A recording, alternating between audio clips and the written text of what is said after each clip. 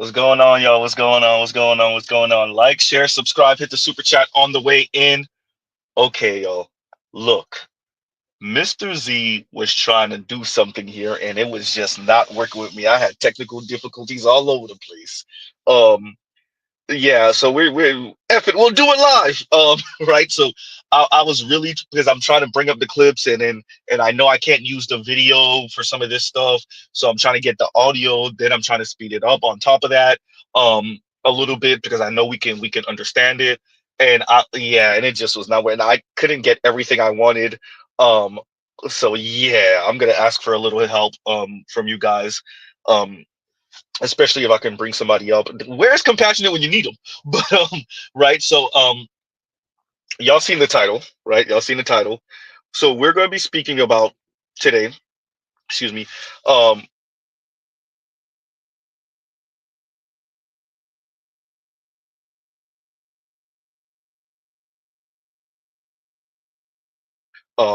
yeah. Hopefully you guys can still hear me. But yeah, we already know the environment is changing, and a lot of this is inspired by something Van Lathan said when he was interviewing Jaleel White, right, recently.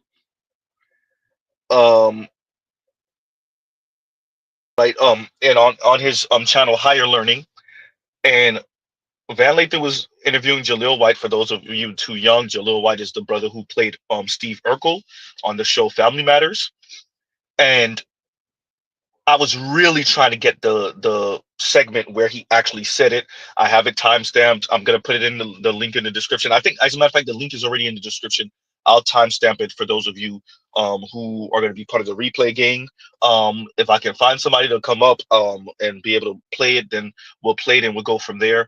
But Van Lathan essentially said to Jaleel White, "We won, right? The nerds won." So that's why y'all see I have the Revenge of the Nerds um as part of I guess what we call it, the assignment, um part of the information, part of the material in the description box.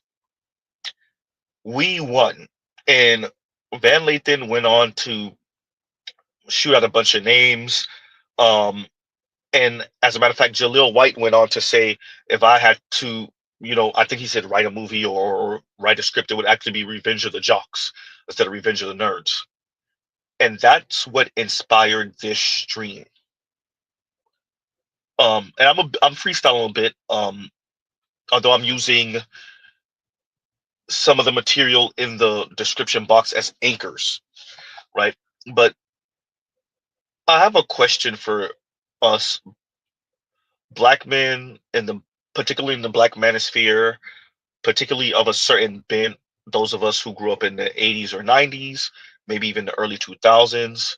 But by that time, some of these things started to be cool anyway. But definitely those of us that grew up in the 80s and 90s, maybe even the late 70s, but definitely the 80s and 90s, who were into anime, who were into something a little bit different than what's going on in the black community, or that was going on in the black community at the time. We were nerds, we were geeks, we played Pokemon, or we at least engaged in the trading card game. Maybe we were into Yu-Gi-Oh. um our preferences were a little different, we might have dressed a little different. um we were still black, we still listened to whatever music was there at the time, but we just were a little different, and we would be considered black nerds or black geeks.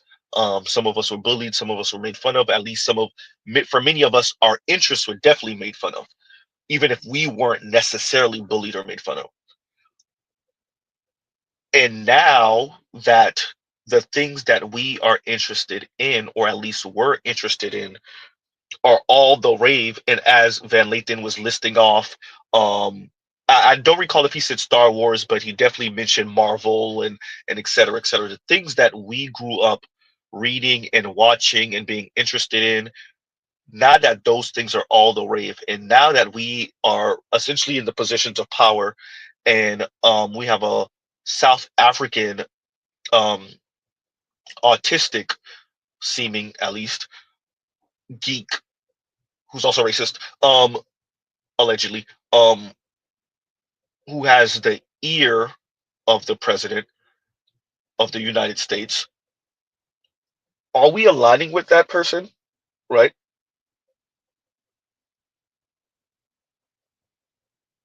Right? Are we aligning with the revenge of the nerd white guys? And how far are they willing to take the revenge of the nerd? And are we going to ride out with them all the way? And what world would they like to see? And once again, are we going to ride out with them all the way? Huh? I have a couple of clips I want to play. Um, and some of this all ties in.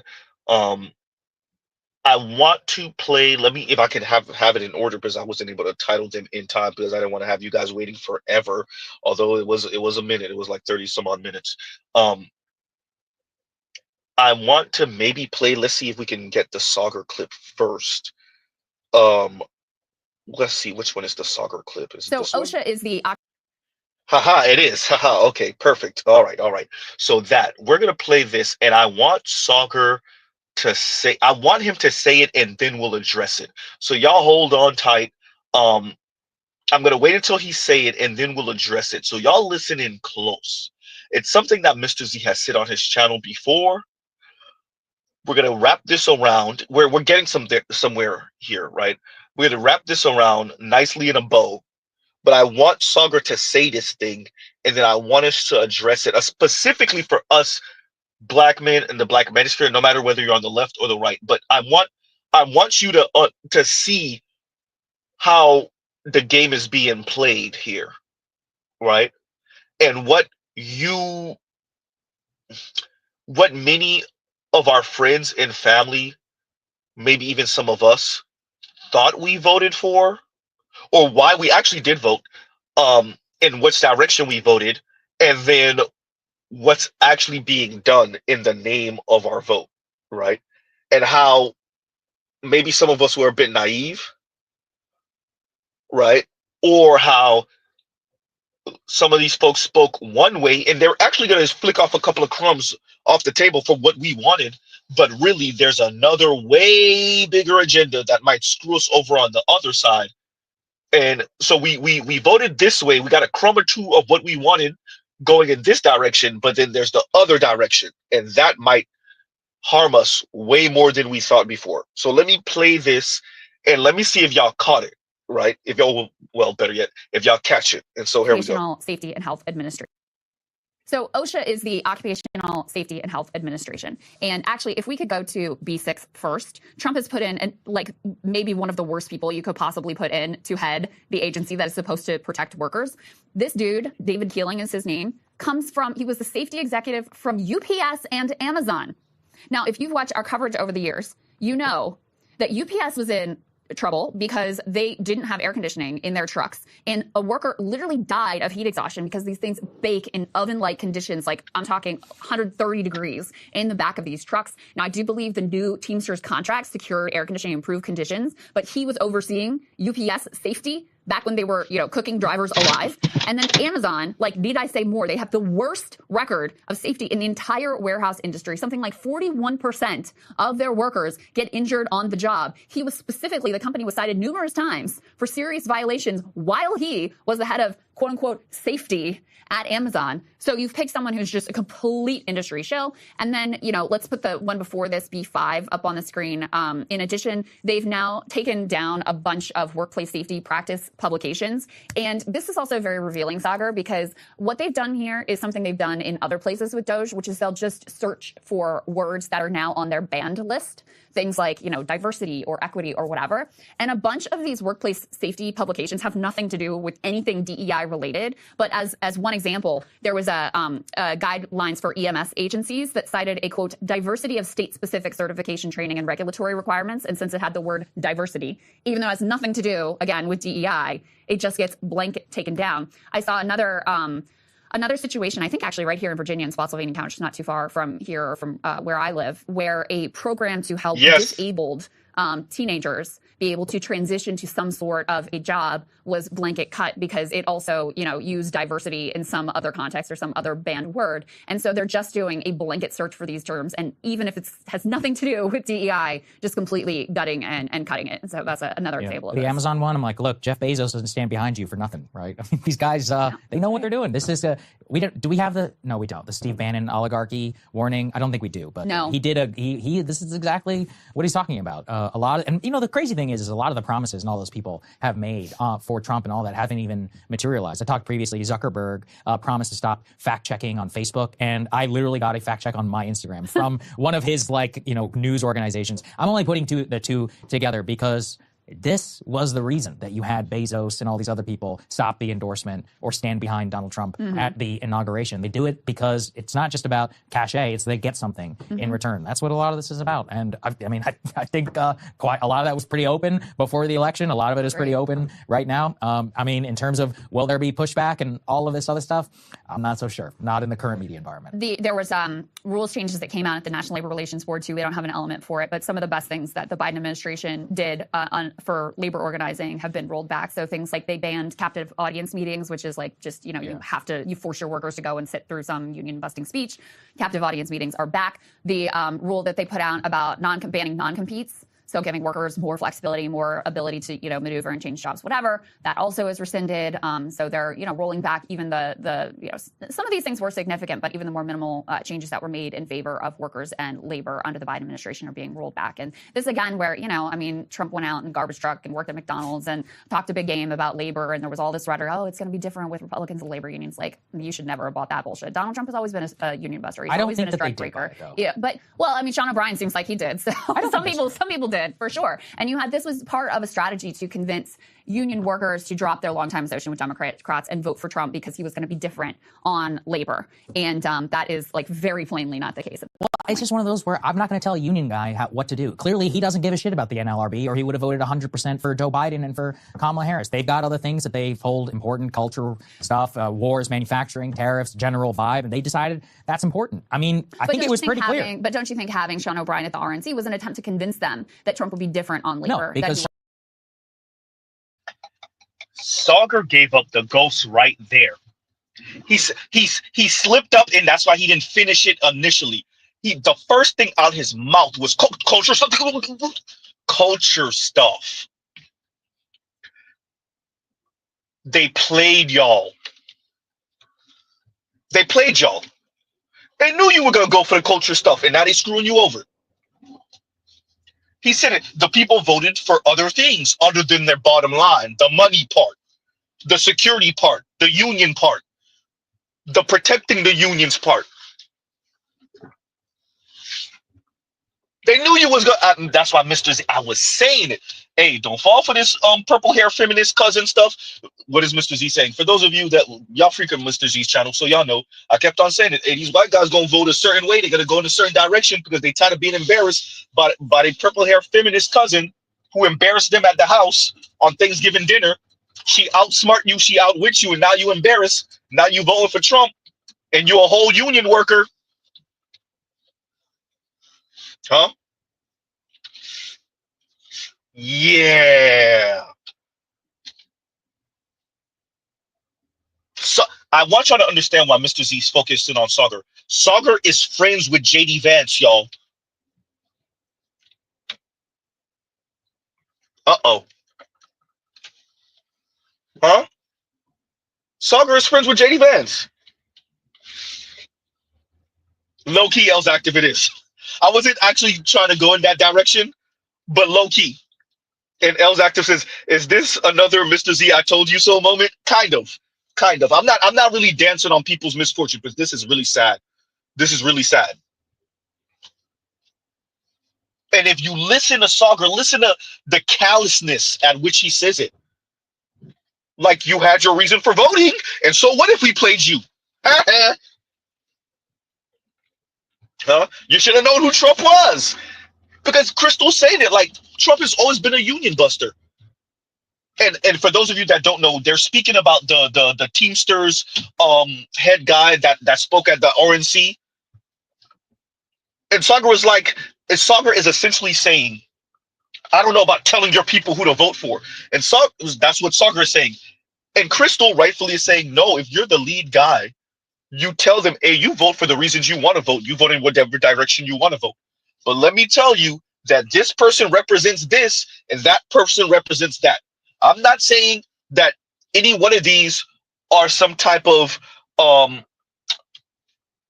great option or what's the word I'm looking for? It's right there. It's right there. It's right there. Z used it a bunch of times and I can't get out. Anyway, none of these are the greatest, but one person might sit on their hands and do nothing, or they might flick a crumb here and a crumb there towards you. But the other person is definitely gonna unleash the wolves on you, right? Now, this is not Mr. Z is not necessarily doing the left-right thing right now. We're not doing the left lane conversation right now. But I am saying this is what we speak about when we speak about voting against your interest. Now, the left usually uses that term way more than the right does. But this is what we're saying about voting against your interest. Once again, I'm not even doing my left lane thing yet. I am saying for those of you that voted a particular direction out of spite, you voted a particular direction to get the women in line. You voted a particular direction. The culture war stuff. I was trying to slow everybody up on the culture war stuff. Hey, y'all be careful. Remember, black people, you still black people. Remember, black men, you're still black men. Hold up. Wait a minute. Wait a minute. Wait a minute. There's bad, and then there's worse. Let's slow up. Wait a minute. Y'all notice I did not go in on the brothers that wanted to vote for Trump and why they were going to vote for Trump.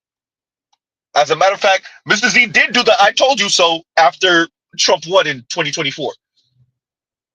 Right? Actually, I did 2 or 3 videos about it. 2 or 3 live streams. Now Mr. Z is telling y'all, but how did you not see this coming? And that's, by the way, somewhat what Sagar is saying, but he's being smug about it. Sagar's being smug about it. Because they knew y'all were going to OD on the culture war stuff. Okay, fine. Without really, you care about your bottom line. I don't think the American people, even white men, don't care about the bottom line. But they got so invested in the culture war stuff. And as Trell said, short-sighted like a mug. Where's that comment from you, Trell? Let me see. Where did it go? Where did it go? And there, Trell says, folks are short-sighted and have poor memories. Right? Wow. Trell also says, if they believed Trump was a pro-union populist, then I have an oceanfront property in Kansas to sell them. I don't know if it was that, Trell. I think it was, let's just shake it up and see what happens. I'm tired of the establishment Democrats. I agree. I'm tired of the establishment Republicans. Okay, I agree.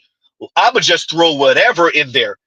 And as Better You so eloquently put it the other day, the left blocked off their scramble, do something different button. The nuke button, they destroyed that in everybody's face. They destroyed Bernie twice in everybody's face, 2016 and in 2020. And they only left really one option. And there you go.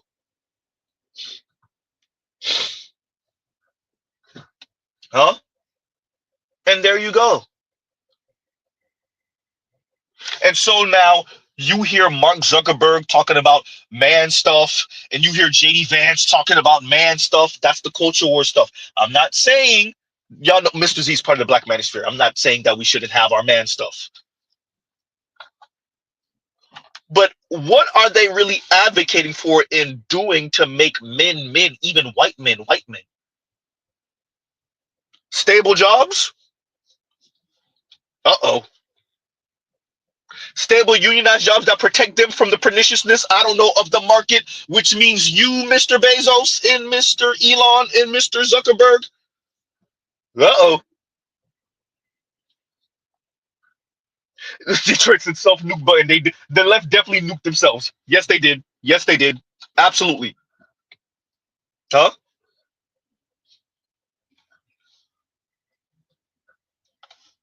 Compassionate. I might need your help if you got time. You came in right on. I might need your help if you have the time. Right. Um. And yeah. So we. I'm. I, shout out to Sarge Willie Pete. Like, Sarge, you're not by yourself. Mr. Z been on the same train as you for as long as you, maybe even longer, to be honest with you. I would argue I've been longer, but you definitely had the platform, and you had a channel way longer than Z.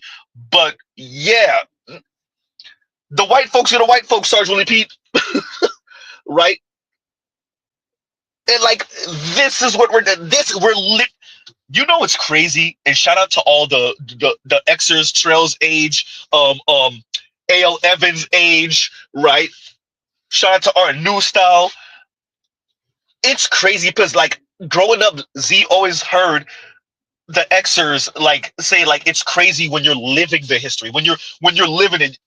Mr. Z is literally living it for us millennials. We're literally living the white folks voting against their interests and screwing everybody, including themselves. Huh? Oh, okay, okay. He said I'm reckless too, my boy. All right, I hear you. All right, right. We're literally witnessing it. And as Trump said, like, no, Trump, they really, like I said, I don't think they necessarily thought Trump was necessarily a populist, but they did think that in his kind of politically erratic state, they would get a few things. And I would argue they are. It's just not exactly what they thought.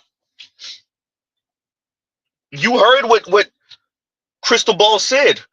A lot of the things that came in with Biden, the union busting seminars you would have to sit through and all that other stuff, it's back. And now what? Right? And now what? Huh?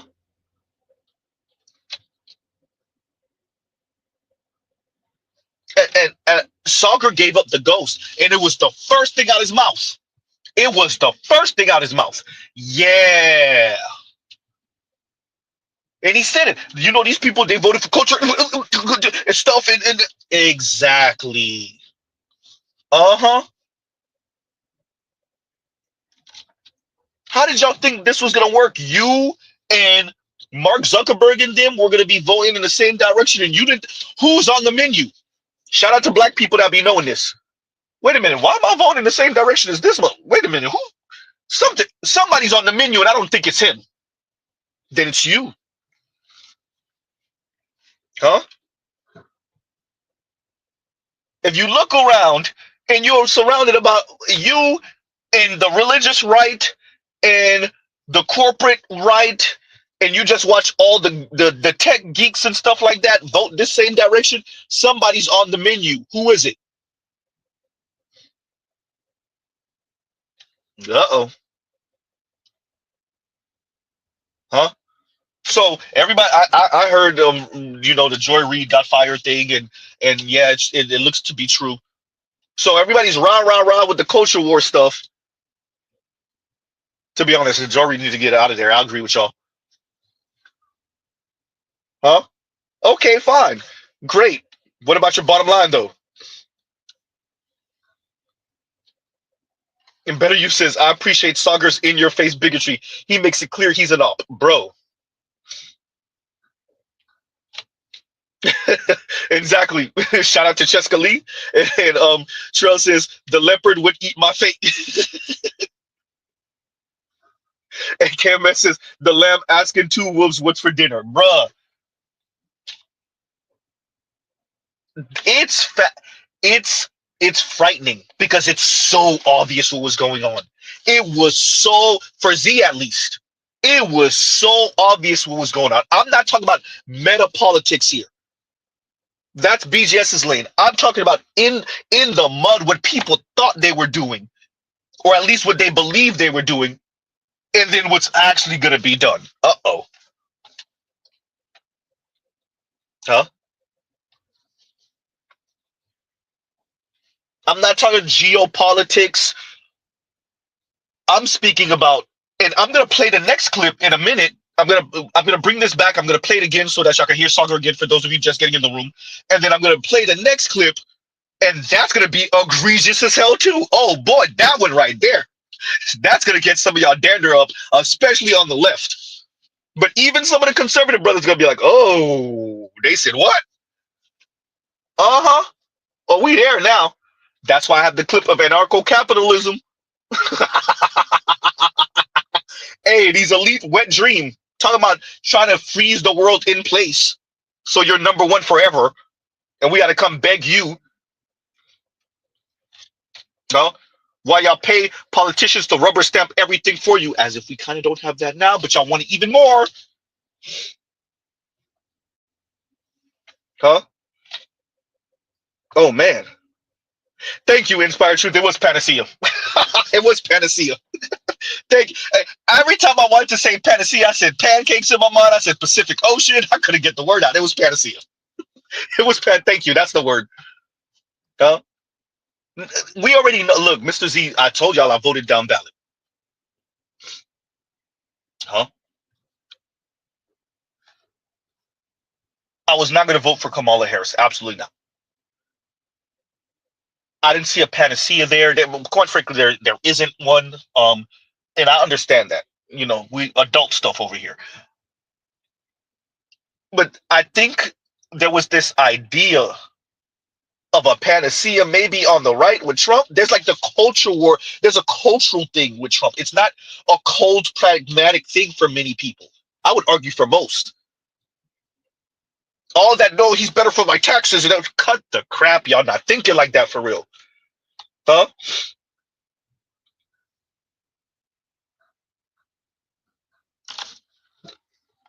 Huh?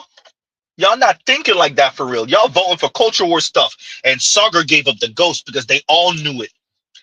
Like I like to remind y'all can ask AB if I'm lying. Sagar and Jetty is friends with JD Vance, you know, the guy that's one heartbeat away from being president. Huh?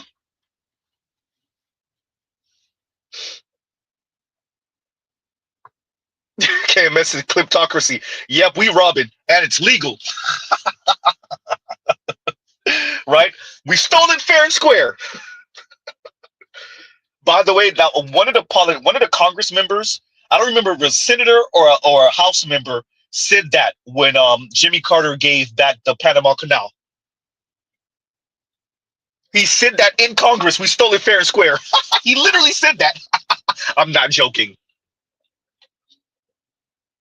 Huh? I can't remember the name of the politician, but he said that. We stole it fair and square. Exactly.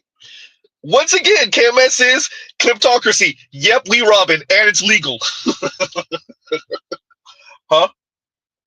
What did Judd say? Legal and right are two different things.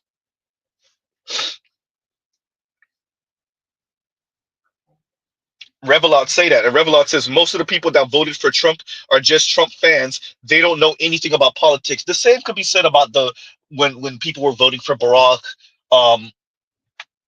The same thing could be said about Reagan. I'm talking about cultural figures here. I'm not just talking about politics. I'm not talking about Joe Biden. There was no enthusiasm about Joe Biden. People just voted for Joe Biden because they didn't want Trump. Right? I'm talking about the fervor and the energy when you vote for a particular person. So that would be like an AOC figure or Ronald Reagan figure, right? A JFK figure, a Barack Obama figure, a Donald Trump figure, maybe a Clinton figure. Yeah, a Clinton figure, a Bush Jr. figure, not a Bush Senior figure. That ain't cultural, right? Huh?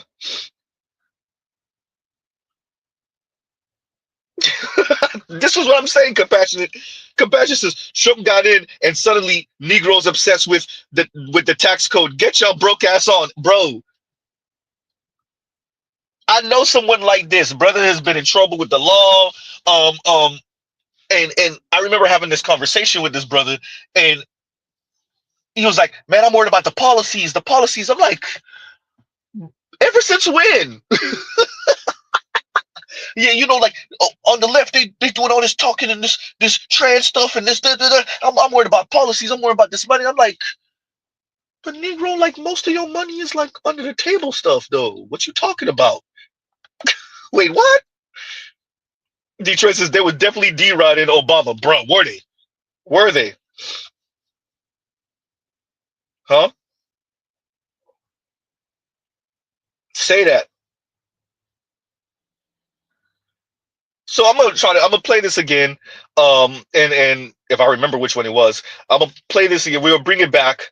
And y'all listen for song. Listen to him say it, and then like the word is already out, and so you can see him kind of choke on it a little bit. Well, not see him, but you can hear him kind of choke on it a little bit, and he continues with the thought, right? So what I sped it up a little bit, but it was around the 5 minute and 15-ish second mark. It was between 5 and 6 minutes, let's say that. And once again, the links are in the description box for everything we're going to cover, plus some, right? Once again, I have the link for anarcho-capitalism. I think these people wet dream. And if you listen to anarcho-capitalism, it kind of ties in with, it's different, but it kind of ties in with what Yanis Varoufakis tells us about techno-feudalism when you consider the tech lowercase g gods, right? The Jeff Bezos of the world, the Elons of the world, the Mark Zuckerbergs of the world, the Sachs of the world, the Peter Thiels of the world, et cetera, right? What's his name? Jeffrey Sachs? I think it's Jeffrey Sachs. By the way, Peter Thiel, Jeffrey Sachs, Elon Musk, PayPal Mafia. Huh? I'm going somewhere with this because I'm tying this into us as black men and the revenge of the nerds. Huh? And what they sound like and what they look like and what they're advocating for. And whether you signed up for that, right? Not fully appreciating that you're on my channel will say anywhere between 40 to $300,000 a year ain't exactly the type of money they talking about when they talk about tax cuts, right? That's not exactly what they're talking about when they talk about man's man and quote unquote alpha men. And y'all not white, that part. That's the most important part, right? Oh man.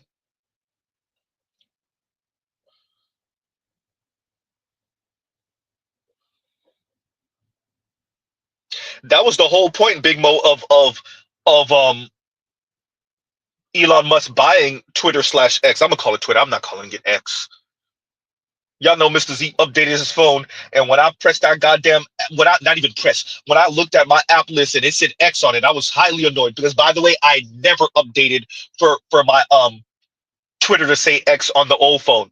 I did not update. I found different ways of reading comments on Twitter when I'm ever changing it to. It asks me every goddamn day when I clicked it. I don't go on Twitter that often. But every time I clicked it, it was like update, update. Nope. Now I got the X logo. Goddamn. But I still have screenshots of my original um um um face, my interface. So I still have the old Twitter thing saved. A screenshot of my, yeah. So, but X yawn. But reading Big Mo's comment for those of you that are listening, Big Mo says, "Well, you have Zuck and excuse me. Well, you have Zuck who owns Facebook and Instagram, along with Elon Musk owning X. So the right does have a considerate pathway to get their propaganda enhanced by AI out there." Yeah, well, that was the whole point of Elon owning X, right? It's not about profit, to be honest. It's a propaganda tool, right? It is the newspaper, right? And then when you consider Jeff Bezos owns what, Washington Post or whatever, yeah, right.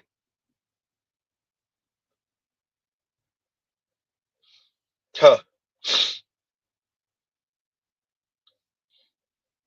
And Revelot says the culture war stuff did play a big. And Cam, I said, and I forget about you in the super chat.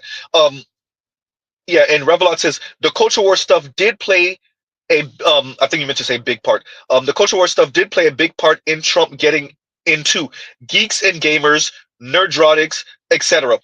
If you ever watch one of their videos, comments, chats, you will see what time they on. Yeah, I agree. I agree. Man. So let's play this one more again so y'all can hear Sagar give up the ghost, right?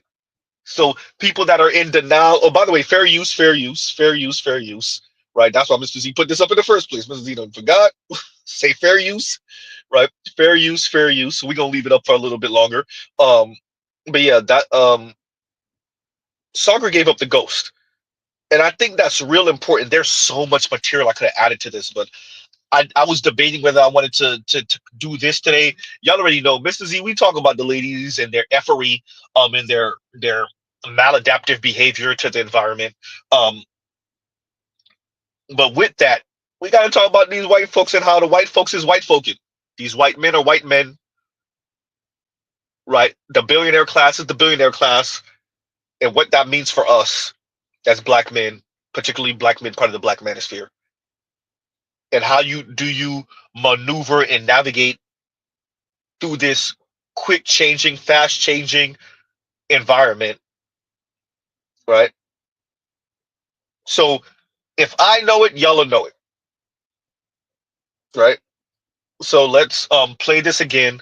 Y'all give it some time for Sagar to cook, and he gonna say and listen to the exchange. I wish I could play the video, but I'm afraid I'm gonna get flagged. By the way, for those of you that wonder that are before we get there, um those of you that are listening to the yesterday's stream, and y'all wonder why the segment when the women of color are begging the white guys why it's muted on that, they flagged me for that because of the music in the background. So that's why I reposted it with the music off as a standalone video, and then I linked it in the description box for yesterday's live stream. um I have it saved. We're gonna play it occasionally on the channel, but if I would have known that, I would have took the music off initially. But yeah, they flagged me, and so and I what I really hate is I was able to bring delete the sound and get monetization back, but that's not really the issue, to be honest with you. I know for many of you, y'all watch the playback and y'all read the live comments, and that's why I'm always disappointed when I have to edit something post live stream, because y'all don't get to see the live, because the to be honest with y'all engaging with me and me reading y'all comments is part of the fun of the conversation, of the engagement, right? And people like be able to read the comments and see what I'm responding to, right? Because I highlight the comments on screen, yes, but to see the live comments, and also sometimes, most times, um when I do have the time, I'll watch the live comments on the replay, and I'm like, God, I miss this comment from Trail, or this comment from Indigo, or Cam that said this cool thing, or Revelon, or whoever, right? Vince said this one thing, Namer said that, damn, I missed that, right? Because I'm catching the comments, but clearly I'm not catching all the comments. It's anybody that whoever did a live stream, y'all will know. Like it's difficult, right? Especially when you're doing what Z's doing, regular streams. Don't put it in the comments. Don't put it in the comments, right? So yeah, y'all. So and that's the disappointing part of when you have to edit, is that the live comments don't repopulate, right? So yeah. Compassion says, I'd be just as confused as pedestrians if it wasn't for y'all in this space. Tip off the spear. Look, tip off the spear, I meant to say. I don't know if I would be as confused as pedestrians. I don't know. I don't think I would be as up on game as I am now, as ahead of the curve as I am now. Um, yeah, and shout out to BGS for that. Shout out to all of you for that. Shout out to the entire Black Manosphere for that. Um, as we say, it's a think tank, and we're bringing in information and we're on the cutting edge. Look how quick everybody's like, hey, Jory got fired. Boom. Just like that. My email is flooded. Like I asked you guys to send me stuff and email, and for a couple years, my email was like I was getting emails, and I would check my email maybe once or twice a day, and I would get a few emails about the women's effery, and some of the political stuff going on in the world, especially in America, domestic politics. But like over the past maybe 3 to 5 months, oh no, Mr. Z's email, especially over the past like 2 3 months, oh Mr. Z's email, right?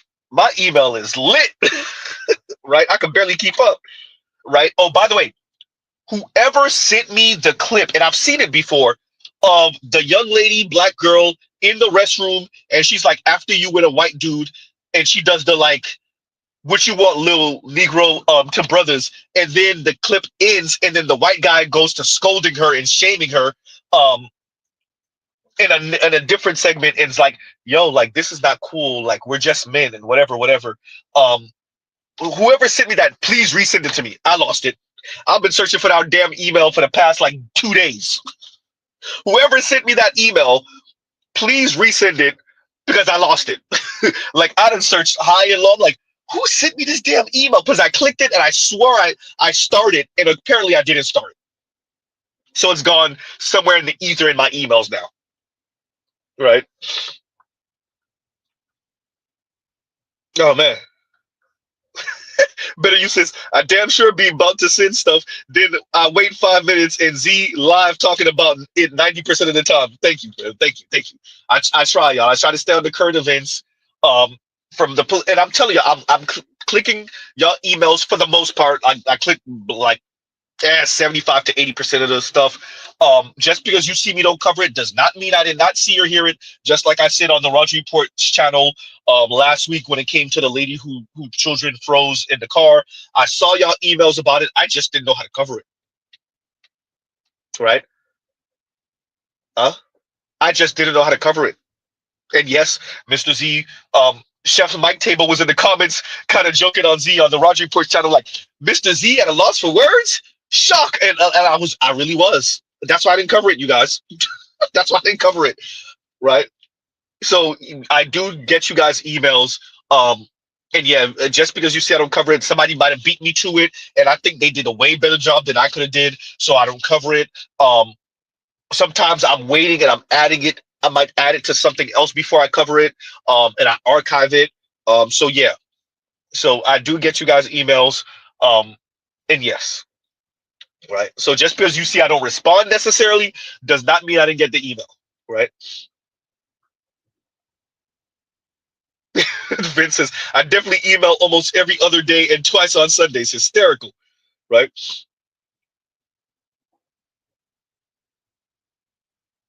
Els Actor says eating, driving, freestyling, and reading comments at the same time is not a feat that many can perform. Els, let me shout you out for one thing first.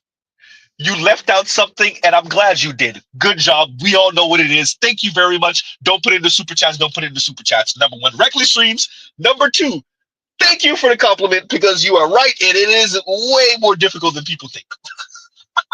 way more difficult. And Mr. Z be moving. I'm telling y'all. Right?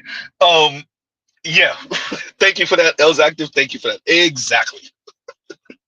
Right. So we ain't gonna put it in the comments. We're gonna leave that alone. We're gonna leave that one alone. So let me play this again. For those of you that are just coming in, it's not our usual women in their effery, black women in their effery, but it does tie into black men, black nerds, black geeks, black men in the black manosphere, and what we're going to do, right, with these folks, right? So in KMS, I'm waiting to read your super chat.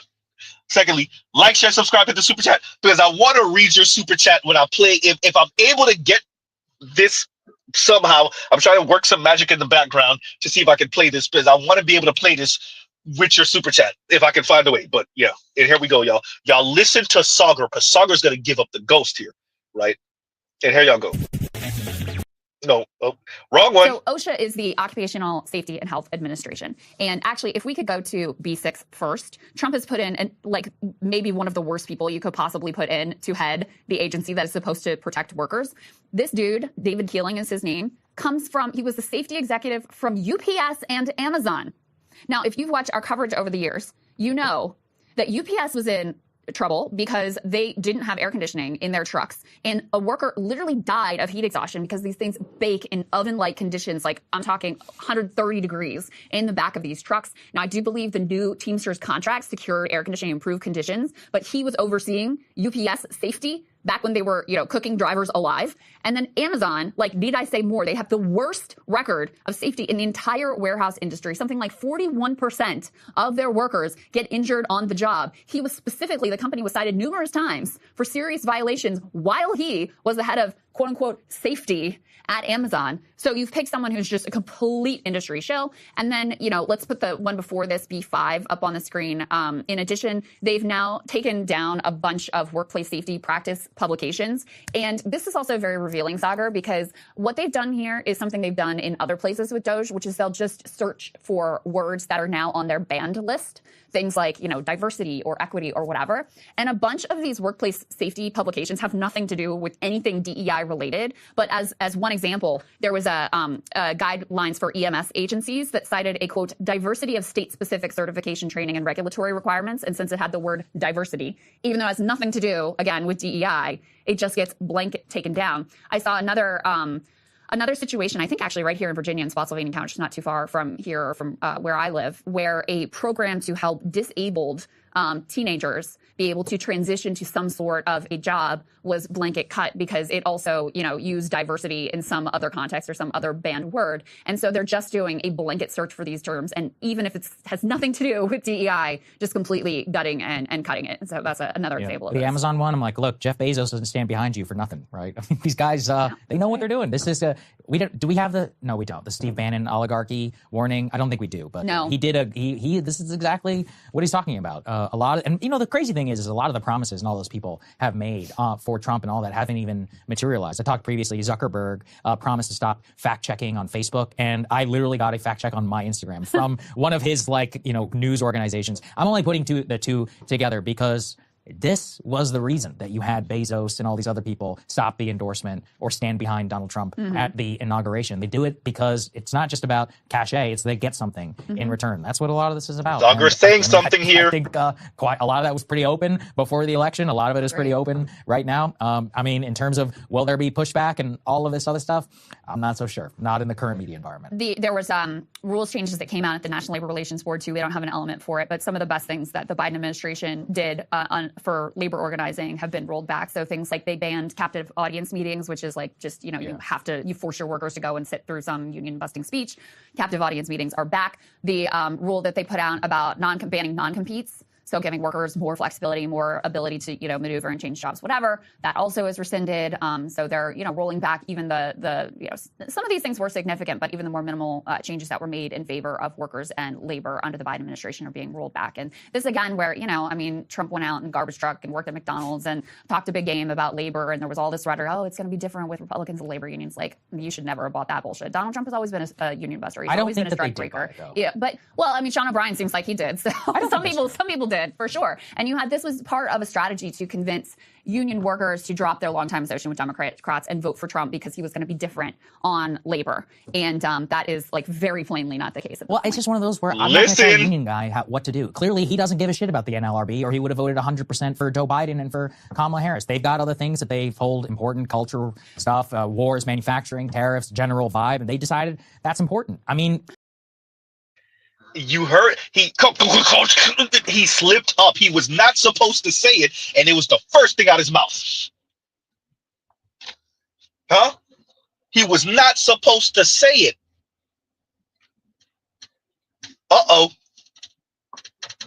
So Sagar is saying the culture war stuff is more important to some of you than your bottom line. That's what he just said. What he's really saying is we played your ass. We played you. That's what Sagar just said. And that's why he's speaking about the Teamsters lead. I'm not about telling people who to vote for. And Crystal saying it's not about telling them who to vote for. It is telling them, hey, you can vote for who you want to vote for, but remember, these people are going to be essentially lame ducks. You might get a crumb or two from them. But these people are going to actively stomp on your neck. You vote for who you want to vote for, though. Right? And Sagar's saying, well, you know, these people care more about the culture war stuff than their pockets. Huh? Oh, boy.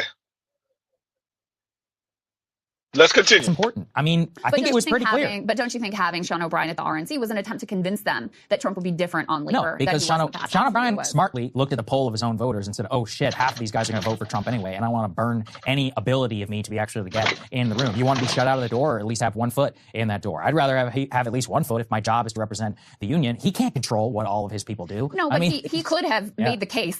I mean, he's in a leadership position, so you do what a leader does, and you make the case for why, listen, you can vote however you want. If, like, guns or gays or whatever is most important to you, you vote how you want. But in terms of labor issues, here's a track record. It's pretty clear-cut with the Biden administration versus the previous Trump administration. And so, yeah, I think he comes off looking like a fool because they're union-busting even more aggressively than they did before. But that's not even my point. My point is that the whole reason that Trump and the RNC invited Sean O'Brien to speak at the RNC was to try to create an impression that they were going to be different on labor when clearly they are not different on labor whatsoever. I don't know. I think people who look more foolish are those who like constantly preach at their own union members and tell them what to do, and then they keep not voting for them, or they're moving more in the Republican direction. But isn't it their job to?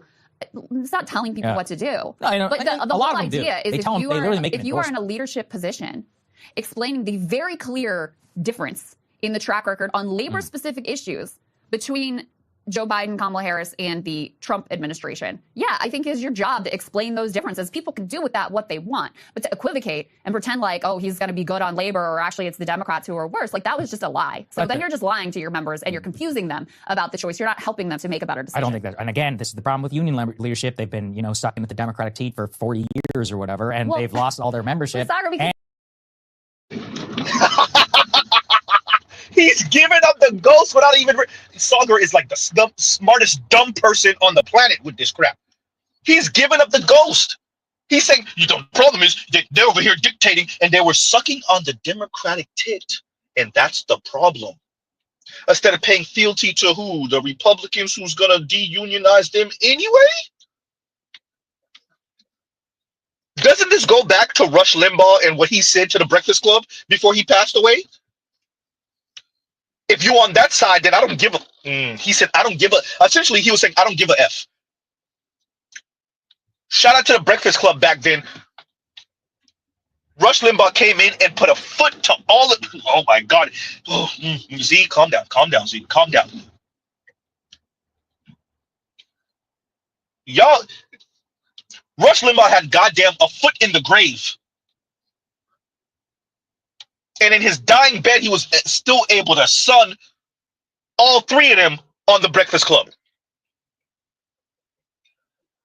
For those of us that remember that. But that's essentially what Rush Limbaugh said. Oh, you riding with them? Then we don't give a F about what you're talking about. Yeah, but your whole platform is antithetical to everything I am. So, huh? That's what they saying. That's what Sagar just said. Giving up the ghost. Huh?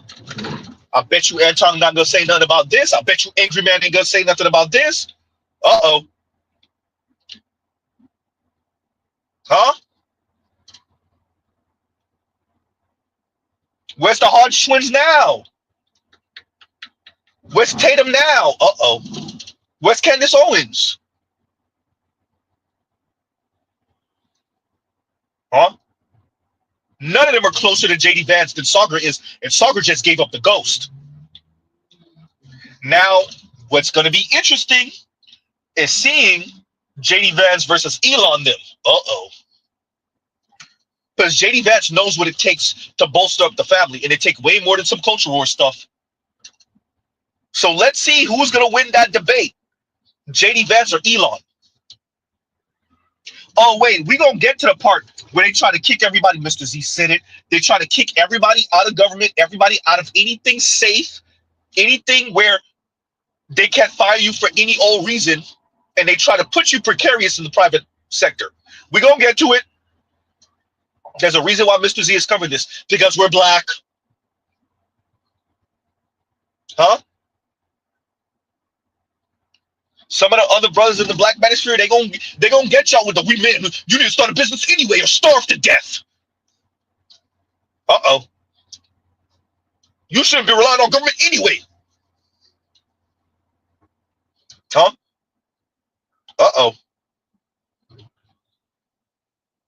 If you can't make it out here with the sabotage, then you should die anyway.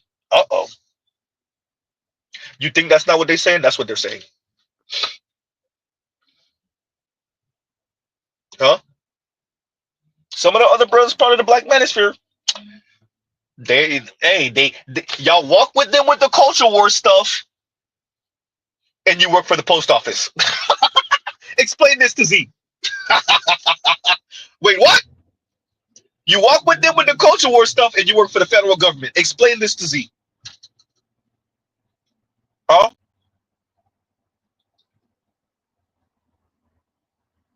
You walk with them with the culture war stuff, and you're unionized. Okay, all right. Y'all ain't see the play? Shout out to Revlon. I saw the play too. I kept saying it. Hey, are you sure about that? Are you sure about that?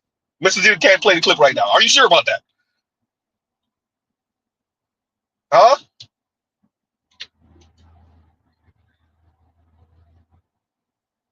I'm still not really doing my leftist lane thing. I'm speaking about policies for real, not just saying it. I'm talking about what the people that you endorse or you back up and why you back them up. What do they stand for? What do they stand for? Does it benefit you or not? I'm talking to black men about where do we go from here when the rich white guys got the working class and poor white guys again for the 1,000,000th time to vote against their interests and screw all of us. Right?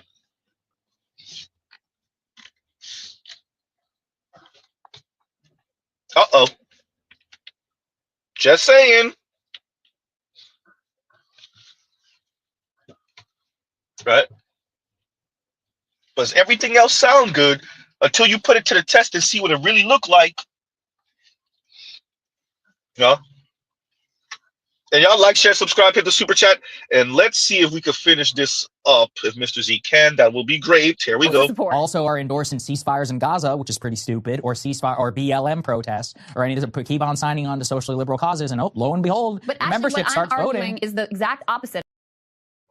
So he's saying, and I agree with this. Actually, this part of what Sagar is saying is, you keep on signing up for the cultural war BS stuff. And then you wonder why people who care about the bread and butter issues start going in a different direction. He's right about that. But what he's saying is, on the other side of what he's saying is, and we started doing the other side of the culture war stuff, and we played your ass. That's what he's not saying that he's saying. Uh-oh. If y'all get what Mr. Z is saying. As convoluted as that sounded. Huh? Oh, man. We live in interesting times, everyone. Interesting times. Here y'all go. What I'm arguing is the exact opposite of that, Sagar, which is that you're saying that, oh, well, they should just, because their members are more culturally conservative, they should focus on those cultural values. What I'm saying is actually they needed to be more specific about the economic, labor related, like directly related to their unions. And, that's where I think there was a real failure to communicate from Sean O'Brien specifically, the very clear differences when it comes to union organizing. I mean, the National Labor Relations Board under Trump now is not even defending its own right to exist. It has been gutted so that it cannot even function because they don't have a quorum. They're probably illegally removed from, this is an ongoing court case, but in any case, they've gutted it. So it cannot even advance any of the claims of union busting and other illegal behavior. And this was all very predictable to your your point about people knowing what they were getting. And if you weren't telling your union members that, if you weren't making that clear, and again, people can do with that information whatever they want. If there are other issues that are more important to them, that's fine. But if you aren't making that clear, you are just lying to your members, you are confusing them, and you are failing at your job. I bring it back to the government point I made. Is it because they lost so much credibility with their leadership or with their member base, which is basically what has happened, with the divergence of the leadership basically just being careerist Democrats, and then the rest of their guys 2016 onwards voting more and more for Trump. They don't have any trust individually on that basis. The reason I'll defend O'Brien is because O'Brien was trying to hold on to some credibility with an administration which won the popular vote, all 7 swing states, and not willing to say 100% or sorry, 50% of his union members, but a very good number of them. So, you know, you have to follow where your people are. You're a representative of them. You don't just work for some NLRB worship. Like, you have to actually clearly listen to your union voting base and say, well, clearly these guys like Trump, so I need to figure out a way to work with them. So I just think it's the same structural problem from the government direction. And on the union front, I just come back to this. On the NLRB, if people really cared, the union voters, about NLRB, and they probably know more about it even than I do, than a lot of these union other people who talk about it online, and they still voted for Trump, what does that tell you? They don't actually care that much. It's not enough. You hear that? He said it. The NLRB, National Relations Board, everyone. For those of you that don't know, I think we all know. He said it. Did you really care about labor if you voted for Trump? Oh my God. He says it so matter-of-factly. He says it so matter-of-factly. Remember, he's friends with J.D. Vance. Your vice president, one heartbeat away from being president. Huh? Songa rubs elbows with all of them. Joe Rogan, all of them folks. Huh?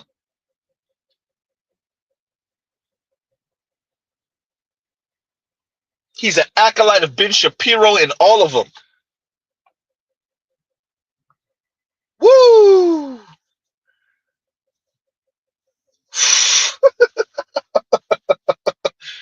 Man. I agree with this line. And line says, to be fair, Harris didn't care either, at least male labor. But Harris wasn't going to gut the NLRB, though. She wasn't going to put back non-compete clauses where you can't move from this job to that job because they got a little secret pact that they signed together in some smoke-filled room that says, hey, you only going to pay Lion 80. I'm only going to pay him 80 if he come to me. Huh? That's one thing I'll give Harris. I don't think she was going to allow for them to put back in, because remember, under Biden, it got repealed where you didn't have to sit through some union busting ass video, right, at your job. They took that away. Trump put it back in. Oh my God. Hey, I hope everybody knows what they're doing. I'm just saying. I'm not saying Mr. Z don't know everything. Clearly, right? That's half the reason why I have the channel, so y'all can inform me, right? I learn every day. With that, I hope we know what we're doing, because it ain't looking good. Woo! Lion said also true. I'm just saying, Lion. I agree with you. I say, I'm not saying Kamala is a panacea, right? Thank you, Inspired Truth. That was the word I was looking for earlier. I'm not saying Kamala is a panacea. I am saying if we do it, if we're going off of the smallest details, if we got to nitpick, there is some distinction, sometimes difference there, right? Ah.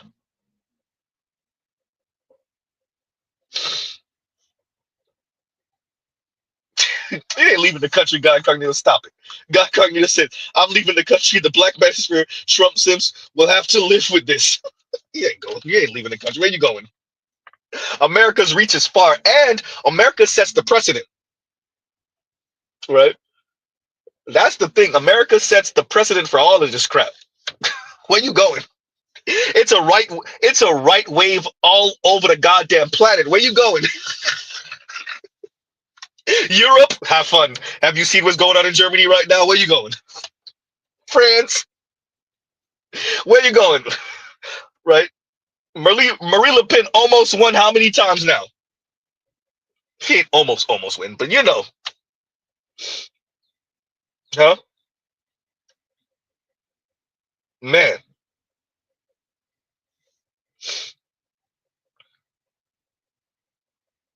L's active, you better stop playing because it's possible. And L's active says Elon about to flood the UK with his money to usher in Nigel Farage and Prime Minister who as Prime Minister who was largely responsible for Brexit. Yeah, I remember this. This is a good case study to see what's to come. Yeah.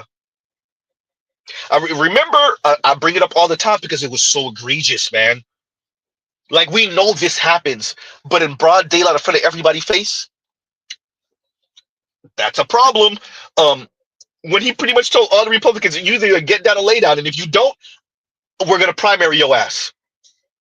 Like, we know this happens. We know, like, presidents and Senate majority leaders, they threaten the politicians like this. Hey, bro, if you don't do what we say, bro, we got the millionaires to primary you. We got the millionaires that's going to back whoever we say and primary your ass. We know this is implicit. It's implicit. These people are being explicit. They're in your face with it. He said it so blatantly. Oh, man.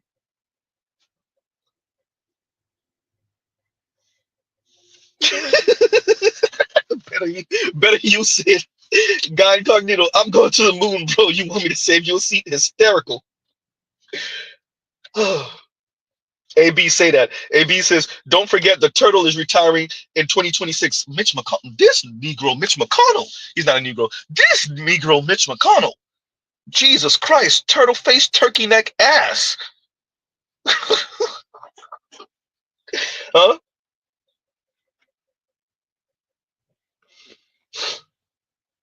Man. Let's see if there's any bit more, and then we'll play the next part. And there's something that's a little gut wrenching for the next part, so some of y'all prepare yourself. Yeah, Mr. Z's doing way too much monologue, so let's play this, and because I want to try to bring y'all up. I'm not gonna be able to go too long again today, so let's see if Mr. Z could actually get a pep in his step. Here we go. It never still, will be. Union, Yeah. like belonging to a union is still one of the biggest indicators of voting Democrat. Yes. So obviously it does still matter to a lot of union members. And all I'm saying is that if you are not explaining the differences between these two candidates when it comes to union issues specifically, then you were not being honest about the choice in this election. And listen, he wanted to preserve his access and his ability to get in the room, whatever. Congratulations, you did it. You were invited to the inauguration. You're on Trump's good list. You accomplished your goal. But if your goal was to help people understand what the differences were between these two candidates on labor issues specifically, you did not accomplish that. You confused people. You were not honest about what the clear difference was. And now you've got, and this is important, especially for the Teamsters, because they're trying to organize Amazon. One of the things that matters a lot for that is that the drivers, Amazon drivers, be classified as employees of Amazon. That was something that the Biden administration, Biden-Harris administration, was in favor of, and the Trump administration is opposed to.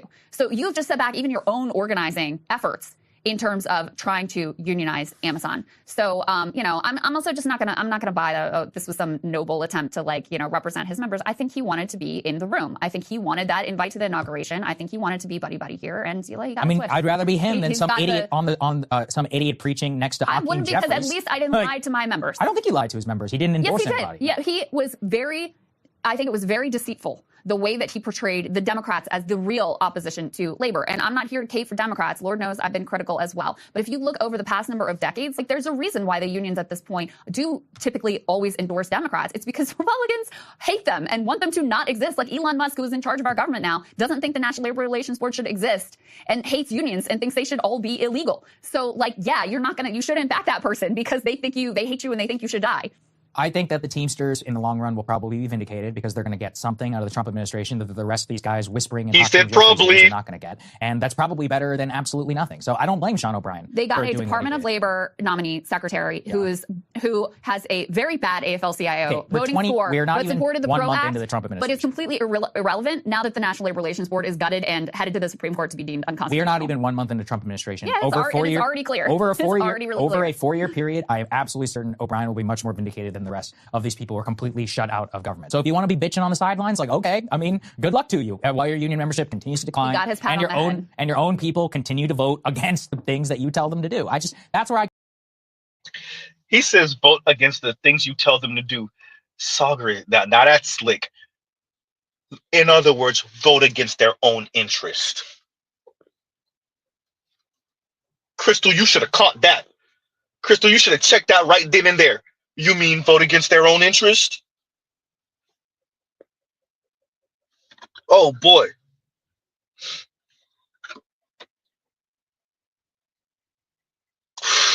All right. Anyway, against the things that you tell them to do. That's where I keep coming back to. It's like, clearly you do not have credibility with your own voting base. Now, union is still one of the best predictors, but highest percentage of union members going for Trump, I think, was in the 2024 election, which was a trend that started in 2016. We should learn from that. It's also very, I think, patronizing to try and tell people NLRB is the only thing that matters when the Democratic. Did I say that? No, but for them, they get to decide that immigration, tariffs, manufacturing, and alter and all of those things. I'm not saying that. What I'm saying is that if you are not being honest that this man is a union buster and a strike breaker and was celebrating with Elon Musk breaking strikes, if you did not know that the gutting of the NLRB was coming and that he was going to return to his longtime union busting ways, and you were not being honest about that, then you are a fool. That's what I'm saying. Same way you're saying that, people were like, oh, I didn't think they'd be raiding the workplaces. Like, you're a fool too, because the track record is incredibly clear. So if you are the leader of a union, then yes, I think definitionally your number one priority should be labor issues. And if you're not being honest about those, then you're a liar and you're a fool, and you're actually misleading people versus helping to clarify and allow them to make their own educated decisions based on whatever it is the range of issues that they care about are. Hey, if you like that video, hit the like.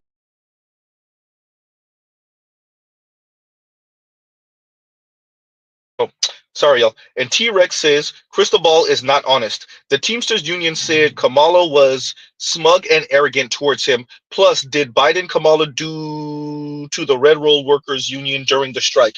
Where was the squad? I got to agree with you on this. Especially the squad during the railroad strike. Yeah, I got to agree. As a matter of fact, that was a major conversation on the left about not riding out with those folks. Yeah, that was a major conversation. That actually started some arguments, to be honest with you. Right, some content curators, and thinkers and technocrats was going to war about that. So I gotta agree with you on this one, T-Rex. I gotta agree with you on that. Huh? Now, they didn't necessarily go at their neck, but they sat back and did nothing, which is better than maybe what Trump and them are doing, but it ain't good either. I got to give you that one. Yeah. Right. So let's play this other clip. Mr. Z gonna be doing stuff in the background, so I'm gonna mute up for a little bit, but y'all listen in. I'm gonna try to pause it right after the important thing that I want to be said, because I think that says a lot. Now, and that part, I'm gonna go a bit in my lefty back. So y'all hold on to all the centrist brothers, conservative brothers. Y'all hold on. Don't leave yet. But Mr. Z got something important to say after that, I think. Right? So y'all but I think it's a bit gut wrenching, but it says a lot about what the plan is, and it vindicates Z a lot of bit. Because it says everything, and yeah. So we're just gonna play this, and y'all listen in close. Once again, fair use. And T-Rex, you got a point here, right? So yeah. So here we go, y'all. Here we go. I think I just got deactivated on my government computer. I can try one more time. It just kicked me out of Teams. Let's see if I can open my Outlook. Yep, I no longer have access. Okay. Yeah, I don't even know. Yeah, like I'm looking at my office. I have again pictures of me and my buddies in Iraq and Afghanistan. I have like a Marine Corps flag behind me. There's like a pit in my stomach. I'm a combat vet going to work at the VA. Like I was like, no one's really coming after us. And then like, I thought the VA would be fine. No, like I'm totally fired now. So like, if I'm getting fired, like who's next? Like I thought I'd be the safest, and I was one of the first to go. From the New York Times, I'm Michael Barbaro. This is The Daily. Either the deep state destroys America or we destroy the deep state. That's the way it's got to be. On the campaign trail, Donald Trump and his allies left little doubt that if they returned to power, they would try to make working for the federal government as miserable an experience as possible. We want the bureaucrats to be traumatically affected When they wake up in the morning, we want them to not want to go to work because they are increasingly viewed as the villains. By treating career bureaucrats as the enemy, and by driving them out through layoffs, buyouts, and agency closures. The departments and agencies that have been weaponized will be completely overhauled so that faceless bureaucrats will never again be able to target and persecute conservatives. Today, President Trump today doubling down on his move to dramatically and rapidly shrink the federal workforce. Thousands of employees were fired yesterday across numerous agencies. And this is just the start, with other workers being warned that large workplace cuts are coming. Now that Trump's plan has become a reality, we asked dozens of federal workers to explain in their own words what it's been like to actually live through it.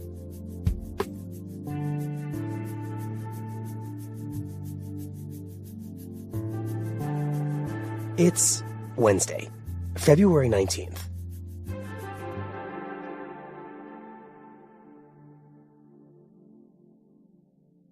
First off, can you tell me how you'd like to be identified? Yeah, if I could just be anonymous, that would be best, I think. I would prefer to be anonymous, yes. And why do you want to be anonymous? I'm afraid that I will be targeted. I'm concerned that I would just be putting a target on my back. Fear of retaliation by the top of my chain of command, by the White House. I work at the Environmental Protection Agency. I work within the Department of Interior. I work for USAID. For the Department of Veterans Affairs. Health and Human Services. For the U.S. Army Corps of Engineers.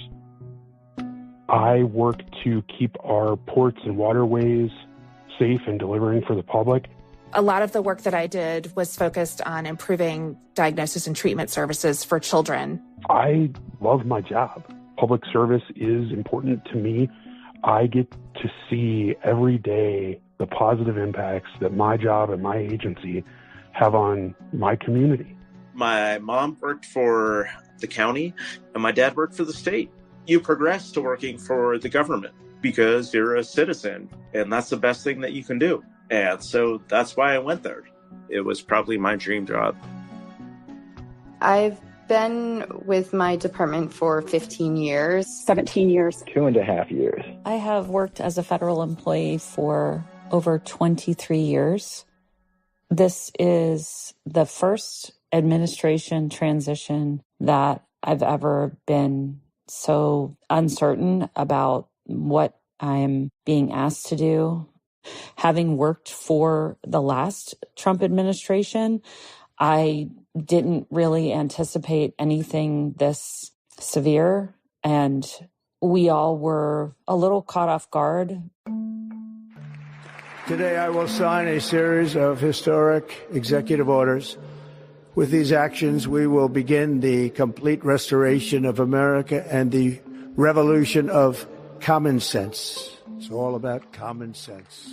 In light of the damage done by the Biden administration's DEI and woke policies, what this presidential memorandum orders is elevating competence instead of the DEI policies that were pursued by the Biden administration. The day after the inauguration, our director came on and started going through some of these executive orders. The first one mentioned was the cease and desist of all DEIA activities. Diversity, equity, inclusion, and accessibility. We started getting emails. First, there was the one asking us to report any employees who are disguising the fact that they're doing DEI work. The email that we got basically said if you did report, you would not face any adverse consequences, but if you didn't report, you could face adverse consequences. And we all were baffled that they thought, first of all, that we even had anyone hiding, but second, that we were just going to go report people and snitch on people, really. To receive an email in the federal government essentially advocating for turning in your colleagues seems so Orwellian and McCarthyism-like. It was shocking.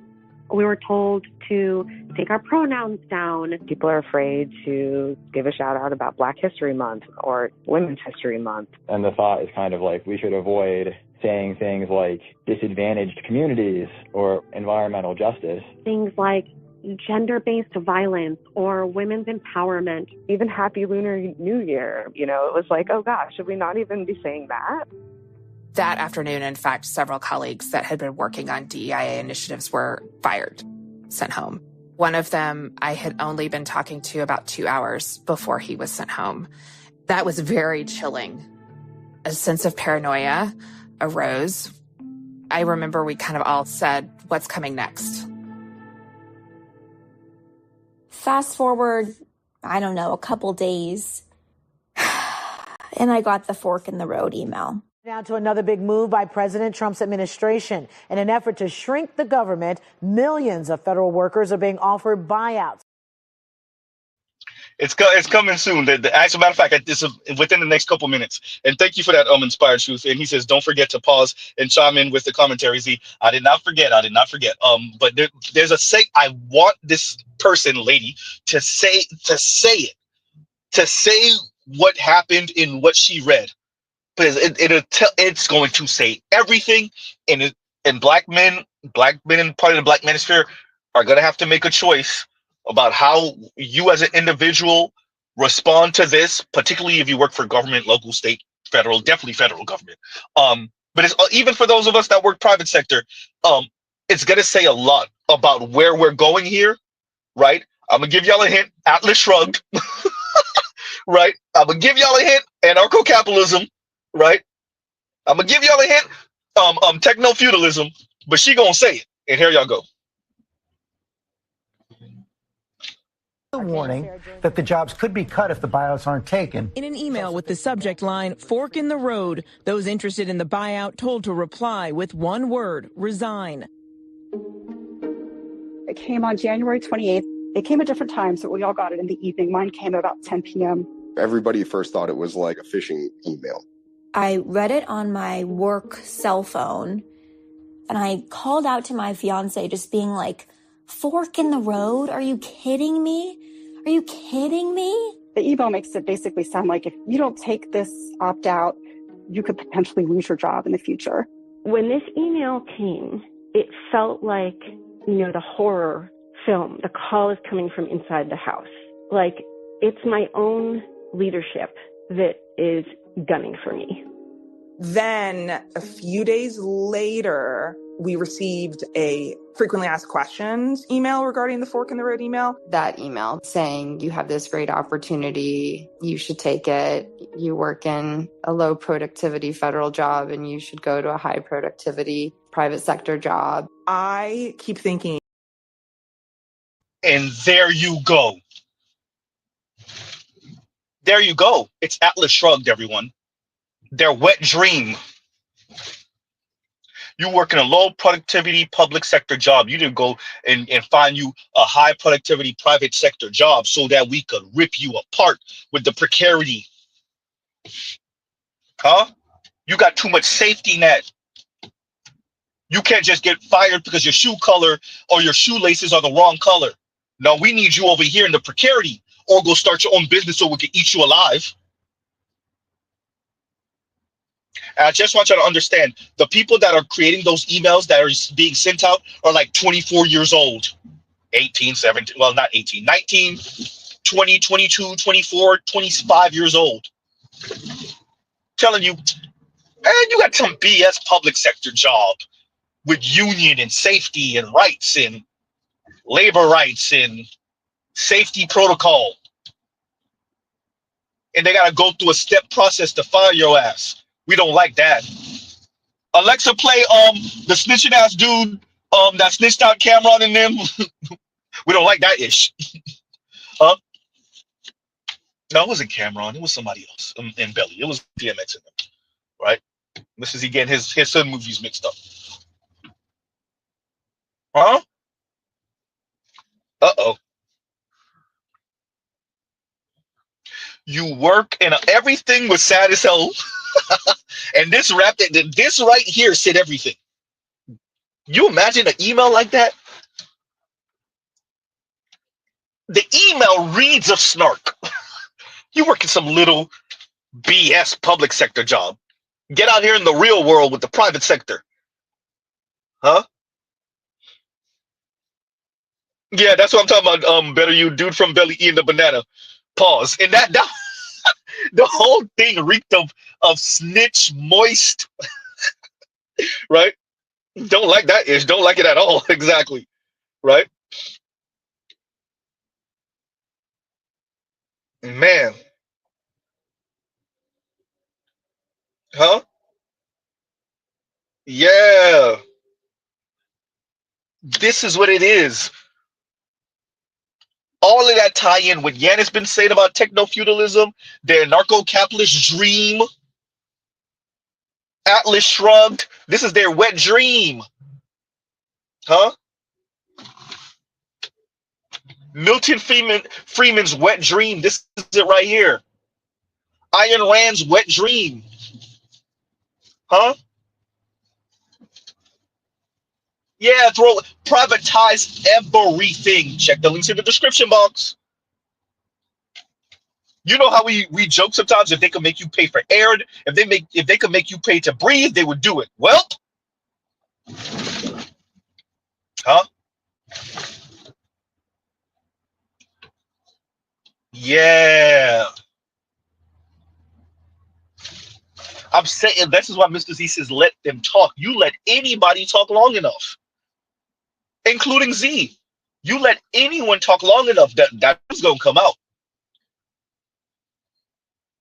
You observe anyone long enough, that truth is gonna come out.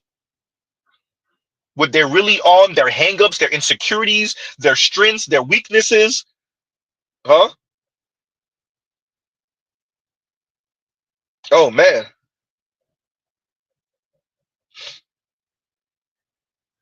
Oh, I'm just reading through you guys' comments. But you heard what the lady said? She got the email. The fork in the road is bad enough. But and then the you either gonna get, well, there's no get down or lay down. They just tell them, hey bro, either take the money now, we'll pay you out until September, quit now, or potentially get fired in the future. Huh? Play the lottery, gamble with your job. Oh man.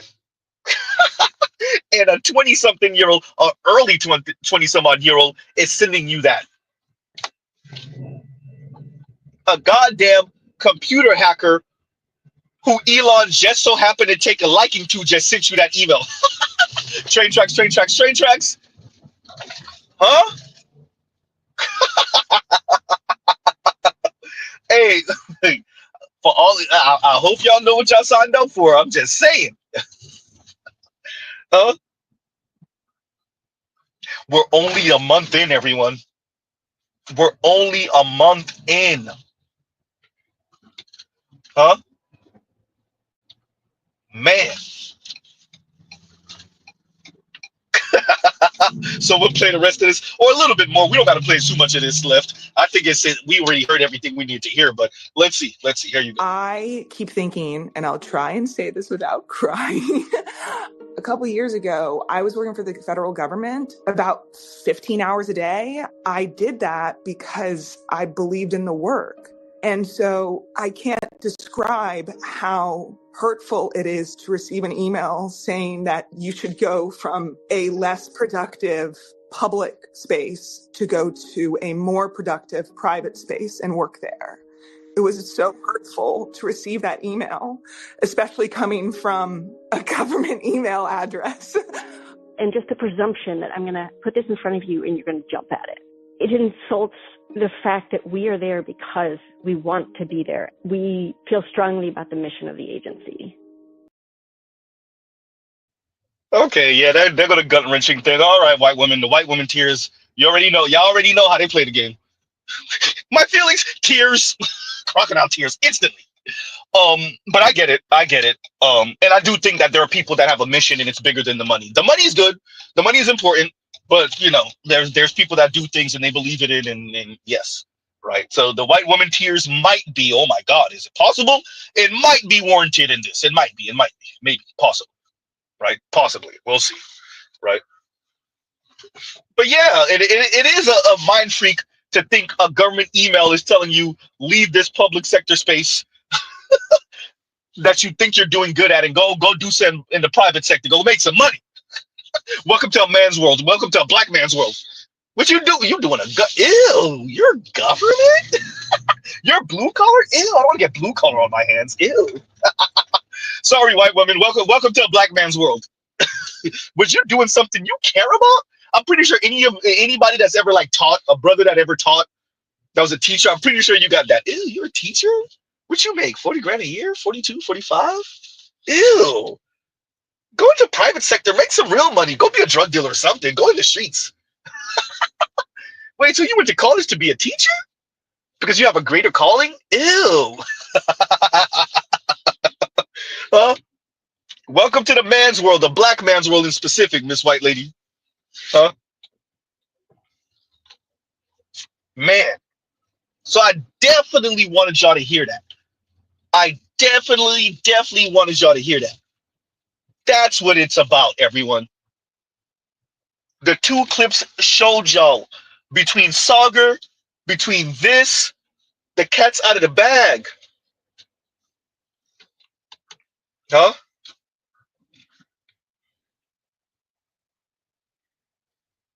The cat is out of the bag. No News Podcast says government jobs are safety net for the mediocre and below average black woman. Hey, it's a safety net for a lot. It's the employer of last resort. No News Podcast. I don't know how many bullets you got and how many guns you got, but you might need it for the other side of this. Huh? You might need it. Huh? All that precarity and now you out here with the real people. That sound nice. Huh? That sound nice. Get your real job. All right. Huh? Go start a business or something. Y'all sounded like the lady that said, be an entrepreneur. Where's your Lamborghini? All right. Okay.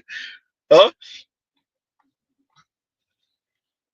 Everybody's saying this, and AB says, Mr. Z, the bright side is everybody else is now going to know what it feels like to be a Negro, right?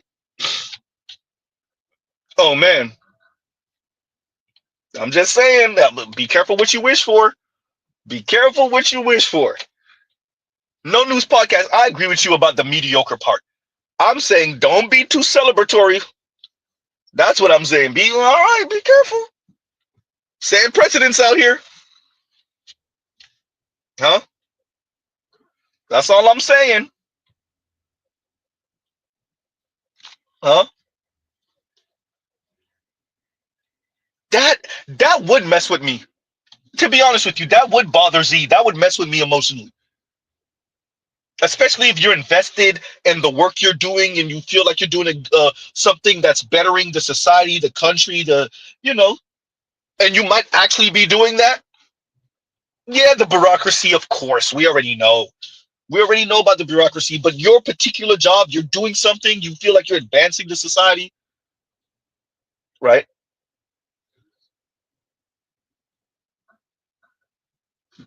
Huh?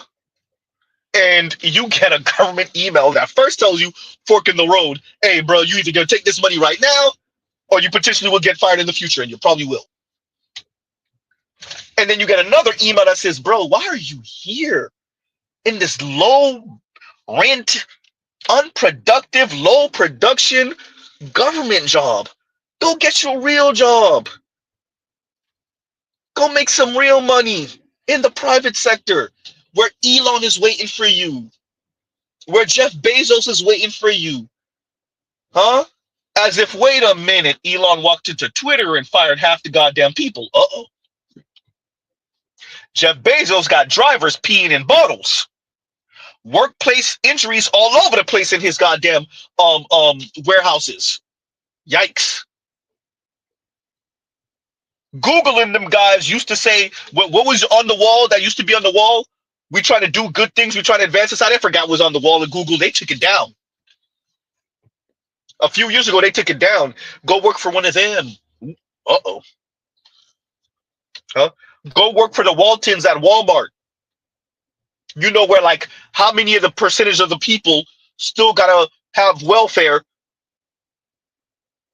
You want to know where your tax dollars are going? Still gotta have welfare because they don't get paid enough.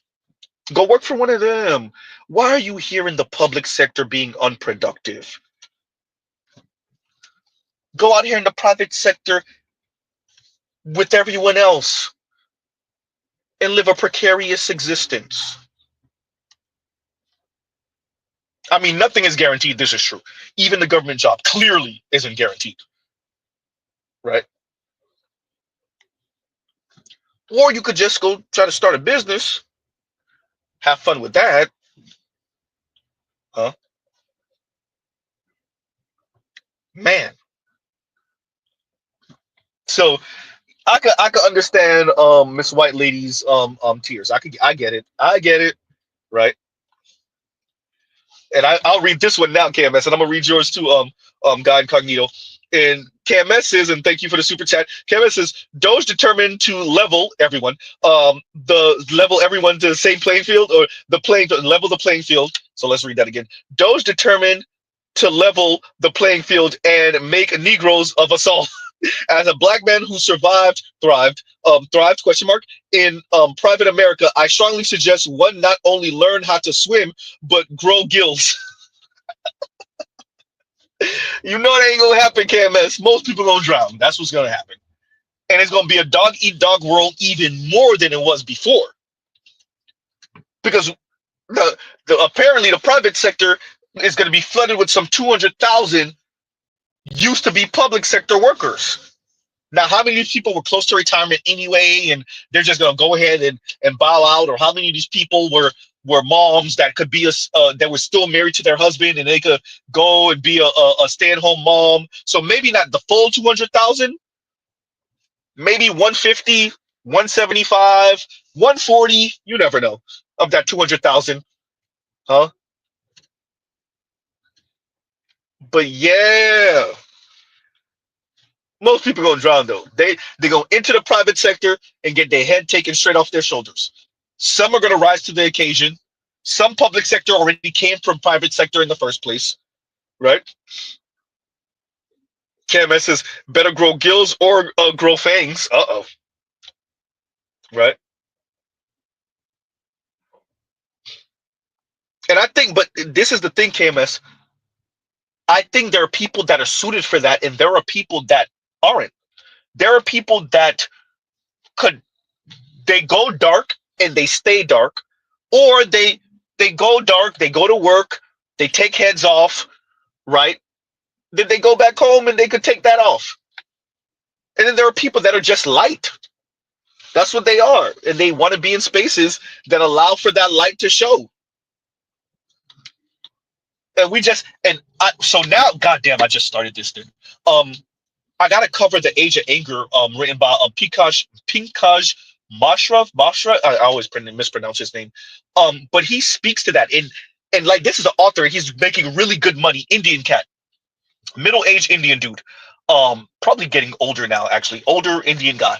And he speaks to this in his book Age of Anger. And when he went on a lecture tour about it, you could see the passion in him. Remember, he's not subject to this. He's making really good money with his book, and you could see he was on tour about it.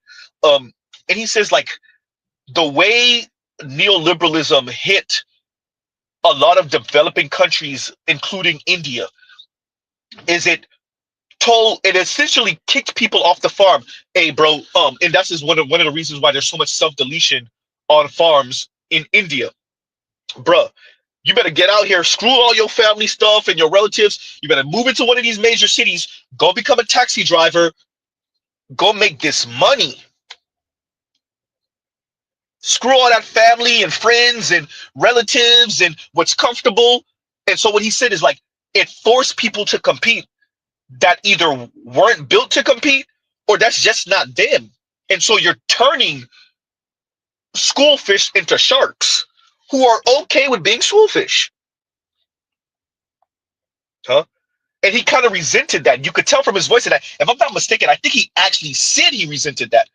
But even if he didn't, you could tell from his tone, from his in one particular conversation, because he has had many about the book, but one particular conversation he really expressed it. So KMS, I agree with you. What I'm saying is that I think there's a certain level of resentment for some people, especially like the cognizant people, that I didn't want to do this and y'all made me do it. And even if they win, even if they rise up to the ranks, there's like this resentment and anger to like I was good where I was. Like I was okay with my little $50,000 a year. Me and my lady were good, or me and my husband were good. We were good. We weren't trying to be rich. We were okay with our Toyota Camrys and our RAV4s, right? And our little, condo. But y'all pushed us in this, and like now I'm out here and I gotta fight and become a shark just to make 60, just to make the 50 I was making before, just to make 40. Huh? You know. So I do believe that there are people. I do believe there are shark ass people, and they get off on it, right? Well, what his name said, I love the game. They love the game, and that's what the Gordon Geckos of the world. I love this. This is what I do. There are others who rise to the occasion. I would probably say that was probably you, KMS, right? Who rise to the occasion and you do pretty well for yourself. And then there are others that might even be sitting right next to you and they rose to the occasion, but they resent it. There are others who are going to try to and fail, and they're going to resent it clearly. There are others who are not even going to try to engage, and they're going to resent the system also. Huh?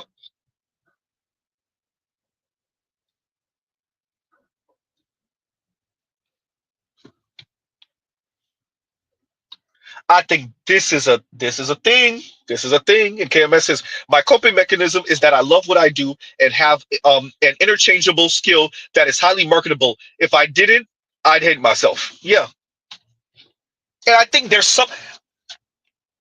something about narrowing the lane and then watching people fail and calling them failures when they were really good at what they did over there. And I'm not just talking about the people that are like, no news podcast will say, I'm not talking about the people that were hiding in government jobs and they're unproductive and they're losers, or they work for the sketchy part of USID. I'm not speaking about those people. I'm speaking about the people that are like that work for the VA and they like working with that. And there's a segment of what I did. Well, I didn't cover it, but what I was just playing where they were speaking about the people that work for Veterans Affairs and stuff. And like one of the guys who just got promoted, he said he not going. He don't care what. He ain't going back.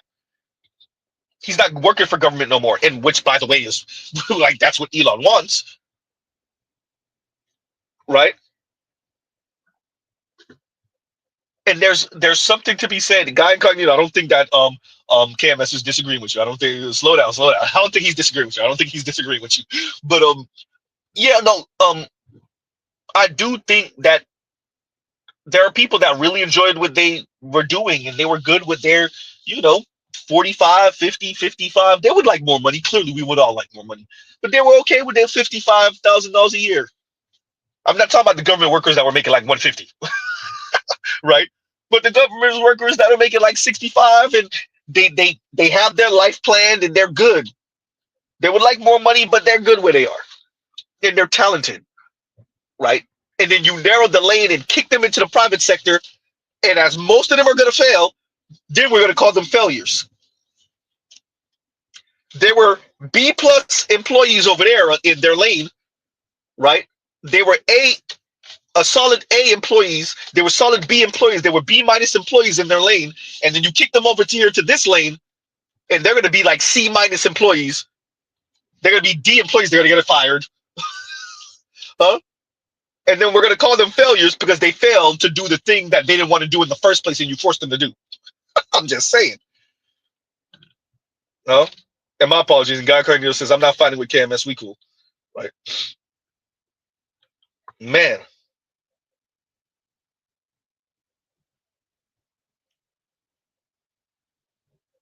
Man. Right? So I just wanted to play that for you guys. so y'all can hear the emails some of them are getting. Because I was like, I want to hear from the people that are like on the receiving end of this, because we kept on hearing about it on the macro level. I wanted to hear from the people that were actually, and I've seen a couple of videos, some chubby white dude crying, right? Government worker, and that's kind of sad. But I want to hear from the people and like hear what the interaction is, and that's an email that tells you um it's better that you leave this low productive government job for a high productive private sector job, and you know it's some 24-year-old, 23-year-old that just emailed you that. Ah, right. Ah, it's tough, y'all. It's tough. It's tough. But as I said before, this is Ayn Rand, Milton Friedman, Frederick Hayek, the Chicago boys' wet dream. This is their wet dream. Huh? Ronald Reagan and them, their wet dream. This is the wet dream, y'all. Huh? Uh-oh. All right. Right. There's a picture I'm painting here. How many voted a particular direction and didn't see this coming, and now you just got sideswiped as your wife, who 40% of her money goes to the bills, or at least I said that wrong. 40% of the bills is on her. 35% of the bills is on her. 30% of the bills at the house is on her. You pay the majority. You pay 60. You pay 70. You pay 65. But her money is still integral. She just got let go. Uh-oh. Oh, man. I got to read this one now. This is hysterical. And Els Active says, nerds can swear too, fun. Oh, man. So I gotta say it then. Fuck yeah, we can. And there you go. Huh? And Guy Incognito says, I'll read this one now too, Guy Incognito. Thank you for the super chat. And once again, Els Active, thank you for the super chat. And Guy Incognito says, I voted for Trump because black women annoy me. There are a number of brothers that might have did that, and you vote for who you want to vote for the reasons you want to vote for them. There are consequences on the left and the right, and in the middle. There are consequences. Have you taken stock in whatever political I'm not talking about being a fan of them.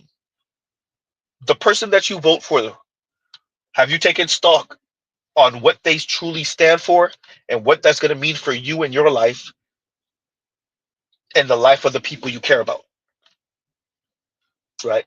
Now, you could not give an F about none of that and just say, I'm voting for this because I want to. That's perfectly okay. Right?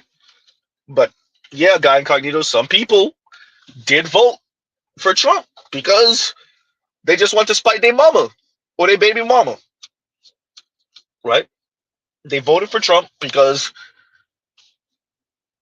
I know these policies I align with, and that's all I care about. And that's what Sagar was speaking to, by the way. The culture war stuff. I agree with the culture war stuff. Screw everything else. And some of the brothers, they're good financially, so the hit they're going to take is not that detrimental to them. It's not going to be that bad. Huh? No, just saying.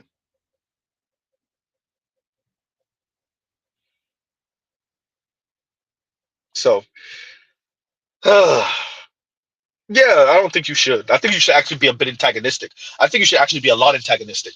Guy Carnito says, never loved anyone I voted for. Yeah, I think that's the way it should be. I think we should look at all the people in power from the left to the right, from the business class to the corporate class to the political to the technocrats. I think we should all look at them side eye suspiciously and be antagonistic towards them. Huh? To be honest with you, I think we got way too far with this fandom of politicians and of tech guys and of corporate guys and of the uber wealthy. I think we should be way more antagonistic to them, including some of your entertainers, your billionaire entertainers, your rappers and your singers, and your black ones. Oops. Huh? Just saying. Just a thought. Just something to think about. Right? I agree. I agree with Guy Incognito on that one. Huh?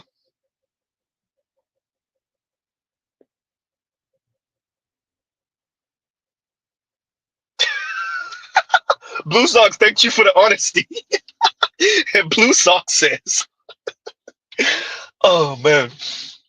Blue Sox, I don't know why I read your title and then I thought about Grandpa from the Boondocks and his new shoe song. And I don't know why I made that like correlation. Like I read Blue Sox and then I thought about Gramps in the new shoes for all of us that remember the Boondocks and Gramps with the new shoes. And Blue Sox says, I voted to change the environment. I didn't realize, and thank you for the super chat, by the way. And he says, I voted to change the environment. I didn't realize the whole geopolitical situation was going to change, but I'm holding on to the roller coaster handles. So I'm way more lenient on Trump geopolitically because that is where I do want to see the shakeup and see how this works out. Because I actually am way more, I might be more aligned with him geopolitically. I know I'm not so much aligned with him domestically. That's a given. Clearly, y'all can hear that. But geopolitically, I'm like, let's see where you go with this. Let's see where you go with this. Especially when he's slowing up China and Russia. Like, yo, do we really got to invest this much on nukes? Because we're about to drop $1 trillion on nukes, and I don't really want to drop $1 trillion on nukes. By the way, they're still going to renovate the Minuteman missiles and nukes and all that other stuff. That's still going to happen. But I get what he's saying, where it's like, bro, I don't want to spend. We about to spend $1 trillion on nukes.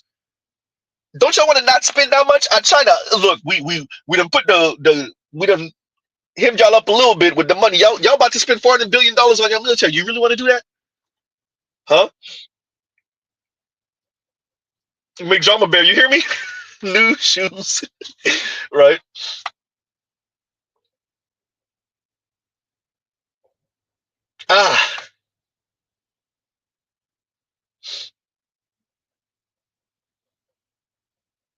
So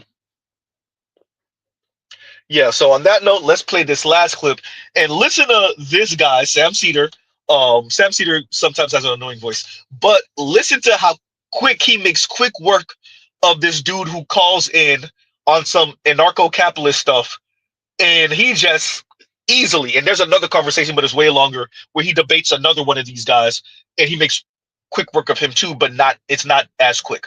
So I decided to choose this one because I think it ties into the conversation, and it's certain things that I think we need to think about, especially as black folks, black men, part of the black manosphere.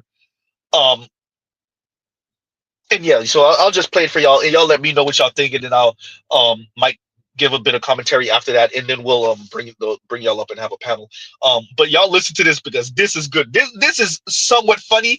Rest in peace, Michael Brooks. You'll hear Michael Brooks laughing in the background. For all of us lefties, we remember Michael Brooks. He was a talent on the left, and it's really sad that he left because I think if y'all thought Ezra Klein gave Ben Shapiro that work, I think Michael Brooks would have took Ben Shapiro's head clear off his shoulders. But yeah, so y'all listen in. Rest in peace, Michael Brooks. Small hat. He was a star on the left. He died during COVID. I still don't really know what he passed from. I don't recall if it was COVID. But apparently he might have had a condition that many of us didn't know about, and he passed from that. I'm not sure. But y'all listen in and listen to Sam Cedar debate this anarcho-capitalist dude, and yeah, give him that quick work. And here y'all go.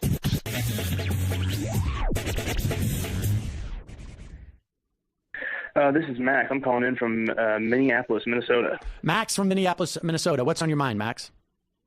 Well, a lot of things right now, actually. I think I emailed you guys the other night. I was asking about whether or not you guys still did the whole debate, the, what was it, libertarian anarcho-capitalist thing. Sure.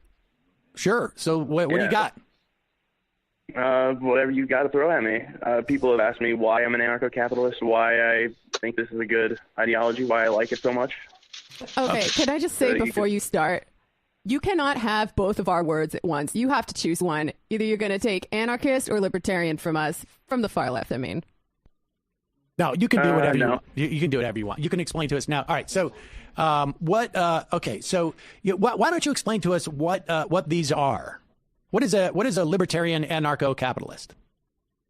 Well, it's where somebody is allowed to have the freedom of the state to whatever means necessary, and someone can just basically do whatever they want in a organized boundary where they're not allowed to let anybody in or anybody out without any sort of regulation.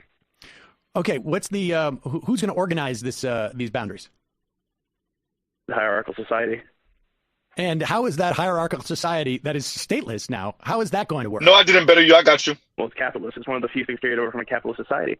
So the one thing that so what you imagine is that basically our leaders will be the richest people in the country, and they will organize things for us. That's what capitalism is. It's anarchy, wherein people are allowed to buy whatever they want at whatever asking price they are asking for. It's basically a haggling system as you can have in, say, the diasporas or the cities in Israel. When I went there, it was you would say, I want Nashuk. Yes, like that. The markets, the bazaars. When you would go there, you could ask. They would ask 500 shekels for a soccer jersey, and you could say, well, I want to pay 350, and you could start haggling from there. You could say, well, you could say 475 for like 450. No, I understand. I understand how haggling works. Now, so wait a second. So in the society you imagine, Max, what if the richest person, right? Let's say, because as we transition into your version of the society, right? Like the capitalists who have all the money, they're going to be the ones who organize everything, correct? As you said, they're going to be the organizers because this is the hierarchical society that you're talking about. What if they say like, hey, guys, I have $1 billion. Guess what? I just bought the shuk. And all you little guys, bye-bye. And now Max goes in to bargain with this one owner, and he says, I want that soccer jersey. And the guy says, 500 shekels. And Max says, I want to pay 300 shekels. And the guy says, all right, goodbye. Good luck buying it somewhere else because we've cornered the whole thing. Well, maybe I could just buy it somewhere else. It's not. No, Max, I just said they've bought it all up. They've bought out every other little stall that's there. Those little tiny stalls, they couldn't compete with this billionaire. So where do you get the shirt now, Max? Listen. You buy it anywhere else, I guess.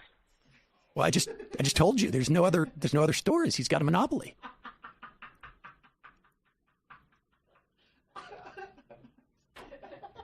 Max? Crickets. Shout out to L's Active. Yeah, I'm here. So, dude, what do you do?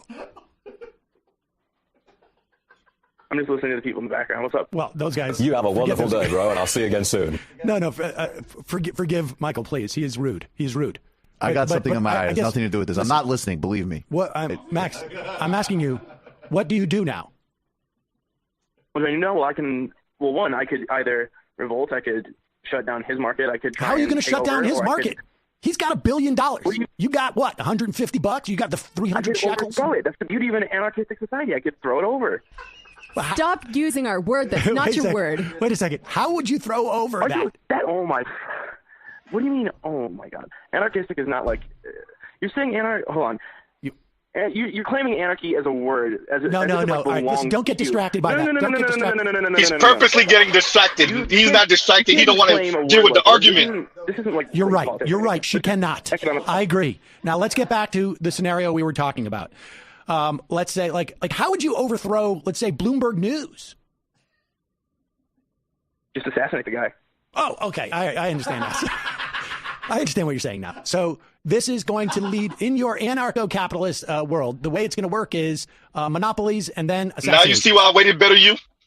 Yeah. All right. Cool world, man. Do we get jetpacks? No. I didn't think so. All right, buddy. I appreciate the call. Thank you. Such appropriation. It's really triggering for me. All right. Remember, folks. And caps, or whatever you want to call yourselves. It's a culture, not a costume. This is not beanbag. Anarchists oppose hierarchy. The more you know. Stop it. Knock it off. I mean, I listen. By the way, no, to be fair, can I just say, most legit answer to that question I've ever heard. Right. I mean, everybody else is just like, I go and I ask them, they want to meet. We could have a free exchange of ideas. Assassinate them. Okay. I will say, it's not what I want, but that was by far the most intelligent answer I've heard to that question. And that's why I had to basically wrap up the conversation, because I really don't have a response to someone who is suggesting we can develop a political system that would be based on monopolies that would be dealt with by assassination. I mean, that is... I can't really argue. You're cornered. Right. You're cornered. It's like agree to disagree on what kind of world you want. Exactly. If we're not 500 shekels, eh? Watch your back at the souk. Oh, it's hard to argue when you can't agree on the basic terms. Less concerned about the direction of the conversation, it would have been really like, how do you go about organizing the assassinations when all of the private death squads are owned by the same billionaires? Well, I'll tell you how you do that. How do you get to the assassinations when there are no roads? So this is why I waited to read your super chat, Better You. And Better You says, especially after what we just heard, this is perfect. And Better You says, Marie Antoinette's let them eat cake policy was wildly successful. Don't go panicking and losing your head. Hint, hint, solutions. As Sam Cedar said, so your plan is to go from billionaire to deletion. Excuse me, y'all. Billionaire to deletion to billionaire to deletion. And that's a stable system because clearly the billionaire is going to amass money and power. They're going to corner the market because that's the goal. And then you're not going to be able to haggle with them or bargain with them, right? They're going to become assholes because duh. And then y'all are going to delete them. And then we're going to start this all over again. And there's going to be a new person that does the same thing. And then we're going to delete them. And then there'll be a new person that does the same thing. And we're going to delete them. So we're going to go from billionaire to deletion to billionaire to deletion. Yeah. And for all of us that know how to debate, y'all saw this coming. Especially for those of us that have took any poli-sci classes, have anything about political theory. We saw this coming. You see how he just Sam Cedar smooth on backed him right into the corner with that one. Yeah, you okay? Fine. And the Sikh, I think, is their way of saying like a swap shop or like a one of these open air like stores and not stores. What's the word I'm looking for? Because there's so many different names that we have for them all over the place, right? But like a market, like an open air market. And so, you go, you haggle for the fruit or whatever the hell. And what Sam Cedar is saying, okay, the billionaire comes and buys out everything. How do you haggle with him? He says $500. You say $300. He says, okay, kick rocks. Go find it somewhere else. But you can't find it somewhere else. He bought everything. Now what? Swap meet. Thank you, God Incognito. Swap meet. Swap meet. And St. Cyr says open air market. Yeah. Swap meet, open air market. Yes. The farmer's market. Yes, all of that. Right? So you go, you haggle for the shirt. The shirt is 500 is way too much. You try to haggle for the shirt. The shirt is $25. You're able to buy it when it's only when there's different little swap meet swaps places, whatever the hell. Y'all know what Mrs. Z is trying to say. And you can haggle. What happens when the billionaire buys up all of it and there is no haggling? And he tells you go try to find it somewhere else, but you can't because that's the only place. Now what? Uh-oh. Somebody said Jeff Bezos at Amazon. I'm just going to say 51% of all online sales in America are Amazon. 51. I'm saying Amazon is responsible for at least 51% of all online sales in America. That's one entity. Uh-oh. Huh? Man. Huh?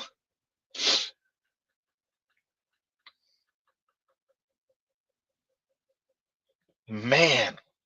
So I wanted to play these for you guys because I think what I stitched together here with, and I'm gonna bring y'all up. I'm gonna see if somebody could help me play that the clip from which is from Van Lathan speaking to Jaleel White. If we could find a way to play that and whatever, but because I think that's important for this conversation. But I wanted to play these for you guys so that we can have an idea of what's going on kind of in the background. So for many of us, we heard what's happening to some of the federal government workers, but we didn't really hear them speak. So y'all got to hear some of them speak. It was a bit heart-wrenching listening to that lady and what she said. The white woman tears, because of course white women tears. That anyway, right? I ain't gonna try to dismiss it, but yeah, the white woman tears. But what she said, and y'all got to hear this thing, a fork in the road. You imagine, like I said, you imagine a 23-year-old sending you an email. You've been with this company, huh? That's what they want. You've been with the government for 17 years, as some of them were saying, 20 some odd years, and you're pretty productive, right? And you get this email that say, well, you got a choice, fork in the road. You can either take the money now, we'll pay you out until September, or you could try to work this out, and we probably gonna let you go. You get that email. Then a few days later, you get the other email that says, hey, bro, why are you here in the public sector anyway, being unproductive? Go to the private sector and make some money. Huh?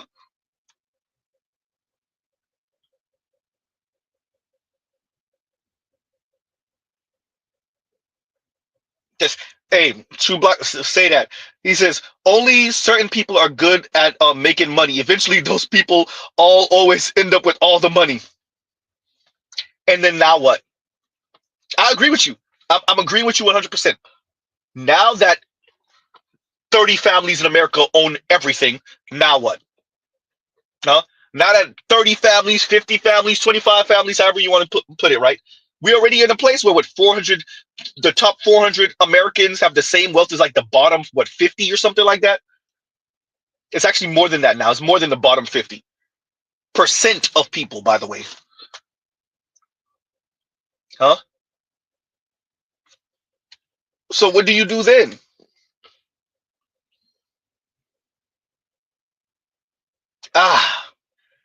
So yeah. So like I told y'all today, we will do something a little different, right? Mr. Z, I'm not really trying to go too, like I said, I'm gonna try to create a different channel for the politics and stuff. I knew today it inherently was gonna be a political show, even though that wasn't necessarily where I was trying to go. I'm really trying to ask black men in the black manosphere, where do we go from here? Right?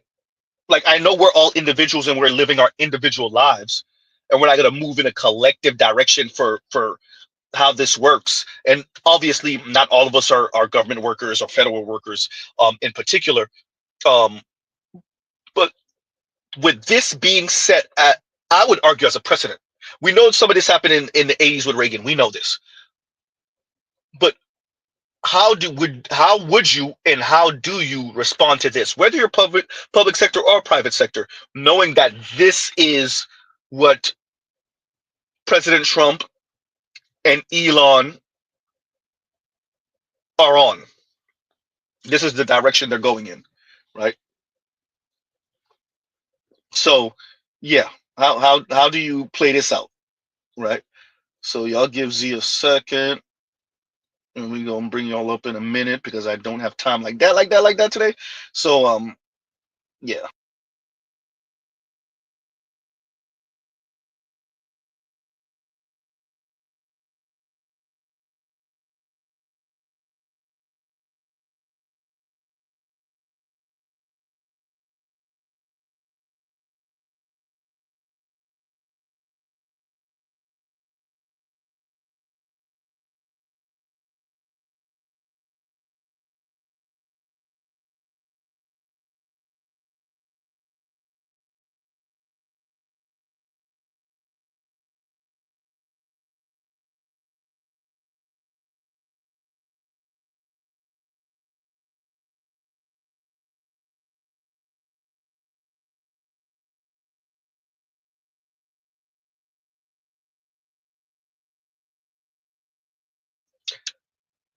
uh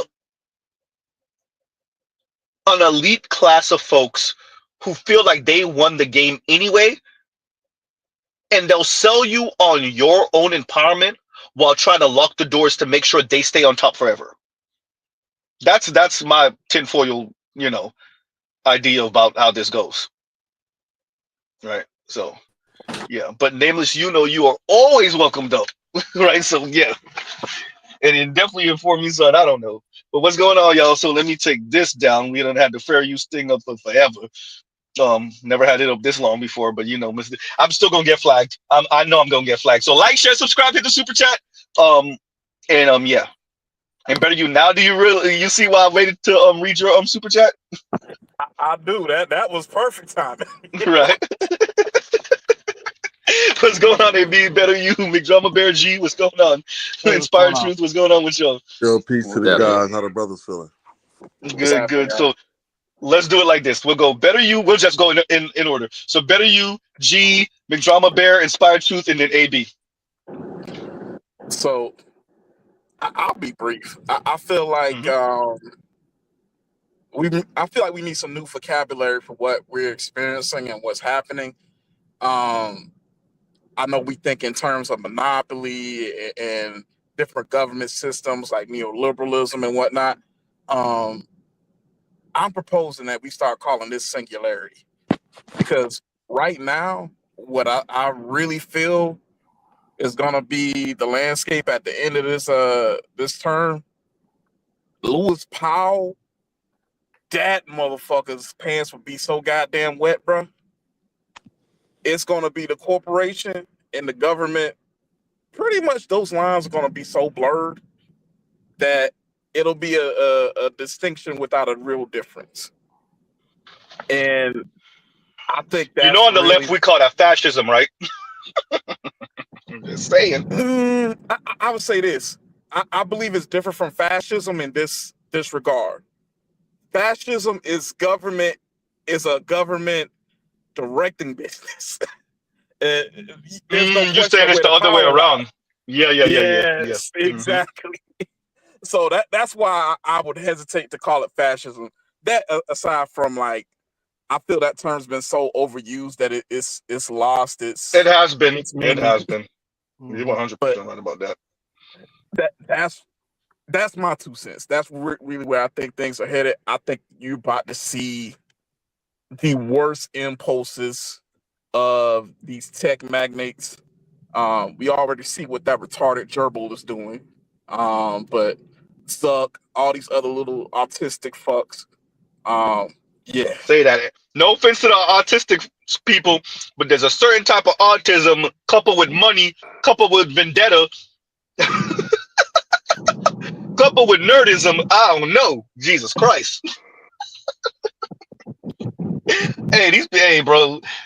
You got what they say, laugh to keep from crying. But hey, man, y'all done had. Hey, remember once Z found out Mark Zuckerberg over here doing, excuse me, mixed martial arts, you could ask AB up here. I was like, oh shit, Mark Zuckerberg doing mixed martial arts with the white manosphere dudes and the alpha white men. Oh shit, we got problems. And then when I heard Elon was doing it too, excuse me, oh shit.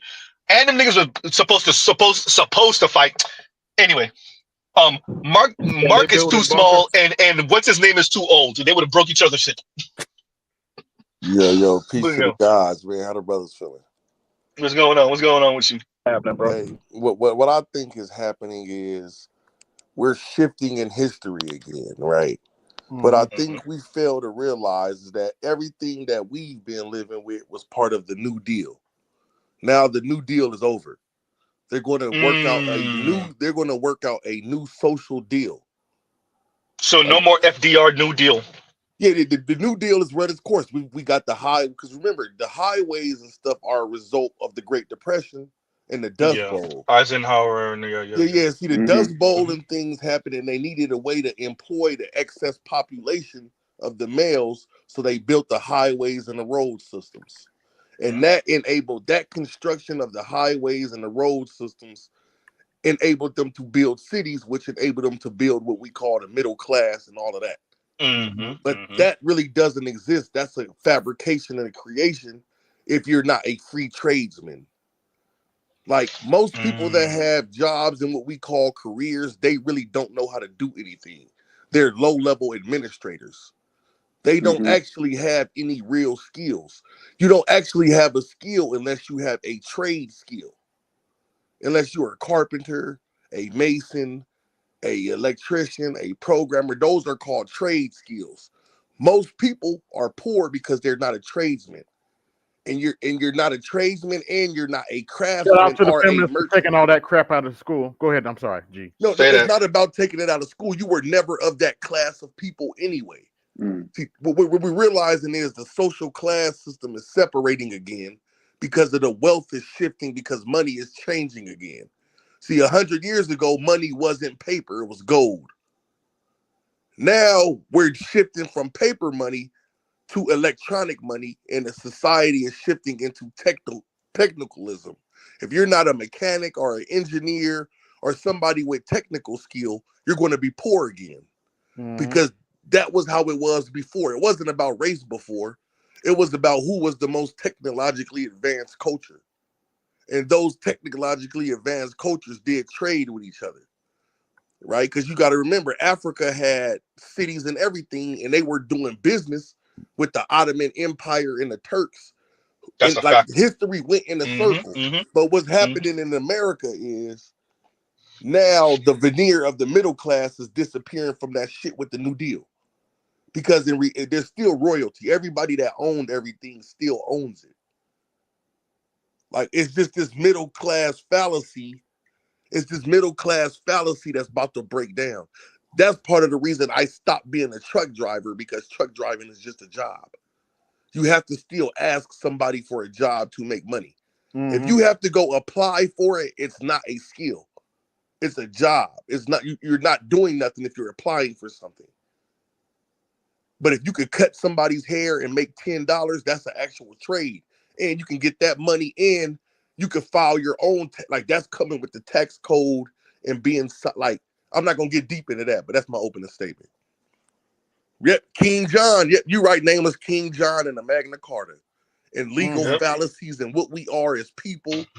And most people don't understand what law is, how it works. Like, yeah, go ahead. That's it. No. Gee, every time you speak, brother, I just think about how the system ain't shit. Because somebody like you should definitely be in somebody's Ivy League university, teaching. Actually, not even being a student, teaching. Yeah. So, you know the system ain't shit. You know, but that's what's happening in our society. Like, that's why I used to feel hindered by the society till I understood what's going on. Most people don't have a skill at all. Most people are low level. Like, back in the days when they started breaking in capitalism into sections, you would be like, there was like proletariat. There was classes to this. There was the bourgeoisie class, right? The people that do merchant class, proletariat, all of that. Yeah, the bourgeoisie people, aristocracy. The bourgeois people the bourgeoisie were the people with technical skills in a certain merchant class. So the people that knew how to build carriages, the people that knew how to design buildings, and those were what we called the proletariat. Then you had the aristocracy. They were the people that descended from feudalism when feudalism got too big to be organized by small clans. So what we're seeing is, in America, we didn't have a clan system. We did, but it was a federal system that was a new system of organization. Now, the federal new system of organization, I think, has gotten too big, and they have to figure out a new way to structure it. That's what I think is happening. Yeah. I wonder how you structure in America 340, 50-ish million people. And I mean, China's different, right? But like in China, 1.3-ish billion, and India 1.4. India got the largest democracy, quote unquote democracy, right? 1.4 billion people. How do you organize that without some type of air quotes federal system? That's going to be interesting to watch. It's crazy it's happening in our lifetime, but that's going to be interesting to watch. But most people don't understand that our society is really structured. Like, when I talk about magicians and shit, people think like I'm talking crazy, but they don't realize they think you talking about Merlin.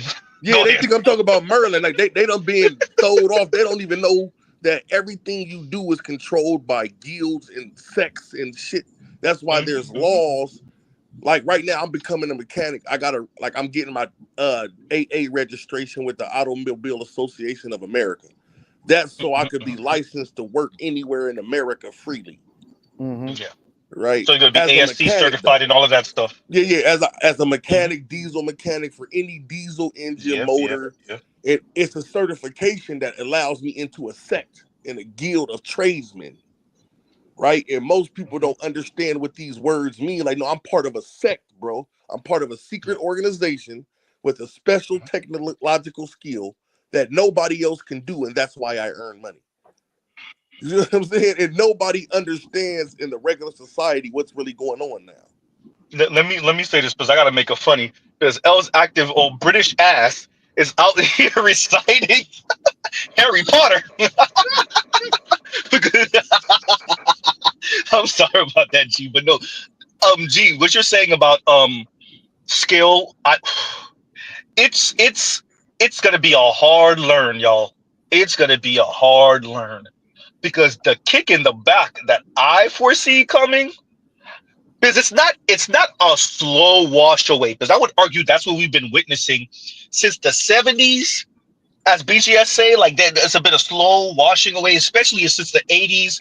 80s, we went through a somewhat of an austerity measure in America. Under Reagan and Clinton codified that even more.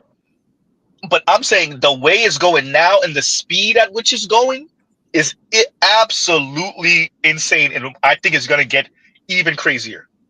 Right, so y'all hold on to y'all hats and let's work around. McDrummer Bear, what you got for me? What's going on? Yo, what's going on? Peace to the chat. There's a lot to respond to, so I'm gonna try to be brief and respond to as many things as I can. So, G touched on a lot of things.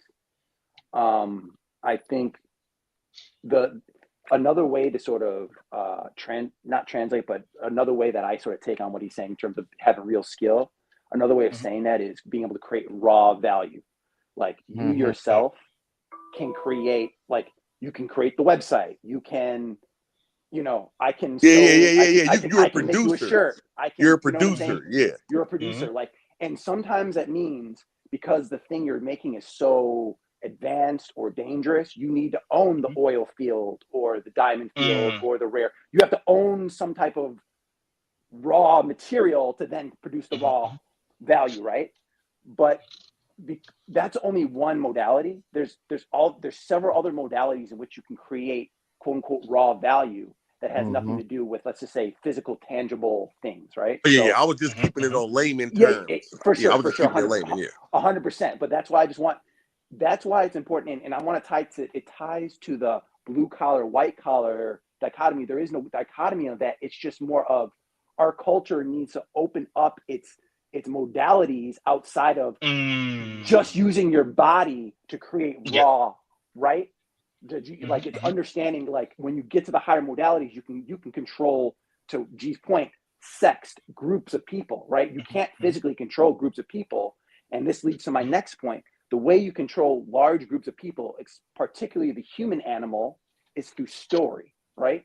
The only reason we're able to a common narrative. Money is simply just a common narrative. All it's doing is stopping the scumbags who would just use all their money to smoke all the weed, drink all the water, just like you give them all the material and they would just burn through it. It's like, dude, we need materials too. So money's a good way of of stopping just the pure chaos that would happen if everyone could just get at the raw material. So and in that raw that story, that common narrative is why we were able to have America in the first place, because I think we underestimate our whole Western philosophy is undergirded by Christianity, right? Even if you're over here practicing as a Muslim, as you can say, I don't believe in anything. Our entire law system is based on being a Christian, on God, on Jesus, all of it, right? Yes. You go to a Muslim country, it's based on the Quran, right? So, but Muslims are just new Christians, but we ain't gonna talk about that. But when you're over here, you are a de facto Christian. That's what people don't want to say, because that's what our whole philosophy is like. And so when you listen to atheists like Sam Harris, where clearly they want the good in the world, but like, where do you get your idea of the good? It all comes back to the Bible, right? Because there's been tons of different clans that had way different ways. Like you go to Japan, feudal Japan, they were like, oh, you said a bad thing to the feudal lord, kill yourself and your kids. That doesn't work in the way we look. That doesn't work in our conception, right? And these are all just arbitrary stories, right? And so, but the issue is we've evolved these narratives. So Christianity is actually the most, at this point, the most advanced religious narrative you can use to control people, but that's broken, right? That was what was, we don't understand that the 40s, 50s, 60s was doused in Christianity, right? And so people just did the right thing because you do the right thing, right? And so we brought in all these other cultures, and it's great for America, but we still need that American narrative of doing the right thing because you need to do the right thing, working 12 hours and only expecting to get paid for 8, right? Like that, America has always been built on us putting in that extra work, right? And now that you've sort of feminized the labor force back to sort of G saying not having real value, everyone's trying to get as much as they can for as little as possible. Whereas even when we had, the billionaires, whatever, they were still in some way building America, right? They were still part of the fabric of America. So common story, loss of religion. And then the final thing was, we said fascism is an overused term. That's why when people start saying Nazi or fascism, I don't trust them because you're trying to get me to emotionally come to your side where I don't like emotional. Let me so wait, real quick, y'all. Yeah. Let me say this, McDrummer Bear. I engage in the hyperbole. Y'all listen to my channel. Y'all know this. And I'm okay with the logical fallacies. I'm okay with pressing the emotional button. I'm doing that for a reason. I get it. But right? Drama Bear, most Americans aren't even Christian. They're Protestants. Most Americans isn't that under the Christian umbrella? Isn't that Christians that they're Protestants? They're but that's still under the umbrella though. The Christian doctrine. Most American people that call themselves Christians don't even understand that. No. He's 100%. He's 100%. This is important because I was actually raised Catholic, and going back, me too. It was actually Protestantism the way we actually. Most Americans are Protestants did to our the Christian faith. As Protestants, like working hard. All that's Protestant, and it's actually the Protestant work ethic. Because there was most of them are actually Lutheran or Presbyterian. And Protestants, right? And even in the 40s and 50s, there was a huge concern of the Catholics coming over, like taking back over America. That's why John F. JFK type shit. Exactly. So what he's saying is important, but what I'm sort of just to your point, Z, I'm extracting it to just the idea of if you believe in Jesus. That's good enough for me. I'm not going to get into the because there's so many different Christian stuff. Into the weeds, It gets so annoying, but it gets nauseating. Only Christian. But let me, G, we got to keep on going. True, we got to keep on going. We got Nameless here, we got Inspired Truth, we got AB, we got Big Kev, so we got to keep it moving. All right, Inspired Truth, what's going on with you? All right, peace to the chat, peace to the brothers on the panel. I'm going to try to land this triple axle or whatever the heck this is. I'm going to try to tire you better do a good job. We got an all-star cast. All we missing is Black Guru and BGS. I see it all. We want you. We're going to boo you. We're going to throw tomatoes at you. You don't land right. Go ahead. Hopefully I don't get distracted because I'm good to get distracted. So I want to deal with where we really are, how we got here, and where do we go from here?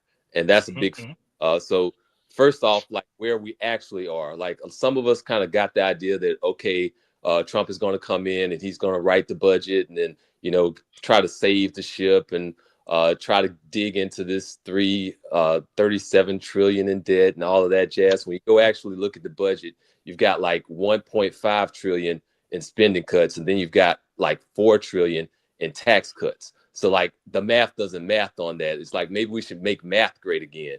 We know who these people are, though. We even know who the plutocrats are. Like we spent generations living and working in their houses. They're going to actually go for everything that they can grab and then run for the lifeboats as fast as possible. Maybe catch a few holes so the proletariat don't figure out what's actually going on.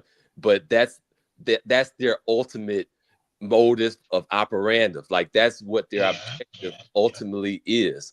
Now, I'm mad at us about that though, by the way, because when I say us, I mean us loosely as the working class for not getting it, but clearly Black people get it, Black men in particular get it.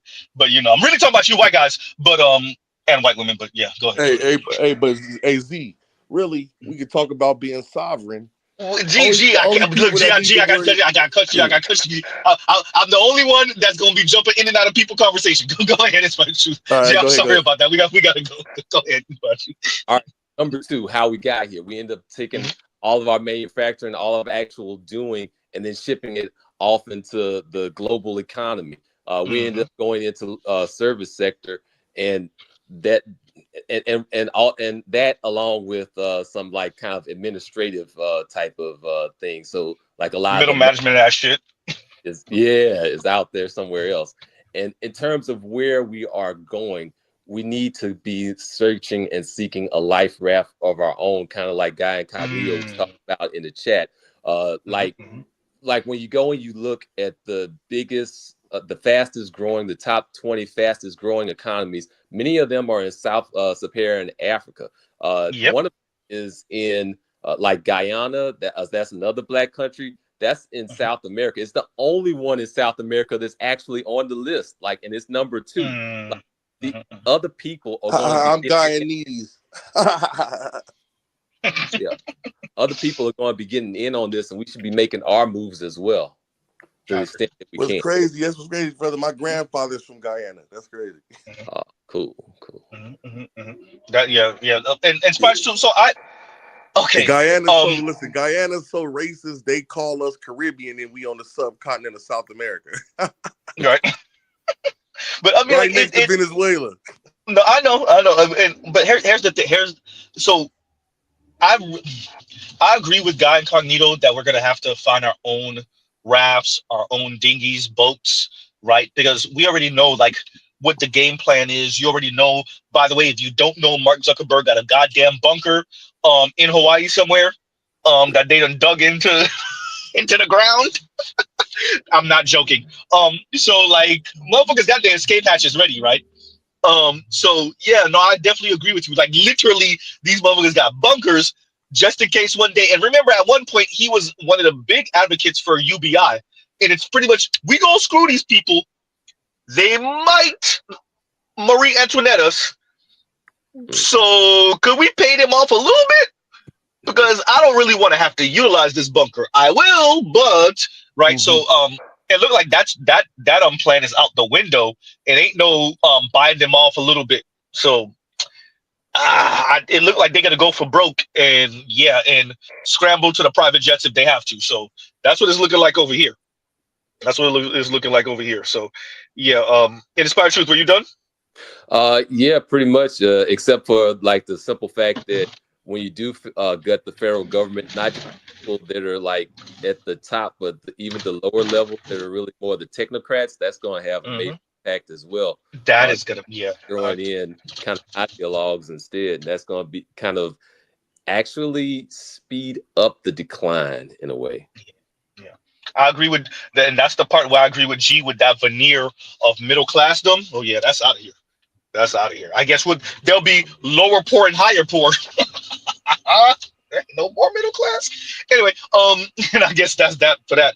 And thank you for that Inspired Truth. We keep it moving, keep it moving. All right, AB, what's good with you? Hey, what's going on, Z? Can you hear me? Oh my God, yeah, no, you coming in clear. Yeah, I think I'm kind of leaning toward G's point where we're headed toward a different kind of system now. What's that system going to look like? None of us know. I do think they will learn some lessons from the past system, hopefully. But we're headed toward a new kind of system, and we need to buckle up and be prepared and be prepared for whatever they throw it at us. I think there's a possibility there can be a little socialism thrown in there to smooth things out, but we have to wait and see. He's only been in office for a month. True. I do think given who's in charge right now, I do think they'll be smart enough to ease the pain a little bit, but we have to wait and see. Like, right now they're seriously talking about giving Americans a $5,000 check.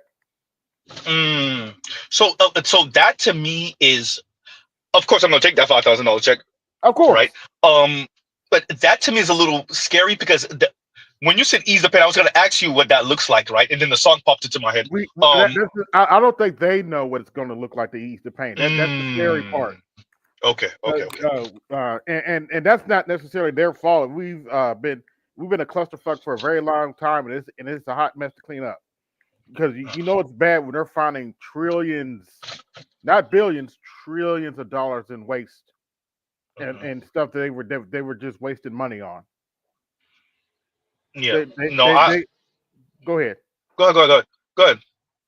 They found out that Medicaid and Medicare were wasting $2.7 trillion, not on Americans, but on people overseas. 2.7. Go ahead. AB, did you ever hear when me and Black Ooh were talking once? It was sometime last year, maybe even the year before, maybe 2023, and we were saying the military can account for some $5 trillion since they went into Iraq back in 2003 or something like that. And I think someone else, I think it might have been you, was like, no, Z, it's even more than that. And so like when I think, I'm like, where the hell how do you lose? We know they didn't lose it, but how do you lose $5+ trillion? Not billion dollars, not $1 million, but $1 trillion. Oh, don't forget to add the fact they just failed their last audit a couple weeks ago. Oops. The military? Yes, they just failed their audit. But yeah, that sound right.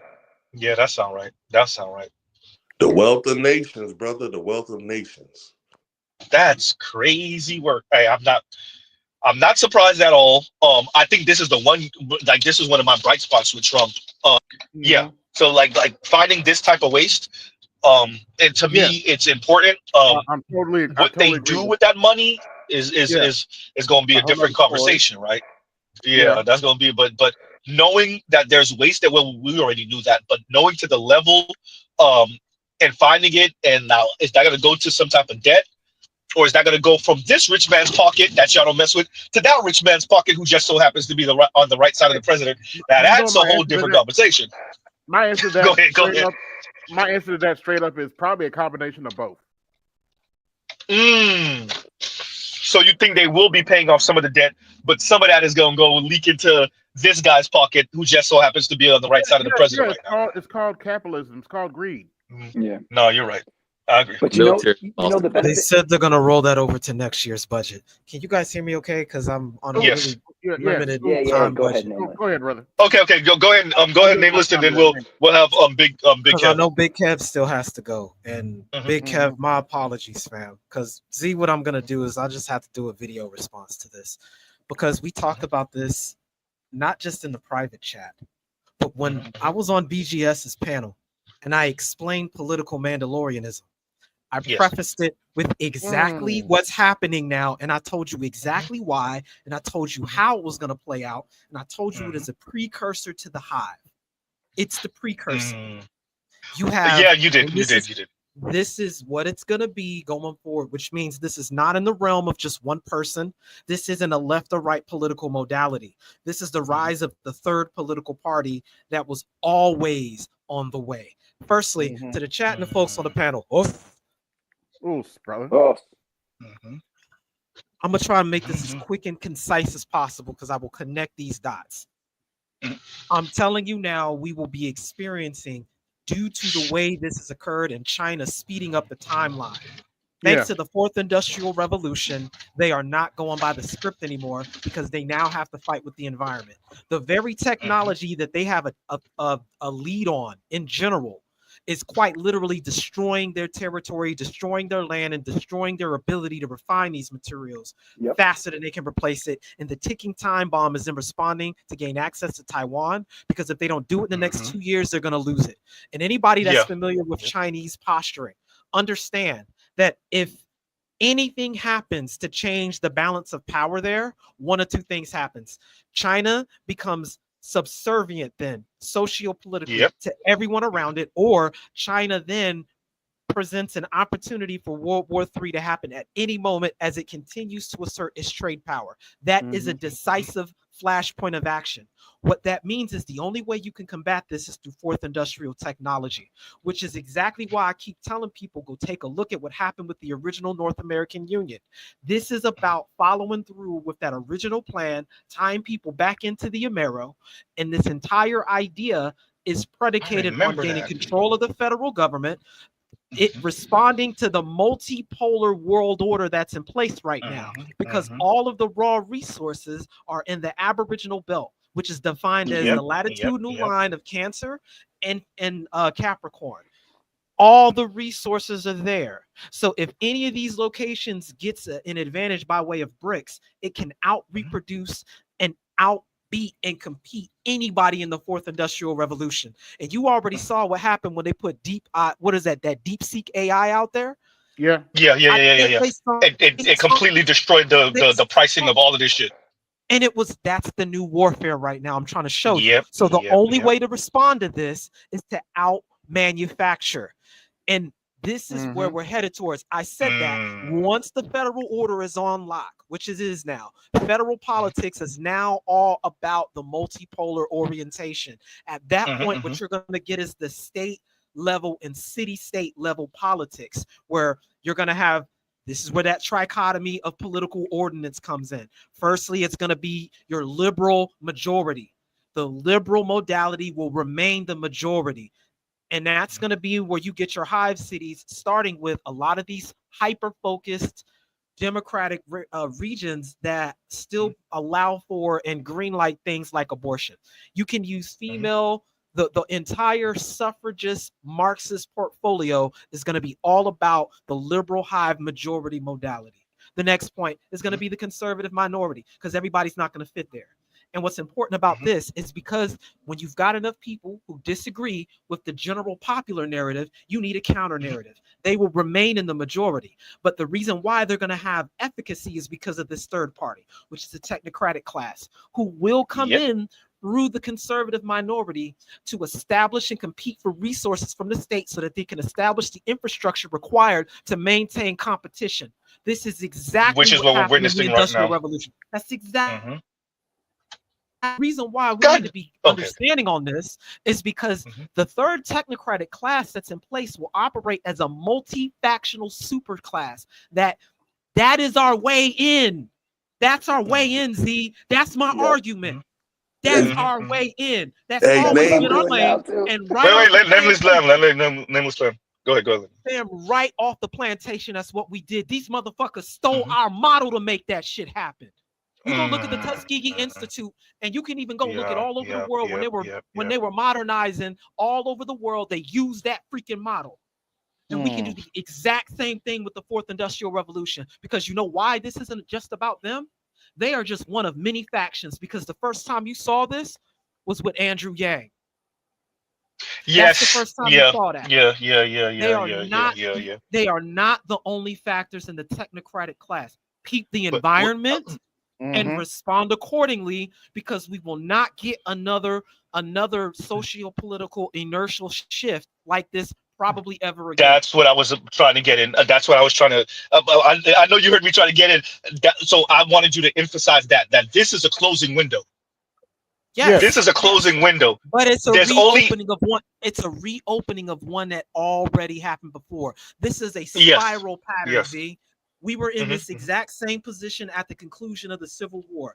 And what made the United States a country instead of a corporation is the definition of who a citizen is. And what they've decided is they're going to go back to that Reconstruction model, which is why I'm calling this era the Neo-Reconstruction era, because the definition of citizen was predicated on, one, having a classification of whether or not you were a landowner, two, your gender, and specifically if you were a dude.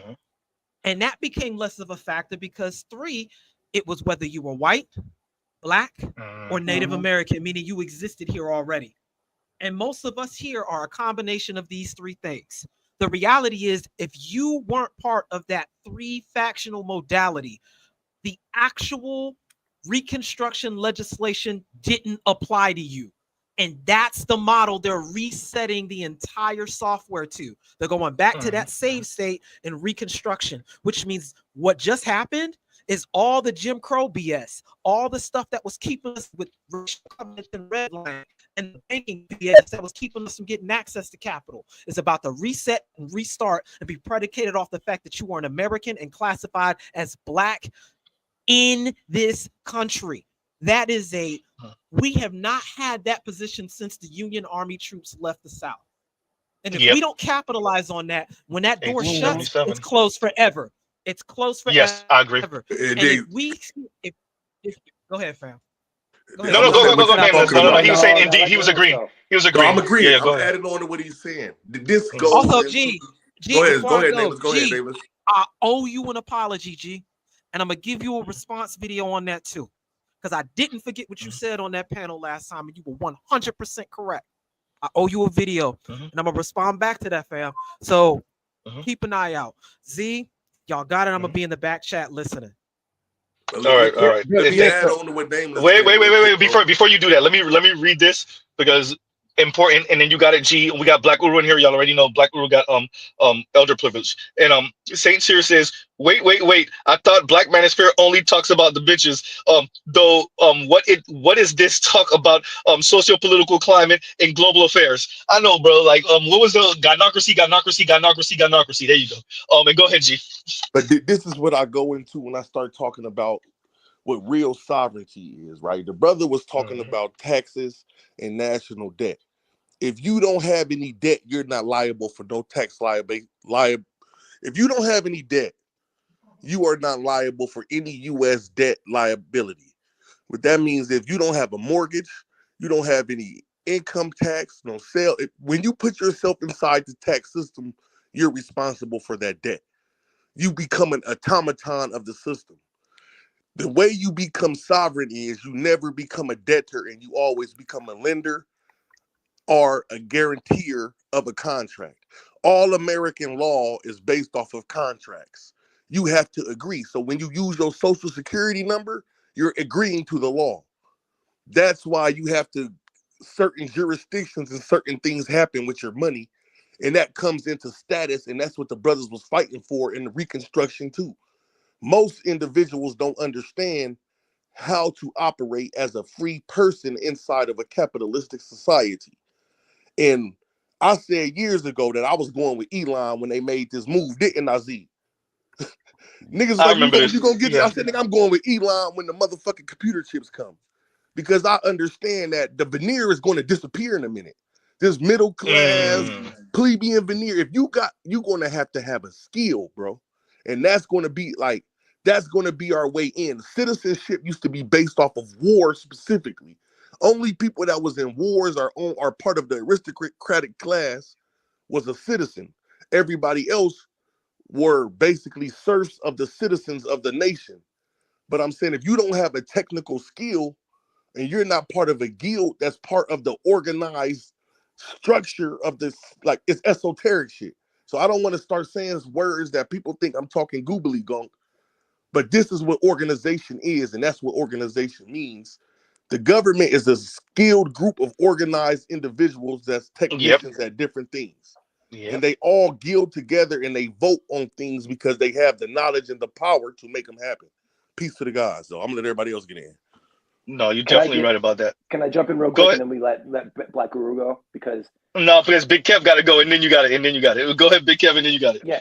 As a matter of fact, and thank you for the super sticker, McDrummer Bear. Thank you for the super sticker. As a matter of fact, and go ahead, Big Kev, and then you got it. And then and if Black Guru want to remember, Black Guru got elder privilege. So go ahead, Big Kev. Oh yeah, not a problem. I said this in Ed's Discord. Shout out to Ed, by the way. It's basically three things that people don't want to accept here. It's not really difficult to accept. It's just people and their egos. Number one, when it comes to like the ideology and whatnot, and I've said this over and over and over again. I'm like, the thing that people don't want to accept is that there was never, and I have to bold, italicize, underline, circle it. There was never going to be either an anarcho-capitalist, neoliberal, communist, or feminist utopia that was coming to save America. Like, the shit that people are talking about, it was never going to happen, like, ever. All right, so people are still trying to promote it. At this point, it's like it's like talking about freaking Santa Claus or the Tooth Fairy. You You see know what how I mean? Sam Cedar made quick work of that caller. Yeah, exactly. So this idea of, if we just don't have any regulations, or if we just blindly cater to women, or if we try to have this left-wing dictatorship that it's just gonna be magically better for us as a society is total bullshit, and it's always been bullshit. It's always gonna be bullshit. All right. That's something that people don't want to accept, because again, it's like, we have this a political climate that encourages, radicalization. Number two is GDP growth doesn't matter if it doesn't translate to economic upward mobility for most people. Like it literally doesn't matter. All right. It's like, And that's the world we've just, been living in for at least 40, 50 years. it's like if it doesn't, because people always want to talk about the 40s, 50s, and 60s and whatnot. I'm like, well, first of all, low competition. Second of all, they made sure that the wages kept up with inflation. So it wasn't just we just worked together and things just got better. It's like, no, it was a lot of things that were in place. So number two, and then number three, and I've said this before, if you want to guarantee future wealth, you know what I mean? If you want to build the wealth for future generations, if you want to build up the wealth, you got to invest in the young men. I didn't say neglect. I didn't say coddle. I said you have to invest in them. All right, because those are going to be the people that are going to generate the wealth in your society for future generations. So any society that tries to neglect or tries to coddle their young men, you're pretty much asking for like bad shit to happen. You know what I mean? You're pretty much guaranteeing that you're going to fuck yourself in the future. So, and unfortunately, Don't talk people have about been black so women caught like up. that. Yo, bro, you're funny. But because people, over the last 40, 50 years, because the reason why we're coming into so much unnecessary conflict, people having this crisis of like, the social breakdown, it's precisely because of we've done the exact opposite of everything I just mentioned. You know, Sadly. we always waxing poetic. I mean, it just makes my, it's so cringe watching so many social media channels either try to worship billionaires or try to become this like fake anti-establishment Marxist edgelord stuff, and it's just one of those things where it's just like, You mean the two number one, absolute extremes? Yeah, pretty much. yeah, exactly. Yeah, it's like you're closer to being homeless than you are being a billionaire, number one. And then number two, it's like, you know what I mean? All the people who try to advocate for this communist utopia, I'm like, none of you motherfuckers have ever lived in a communist country. So I just find that absolutely hilarious. Number two, going back They to don't the mean it. The GDP. human condition wouldn't allow for all of us to be on the same level, no matter how much work you do, no matter how much effort you put in. Right. You got the same regular cookie cutter home as the person that did 80 hours this week. No, absolutely not. Yeah, Absolutely not. Go ahead. That's just not going to work. Yeah. yeah. And then number two, like I said, going back to my second point, us doing the exact opposite. Again, all we've done is talk about GDP growth, GDP growth, GDP growth, GDP growth, and it's like, yeah, but how does that translate to economic upward mobility for the average citizen? Because again, going back to what the other gentleman was talking about, when he talks about guilds and whatnot, I basically explain it like this.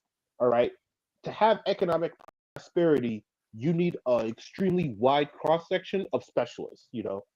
Or put it another way, people can only make money if not a lot of people have that particular skill set. You know what I mean? If you have a few people spread out here, there, and everywhere that have a specific skill set, they can make money because very few people have their skill. It's the reason why pro athletes make so much money, because so few people can perform on that high of a level. You know what I mean? So if you want economic prosperity, you need economic diversity. You need a wide cross section of specialists. You don't. It shouldn't be everybody go do this or everybody go do that. It needs it. No, it means everybody needs to find their niche. All right, that they're Shout out good to at. Mao. That way, yeah, that way they can actually make money at what they're doing here. And be able to either own their own business or command a pretty good salary. And then going back to my third point, again, it's, we as a society, we've willfully neglected the young men And the reason why, obviously, that's the reason why a lot of the wealth is disappearing, because either skills that that our granddads would have known have either been basically disrupted and lost, or we've made the environment untenable, and we've made it a massive, colossal pain in the ass for young men to get married and or experience economic Too much upward stick, not mobility. enough carrot. Exactly. So because of that, because of trying to make it as much of a pain in the ass as possible, what people are learning the hard way, which people, some people back then, pretty much already knew, but what we're learning the hard way is that if working class men, if enough of working class men basically give up on the idea of marriage or economic upward mobility, the entire society is fucked. The entire society is fucked. Like literally, like it's basically like a team that willfully neglects their offensive and defensive line, and then is shocked when the other team who actually builds up their offensive defensive line, basically beats the shit out of them, as you saw in Super Bowl 59 with with the as you saw in the 2024 election. Oops, let me shut up. Exactly, Well, that part exactly. too. both of y'all examples. Exactly. It's like, Super Bowl bro, too. To be fair, dog, I'm not trying to discount your point, but yeah. Yeah. So again, it's one of those things where it's not difficult. It's not really something that's hard to accept. It's just motherfuckers are stubborn. As Blade said, some motherfuckers are always trying to ice skate uphill. Shout out to BGS. Shout out to Blade. So. Don't talk about the exactly, current party exactly, like that. exactly what Lion said. Hold up, Z. Could you Read that again. Oh, you want me to post it again? Yeah. Nothing Yep. matters if the young men won't fight for you or participate. Ooh. Thank you, Lion, for basically saying that. Yes, and that's pretty much, and that's the reason why the so-called Black Manosphere is so controversial, because dudes are pretty much saying that. I'm like, all your ideology, all this other virtue signaling, and talk about the morals, none of that shit matters if the young men don't give a shit. None of it matters. True. Like, none of it. It doesn't matter. Decreasing church participation, decreasing labor participation, decreasing marriage rate, decreasing birth rate, decreasing college enrollment rate, decreasing graduating from college rate, like for real, across the board. Oh man, no, you're no, you're 100% right.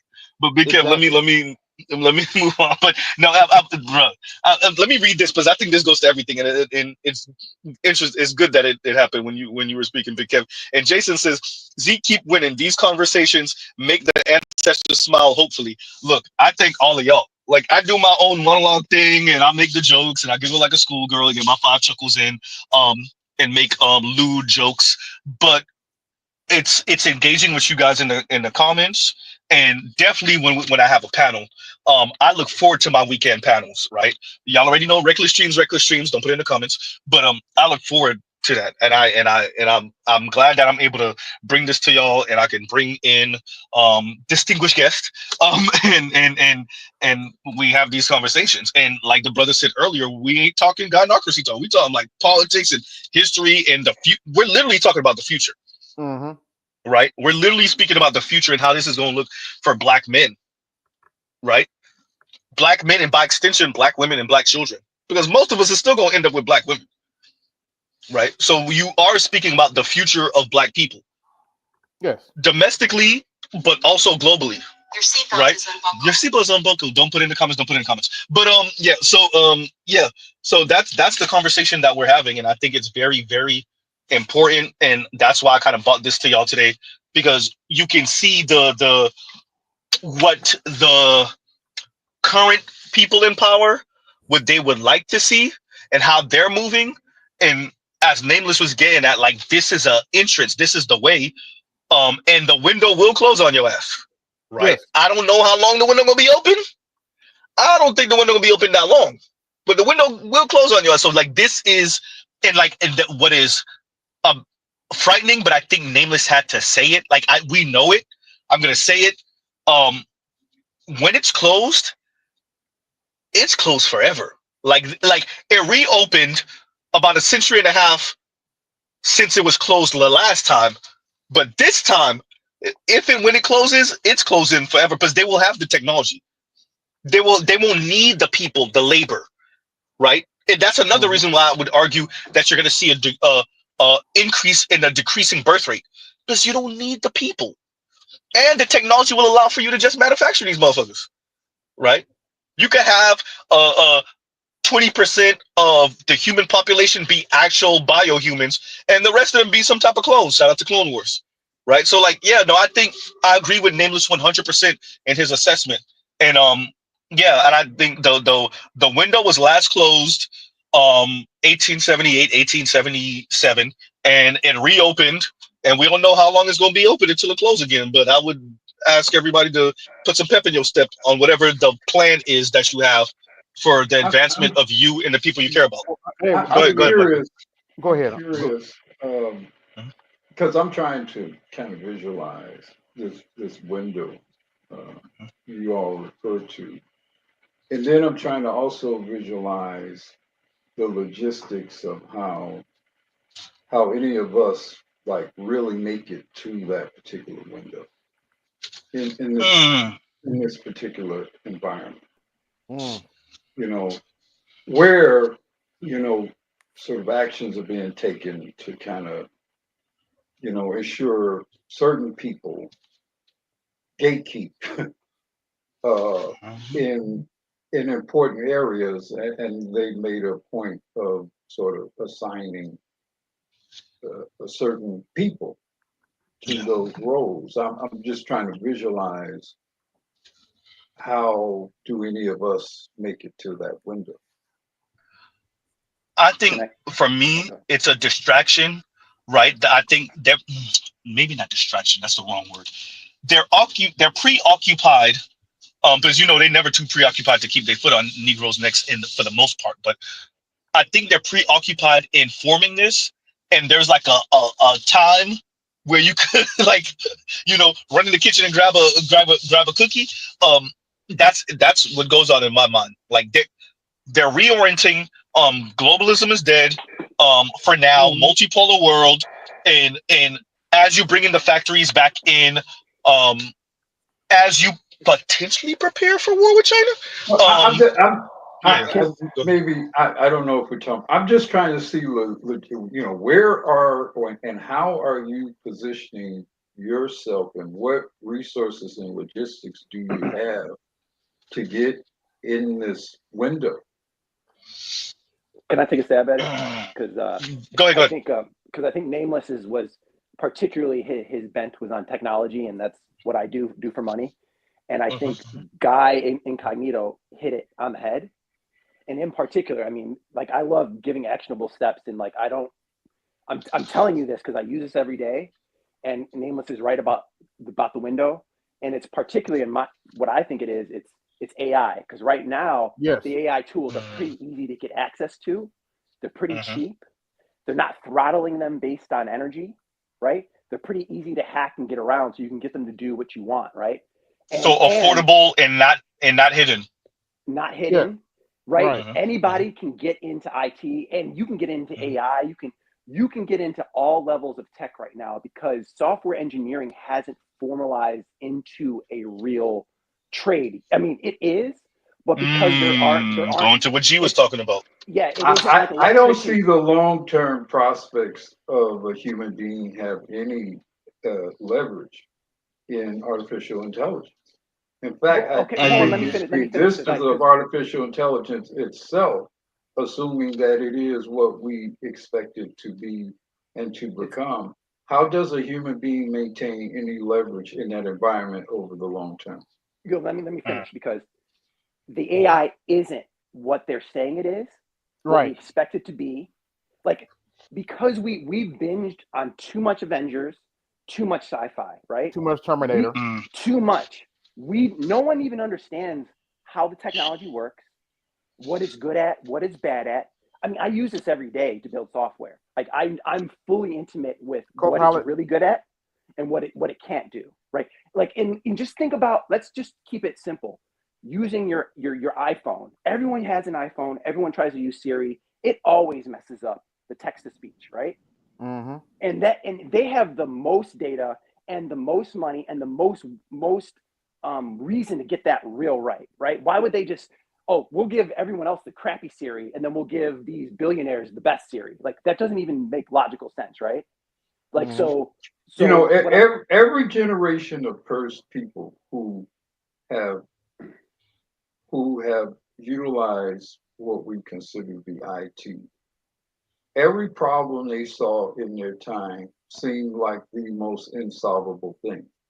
And then you look 10 years later, and not only has the problem been solved, that problem no longer even exists. Well, so again, I don't see the long-term leverage of human beings in a world of AI. I see it at some point, you know, you're saying, you know, give me a cup of coffee and there's a cup of coffee in here. I don't see where human beings it's not maintain any great leverage and advantage in that world over time. Let me say this before you go, Big John. But let me say this. I think that was Nameless' whole point. So then is you gotta get in. Nameless, correct me if I'm wrong. No, but again, that's why I was trying. Okay, so logistically, how and where are you positioning yourself in that window, leading to that future?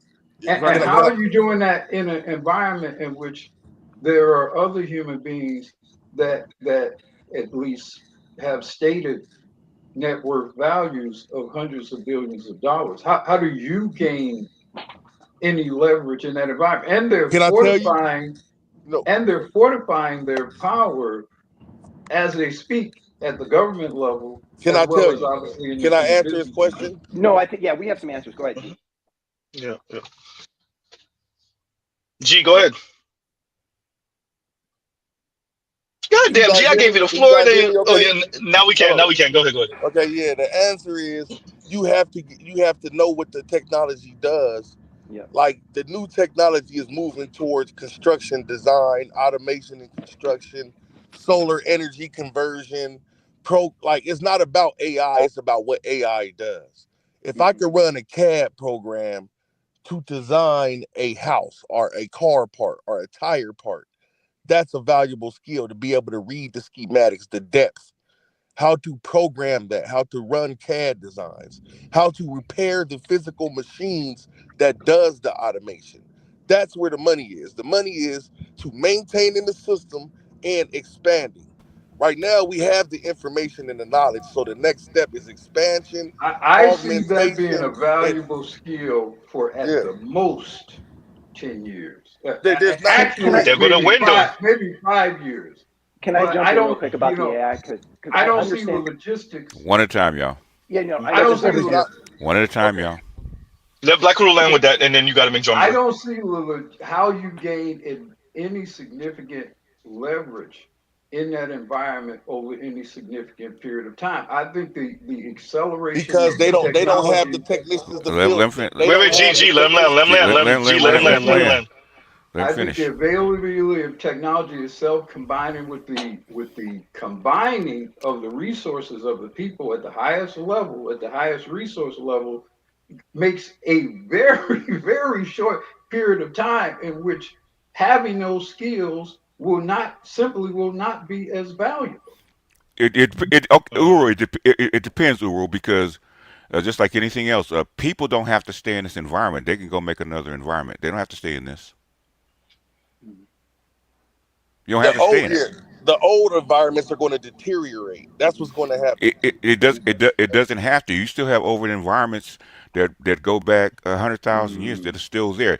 You got to remember, just because there's technology, unless they're going to come bomb you or something like that, you don't have to stay in it. You can go make your own environment. The world's plenty big enough. Okay, but then who are going to control the resources? Who are going to control the materials necessary to maintain these items? And what's going to be the motivation for allowing you, who are not a part of that, the oligopolistic infrastructure, to allow you to have access to the resource to have your AI or whatever system in Guadalajara, for example. You don't have to. You don't have to. Okay, go back and read Dune, right? You don't have to be part of the system, right? Unless they're going to come and kill everybody. Okay, if they're going to come kill everybody, that's different. Okay, but the thing is, people can pick up with their feet, pick up and move to a different environment and not allow the stuff in if they want to. Well, if they're not going to allow it in, then I agree, and I'll go back to what G said, and that is, I've said this as well, G. I definitely think that having basic trade skills, I also think being able to hunt and fish and farm are going to be critical skills going forward, because those are basic sort of survival type skills that are valuable wherever you are on Earth. But I don't know if I don't see how a non-billionaire, et cetera, in this environment gains any access to establishing any leverage in a growing technological system. You don't have to live in it, okay? If you got, okay, say how many billionaires you got? 1,000? Okay. In America, reportedly 800 and some odd. Just like 800 some odd. You got 330 million people. If they decide to go to the Midwest with the skills that they already have, with access to the equipment that they already have, and build a new society, they can do it with old technology. You don't need all this big fancy AI and computers and all that kind of crap to do anything, okay? If you don't want to live in it. And on top of that, they got systems that already need to be maintained. So if you're a welder or a mechanic or an electrician or a plumber, those skills don't go away. But gee, I am not disputing. I just said I think trade skills are going to increase in importance. My argument was against this gaining this window of advantage in the technological rise. I just don't see that being available. It's if the people that already exist decide to take on the technology, okay? They can refuse it, okay? And that's what they call free will. You don't have to take it. You can go make your own society. You made your own society for 2 million years. You don't have to take this, okay? There's people still in this world that live the same way they lived 100,000 years ago. They didn't take on the technology. They're still there. Yeah, the Amazon. No, in Africa, they have people still living in freaking mud huts. Okay, that don't have technology. Now they can accept technology here or there that they want to accept in. But thing is, it's not like you have to disappear. The only way you're going to disappear is if you decide to buy into the system that you want. Okay, that's a buy-in. Okay, if you want to buy into the advanced technology and blah blah blah, unless they're going to come out and wipe everybody out, which is possible. Okay, but if they just leave you alone to your own devices, you can go make your own society. You don't need that. And then that's like this, Black Uru, big brother. And after this, we'll get McDrama Bear. Think about it like this, big brother. If they're building, they have to get bigger. Construction means you have to grow. You need we missed our first technical boom when we went into. I didn't gonna say we missed it. A lot of brothers went technical, but I'm saying if we're talking about the brothers in the future is technical.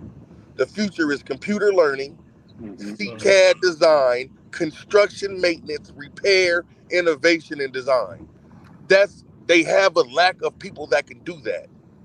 They don't have many people that can do CAD design. They don't have many electricians left. They don't have many mechanics and repairmen. They need that to expand and maintain the current system. That's our way in. You don't need people for CAD design, okay? Yeah, I mean, I see much of that. I'm not talking about design, BGS. I'm talking about just knowing what CAD is and how to operate and run it. What you don't need people for that, okay? You don't need people for that. I mean, that's the argument I've made. I've not said that there aren't any avenues for people to live. I was questioning the entree in this window of time. Okay. Say you did all that, right? Okay. What are the machines making this stuff for? What are they making it for? Presumably for the benefit of human beings. Now, the extent to which human beings and under what economic circumstances those human beings live and what comfort levels. Because are we going to be able to live in houses? or are we going to live basically in all in 5 by 5 cubicles? It's up to You you. know, we could have an economic system. The machines could create an economic system where we have to survive basically all in the equivalent of Okay, in any economic system, I don't care whether it's capitalism, communism, yada yada yada, right? Okay, the people have to agree to live in it. They don't have to agree to live in it. What happens if people don't agree to live in it? It goes either it goes. What if Yeah. the option is the people don't get to live? So in other words, you're saying so that I say so. In other words, they're gonna kill us. Is that what you're saying? I think there's definitely going to be some culling of things to the point in which people, those who remain, accept the status quo. I think that would be necessary. But basically, you're already self-culling. Okay, they don't have to cull you. They thought that maybe 20 years ago. You're already self-culling. Yeah, okay? That's true. We're self-culling, but are we culled enough? Okay, according to them, okay, I don't know how much of this stuff you read as far as demographics. According to them, it's too fast. Otherwise, they wouldn't be trying to get rid of abortion and bring back families together, right? It's too fast. Okay, according to them. Okay, now if they have you to got revise their numbers every so often. Unless you know numbers that I don't know, okay, according to them, according to people at the top, it's going way too fast. Now, do you know something that I don't know? Well, I mean, look, I haven't read, who thinks what is the optimal. I read this shit every day. So no, I'm not disputing, brother, what you're saying. Yeah. I'm saying I don't know who has made what determination. What's the well? Let me ask you this question. I do. So you're saying that there is some optimal number of Americans that the plutocrats have decided. The optimal number that the plutocrats in the United States have decided for the next 100 years is 350 million. We have not reached that. In fact, we're declining faster. That's what Schweikert said, according to the environment that we're in. Okay, and or even the environment that's coming. Okay, the optimal number of people on the planet is about 10 billion. The optimal number of the people in the United States is about 350 million. All right, which we're losing, and we have to import people. Why do you think? Why if you don't need people, why do you think Biden imported 11 million people over 4 years? If we don't need people. This is what happened. It was supposed to be 11 billion by 2100. They had to revise it to 10.5 billion. Last time I checked, this shit done dropped down to like 9.5 billion. And so, but BGS is saying on that, this is 100% true. They keep on having to revise it because they keep on having to lower the number because it was going to go back down on the other end of 2100 anyway. But what they're saying is this is like what BGS is saying is going down way too fast. It's going to go in other words, they said you were going to peak out somewhere after 2100, right? Now they say you're going to peak out right around 2055, 2060. I heard 2060, but same difference. Yep. Go ahead. No, I was going to say, and not just the general population, but that means the population of skilled specialists to maintain our in the hunt for higher technology. Like we can build AI to do certain things, but we can't just turn the AI loose back on itself to build better AI. Do you know what I mean? You can, and you have, but the thing is, do you want a Matrix scenario, or you don't want a Terminator scenario? And that's what they're afraid of. Understood. If the AI designs the AI, the humans won't understand. The AI is already starting to design the AI. Let me do this. I gotta ask BGS a favor. BGS, I'm gonna send you a link if you don't mind going full screen. I'm gonna timestamp it. I'm gonna send you the link. I'm gonna timestamp. I'm gonna put it in the back chat. Because I want to play this because we are talking some nerdy stuff right now. So I want to play this. You have no idea, man. In the private conversation, Nameless probably can tell you the same thing. This shit is way beyond what you guys are actually think. That deep seek stuff that the Chinese are doing is way beyond what you guys are talking about right now. Already. It's already there. They already reached artificial general intelligence. They talking about ASGI, artificial super general intelligence, right now. Hold on, let me get in there. So I think there's going to be different levels of the AI as we different thresholds, right? And very quickly on, when we hit those thresholds, it's going to appear to us as if it's the lie very quickly, because we're very easy to trick, and it's going to be very smart, right? But I think it took just say it. Hold on. It took us billions of years to evolve to this level. The brain, the human brain, is the most intricate, complicated thing in the universe. And so we just created computers, and we're going to duplicate that in 50, 60 years. We've never been proven to be able to do that. So I think there's going to be a lot of pushback in terms of our physical abilities, just in the terms of the energy usage. The right? vast majority of human behavior is very repetitive, easily replicatable, artificial. The vast majority. If you're talking about the most inspired, the most creative aspects of humanity, then I might agree with you.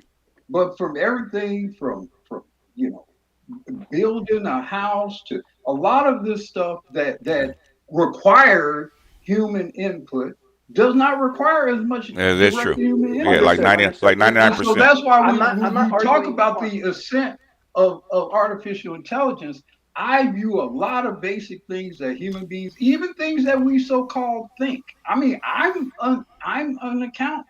There are lots of things that require much more human input, 20, 25 years ago, does not require as much. And basically, as far as artificial intelligence, the definition has changed over the past, I would say, the past 30 years. It's changed. It's not the same. It used to be the Turing test, remember? Yeah. Madrama Bear? Madrama Bear, remember? It used to be the Turing test, right? Yeah, now, if you could ask it a question, you could trick the human. You could make it believe that it was human. That was a Turing test, right? That doesn't apply anymore. Now we keep based on machine learning. Now basically they keep upping and refining the definition. So which definition of AI are you actually using? I have to always ask it. What we're not talking about it living. We're talking about, is it as intelligent as a human? What's your definition and what's your threshold? Yeah, well, I think it's not even as intelligent as a human, because you can't put it in all scenarios. What's your definition and what's your threshold? I'm giving it to you right now. Answer the question first and then get to it. Okay? That's what I'm saying. I'm trying to answer the question. I'm saying. No, you're not. But go ahead. Go ahead. It's putting the AI in just as many scenarios as humans, and it succeeds, because it can't do it in all the scenarios yet. I think that's going to be the first level. But again, that's why. Now, you still have not answered the question. What scenarios are we talking about? I'm saying we haven't cataloged all of them. I'm saying a lot. No. What I'm saying is that's not it. If you haven't cataloged all of them, you don't have a definition for it. I would ask us all to be. I would ask us all to be. Can I keep it simple? Please. No. I use it every day for coding. I can't go to the AI and say, do my job for me. I can't just say, hey, I got these requirements, dude. I don't want to freaking do it. AI, build it for me. We are so far from that. And I will use that as a programmer until I can walk up to the AI and say, AI, my boss just told me he wants these features, and I don't want to freaking build it. Can you build it? And he was like, bro, I already got it. I heard you. I already heard him tell you it. I already built it. It's in QA right now. Go test it. Okay. If I walked up to McDrama Bear and say, build something for me, okay, I'm still gonna have to give my input to McDrama Bear and refine it, right? Because McDrama Bear cannot read my mind. I will. Here's my threshold. It's gonna be the two same scenarios. You're a wacky boss with money. I'm just your tech dude. You come and say, build this for me, and you give me no other requirements. You do it to me. You do it to the computer. You can put more money on the fact that I will probably give you something, and the AI will give you nothing at this point. They will give you something. You might not want it, but it'll give you something. I'm saying no, it won't work. It won't work. It does work. You can walk up to AI and depending on which scenario that you want it, and say, build me the platform that does this. It'll do it, but it will do it to your specifications. But that's what we build it on. And if it's for healthcare or for critical things, now I'm putting you in legal risk for just letting an AI build out a healthcare system or something. Right? Our blood test that we go to the hospital with is done by AI, right? Okay, and you say AI screen for this, and within 5 minutes it'll come back with 400 different levels. Okay. No, I agree. Listen. I think we're in agreement Which that AI which is the same thing that a I lab. want to get Hold. Hey. Okay, you want to finish your thought, right? Go ahead. Okay. Now the thing is, the same thing that we do with the lab technician. The AI does the exact same thing, right? Okay. It has to know what you want. Okay. It has to know what you want. Just like if you went to a guy that spoke Russian and he said go build this thing for me, you could build it. You come back and guess what? The beta test said, man, that's not what I wanted. And he has to go back and explain. Understood. Okay? No. We're in agreement. And okay, we're sneaking in certain things. Just because it's super intelligent doesn't mean that it has a monopoly on certainty, right? The universe is still uncertain, right? It can't predict the future. It's still at the mercy of the universe like we are, right? So you're not going to get, just because I haven't gotten rid of the uncertainty that you're going to get 100%. That's not the threshold that I'm trying to get at. But let me just get to the point. Okay. I do think that AI is going to reach these levels that we're talking about. But to Nameless's point, I think we do have a 20, 30, 40-year window for not just black men. No. I don't think it's that long. I don't think it's that long. That's fine. No. 10, 20, whatever. There's 10. a window. 5. There's a window.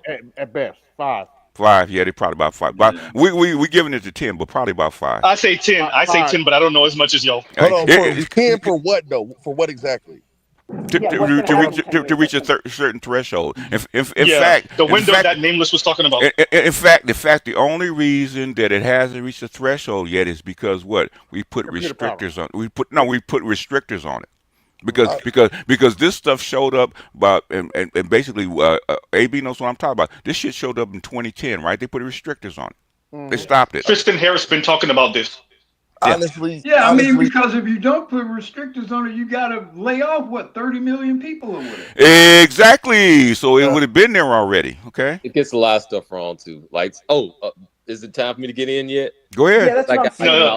Go ahead. But you're already in. You're already in. You're already in. Hold on. Let him in. What are the failure and error rates, and how do they compare to human beings?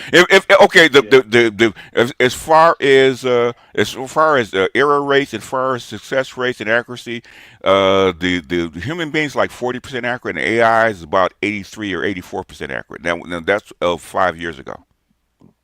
I mean, because if you actually operate in business, human beings fuck up shit all the time. Exactly. That's why the accuracy of the AI, depending on what task it is double the accuracy rate of a human being. That's how come they don't use it for blood testing. Look, I'm gonna need my gray swords to put their swords down. Wait. I'm gonna need my gray swords to put their swords down real quick. We gotta let the young niggas speak us real quick, please and thank you. All right, so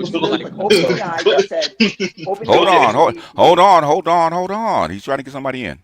Go ahead, Inspired. All right, so we got about 3 things here, and everybody's actually right to just write on different levels and in different contexts, depending on what context you're looking at. So the thing about the billionaires, a billionaire is basically worthless if people refuse to play the game. BGS is right. If you don't, because money is an artificial construct, an artificial social construct. It's not actually real. We don't have to play with them. The second thing is regarding the short term on AI. So in the short term, you have experts that are good at their field, that can understand the creative context or the implied context behind things. So you still need those experts to kind of drive the output of the AI. You also have this benchmark testing that they did for ChatGPT 3.03, where they kind of went through some different things that a person can do, and what a human can do versus what an AI can do. There are certain things that a human can do that an AI cannot do. That's kind of contextually based and implicit based and things like that, where the AI only gets maybe 12% or something like that. They're not there on that yet, but they're making progress. They're going to get there eventually. So the billionaire that just happens to have a whole lot of money, but not particular skill set in every single thing under the sun, is not going to be as valuable as the people that are the experts right now. The third thing is what happens after that. You need to position yourself in a place where you can actually leverage your expertise before time runs out, and and where there is basically no lane for you. That's where I'm talking about this whole get your raft while there's time to get a raft comes in, that I think that Nameless is talking about. Okay, this is the thing, right? How After much this, we'll get Leon in because I know Leon probably on lunch break. So go ahead, BJ. How much of the World Economic Forum do you actually read Inspired Truth? What was that now? How much of the World Economic Forum do you actually read or listen to? A little. In other words, this stuff, they talked about this stuff in 2013, right? About even back then they said robots could take over 92% of the jobs. That was back in 2013. Okay, if they wanted to. The thing is, guess what? Who do you? Like I said, the thing is, who do you make the stuff for? Okay, how do the people pay for it? Okay. In other words, AIs and robots of themselves have no reason to be. There is no unctor for them, right? Okay, because they're there to serve what? Human beings and human nature, right? If there are no humans, who do they serve? No one. No one. Exactly. That's so. In other words, you got to have people, okay? And it's just like anything else, okay? People have to agree to accept the technology that's coming because people have been around for 100 to 200,000 years. Is Homo sapiens sapiens, right? Okay. Mm-hmm. They don't have to live in this environment. They can go make their own environment someplace else if they want to because they're humans. They don't need that. You don't need AI to survive. You have, okay? Now to advance, maybe to make your job, your life easier, okay? You don't need a smartphone to survive. You don't need a computer to survive. You did that for 100,000 years before that. You can go someplace else with the technology you have right now and do just fine, okay? Most people here are very comfortable, right? You can live like human beings can live like this for the next 200 or 300 years and be just fine, right? They don't have to take AIs and computers and all the bots if they don't want them. It's a choice, okay? I agree with that. And what the World Economic Forum is, how do we blend the two, right? Because AI for itself, the robots for themselves, what do they build? They can build edifices to the sky, right? Who lives in that shit? It looks like New York. I mean, in other words, you have all this stuff, you have all these billionaires with all this money. Who do they sell to? Where do they get their money from? Are robots going to buy their products? Are AIs going to buy their products? Or AIs going to worship them, or whatever it is? Okay, no, they're not. So how do you blend the two? You have to have people. Okay, go ahead. Humans have value in relation to other humans. Yes. Can I ask you this question? Yeah. So wait, everybody, wait. And technology has no value if humans can't use the shit. Okay, go ahead. True. Let me I gotta let Leon go because he's probably on lunch break. And then I'm gonna have BGS play this. BGS, if you don't mind, I'll drop the link into the back chat and I'll put the timestamp if you don't mind. And go ahead, Leon. Hey, what's up, everybody? So BGS knows my wife is a lab scientist, master's degree. Yeah. We've had this conversation. She says when you put this into the system, it's getting people's full viral load in a matter of like 5 hours. Now y'all have to look at everything within time, time. So like I talk about the grandmothers and I give them a little power and what I get is sleep. So that's my time and that's their time. I treat them like robots because robot is a slave. Same word, same meaning. So when they're putting these AIs to work, like I said, something that used to take her 2 weeks to count up takes less than 5 hours. So as this advances, you solve math equations using the AI. And like when we say it's going to be 20 years, really it's going to be 10, but really it's going to be 5 because we're not calculating how if they can finish a task in this much time, the next task, and a computer operates like 24 hours to a computer right now is 5 years. Within 24 hours, it's like 5 years to a computer and an AI bot. So if they just unleash it, it's like you're compressing time. And they're accelerating it. They're going to excel past you anyway. Things that used to take 1 month or 2 weeks, and all they do is check if there's any errors in photos. And as soon as they correct the error of a picture or something that it was focused on, it's uploaded into the same system. So all these labs, all these AIs are interconnected, and it goes to a server and it adjusts everything. Yeah. So it learns from their mistakes by human fixing their errors, and it pulls up pictures of what could be an error as it diagnoses it, Mm-hmm. and they correct it. So you Which is got which is the a same way you billion. teach it. It's the same way you teach a human. Yeah. Yes, and But and all of these things are interconnected. They're going to the same server. So you have every single hospital Yeah. but I operating. think And let me. I was one part. So if y'all take a look at what happened when the rent prices were going up, and the same system was running employment ads. So people were filling out for jobs, and they said this is a really good location, but the same system was operating on people's rent and mortgages. So if people were filling out jobs, they would get the information about how many people are trying to move here, and they would hire the rent. It was the same AI bot Yeah. collecting both data. What is the same database? Okay. Shared database. well, honestly, Leon BGS, like I agree with you guys. That's Mm-hmm. why I don't see AI going towards the route of replacing human jobs. I don't I think agree that with they will that. gear it towards that. Why? I think that there's no way to control it. I think they'll more gear AI towards being a high level intellectual assistant. No, there's already. Yep. Yep. You have automated systems replacing you right now. No, What are you I talking know about? we do. That's what I'm saying. But what I'm talking about is the real. Like I think the future What, is more going to oh, be. what is? You have to define terms for me. What is the I'm real? defining what I mean. Like okay, right now, Mm-hmm. if I run a lawn care business, I physically, use the lawnmowers. In the Yes. future, it's going to be who could run the machines and program the technology to do the work. Okay. So if I start a I'm not lawn sure. care Hold business, on. Let it's him going to finish. be who could get the hardware, who could move and transport. Okay. If you have a lawn care business, what do people have to have for you have a business? I want to clear that up so bad. You have to have lawns, but I already. This is like 10 years ago. I had people programming lawn mowers in the Okay. South to mow the Oh, let me lawn say. I automatically. saw Go they ahead. had one when I was in Okay, so Brazil. check it out. Yeah, Check it yeah, out, yeah, guys. yeah, Okay, yeah, yeah. these people take drones. They take a picture, it scales it, and they put the AI in the little lawnmower, and it doesn't crash unless there's like a human in front of it that it does not see because it's been automated to drive in this area. They have yard trucks. They have What truck. They I'm have. saying They is have. They have.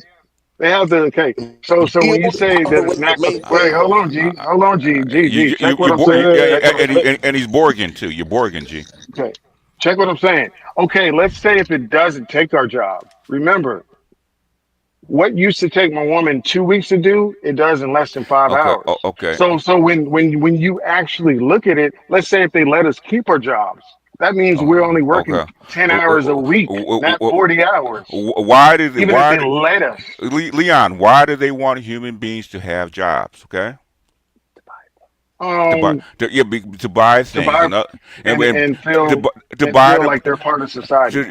to buy the products that the Yes, machines put out. Okay, what if a machine was going to make something? What would it make it for?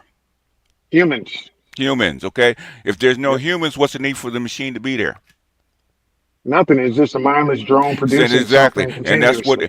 that's the debate. How many jobs do? What are the humans going to do? Hmm. Because they need to pay taxes and buy things and participate in an economy. An economy is made for human beings, not a Yep. machine. Okay, how do you Yep.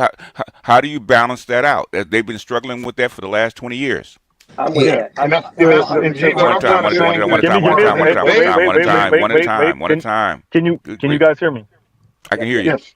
Okay, perfect. All right, go ahead, go So the last part, G, that you have to think about is ahead. yes, they can allow us to keep our jobs, but when you look out 5 years of your labor and then your income is a quarter of what it used to be because the automation solves these issues faster. So Okay. something that used to take 2 weeks, now that Yeah. takes 5 hours. Now think Okay. about that towards your income. If your income is a quarter of what it used to be, but the price of goods and services are 10% of what it used to be, are you living better? Well, the quality of life would determine everything, but eventually, Yes. with Okay, this way of evolve, Yes, can I define. finish? But that was With the way of BGS's way of saying Okay. the quality of you're life. giving less labor. You're giving less physical labor. Define your quality of life. Would you like to be picking cotton in the field for 14 hours a day? Is that the That's not what quality I'm of life? saying. No, no, no, no, no. That's what I'm telling you. When you talk about quality of life, what do we have to define? Okay, what's What I'm talking quality of about life? what I'm talking about is the standard like running water, electricity, things like that, right? Okay, so This what? is my standard of like civilization that I'm just loosely basing it off of. But basically, what is it? 2/3 of your people on the planet don't have a toilet. No, that's what I'm saying. I So, think that the AI in the future will be geared towards expanding the systems. That's why I'm talking about the machines that could build houses, the machines that could build power poles, the But trenching machines. You're so, going to and need the people to extend.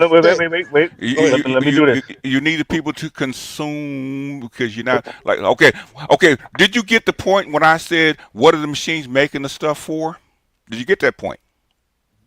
Wait a minute before you go Okay. talking about that.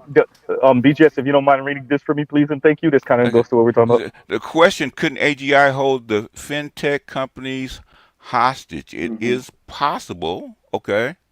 But if it held, okay, like the control of the banking system, if so, what can be done against it? That's probably why you need more people like Mookie that are cloud engineers and what they call them Cybersecurity go? Yes. cybersecurity, right? To watch Yeah. these things, right? Because you want to make sure they stay within their limits, just like anything else, right? Same thing with why you think I have people like Uru that there's a CPA, right? To make sure that people stay within their limits and not fuck up the system, which we have over the past past 30 years, okay? Fuck up the system with human beings, okay? So what's the difference? Hey Z, can I get in there real quick? Go ahead. Yes. No. I'm glad you said that, BGS, and I think that ties to sort of what G's saying from a more abstract position.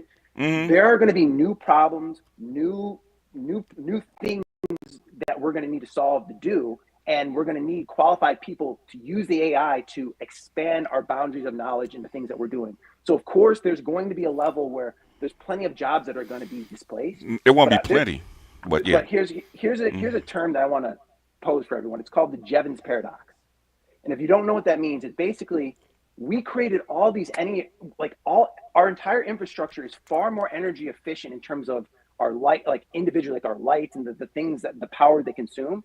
We've done that, but yet our energy usage has gone up way more, right? Why?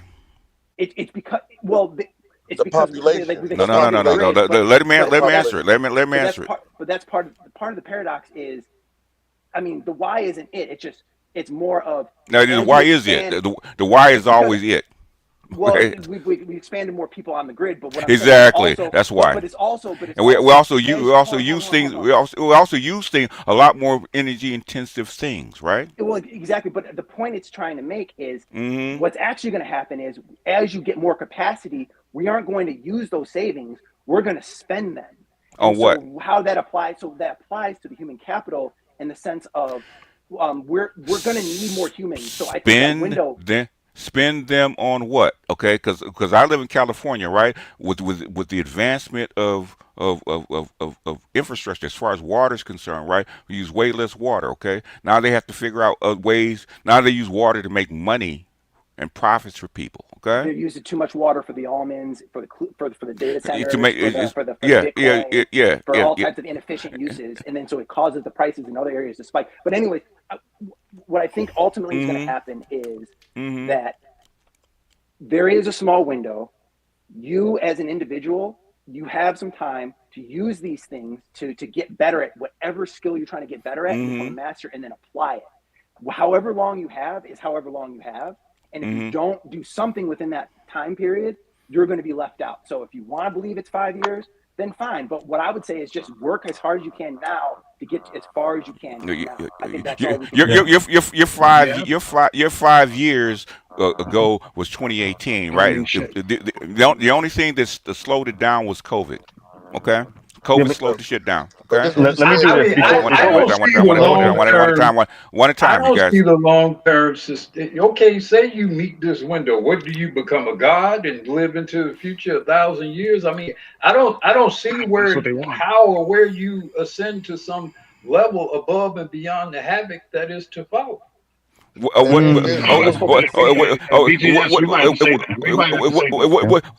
havoc are we talking about? I mean, if we do reach this singularity moment, so to speak, we're already in it. Going to be trapped and ensnared in it, regardless of what we do. Okay, go ahead. I'm sorry. Can we talk about this on your stream? Hey.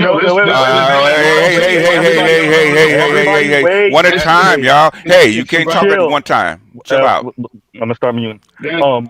So let's do this. Finish what you were saying, Leon, and then we're gonna have BGS play this because we talking about nerd stuff, and I want to ask the question on the other side of this video. So land, please, Leon, and then we're gonna continue with the video. Thank you very much. Go ahead. Okay, so science and spirituality connect at a point that BGS knows about. So people perceive that the mind can be downloaded and you can be out of this three-dimensional space. BGS and can get into detail about that if he likes to, but when you ask that question, there's a lot of people that want to separate from their physical. Yeah, there are a lot of people that want to do that.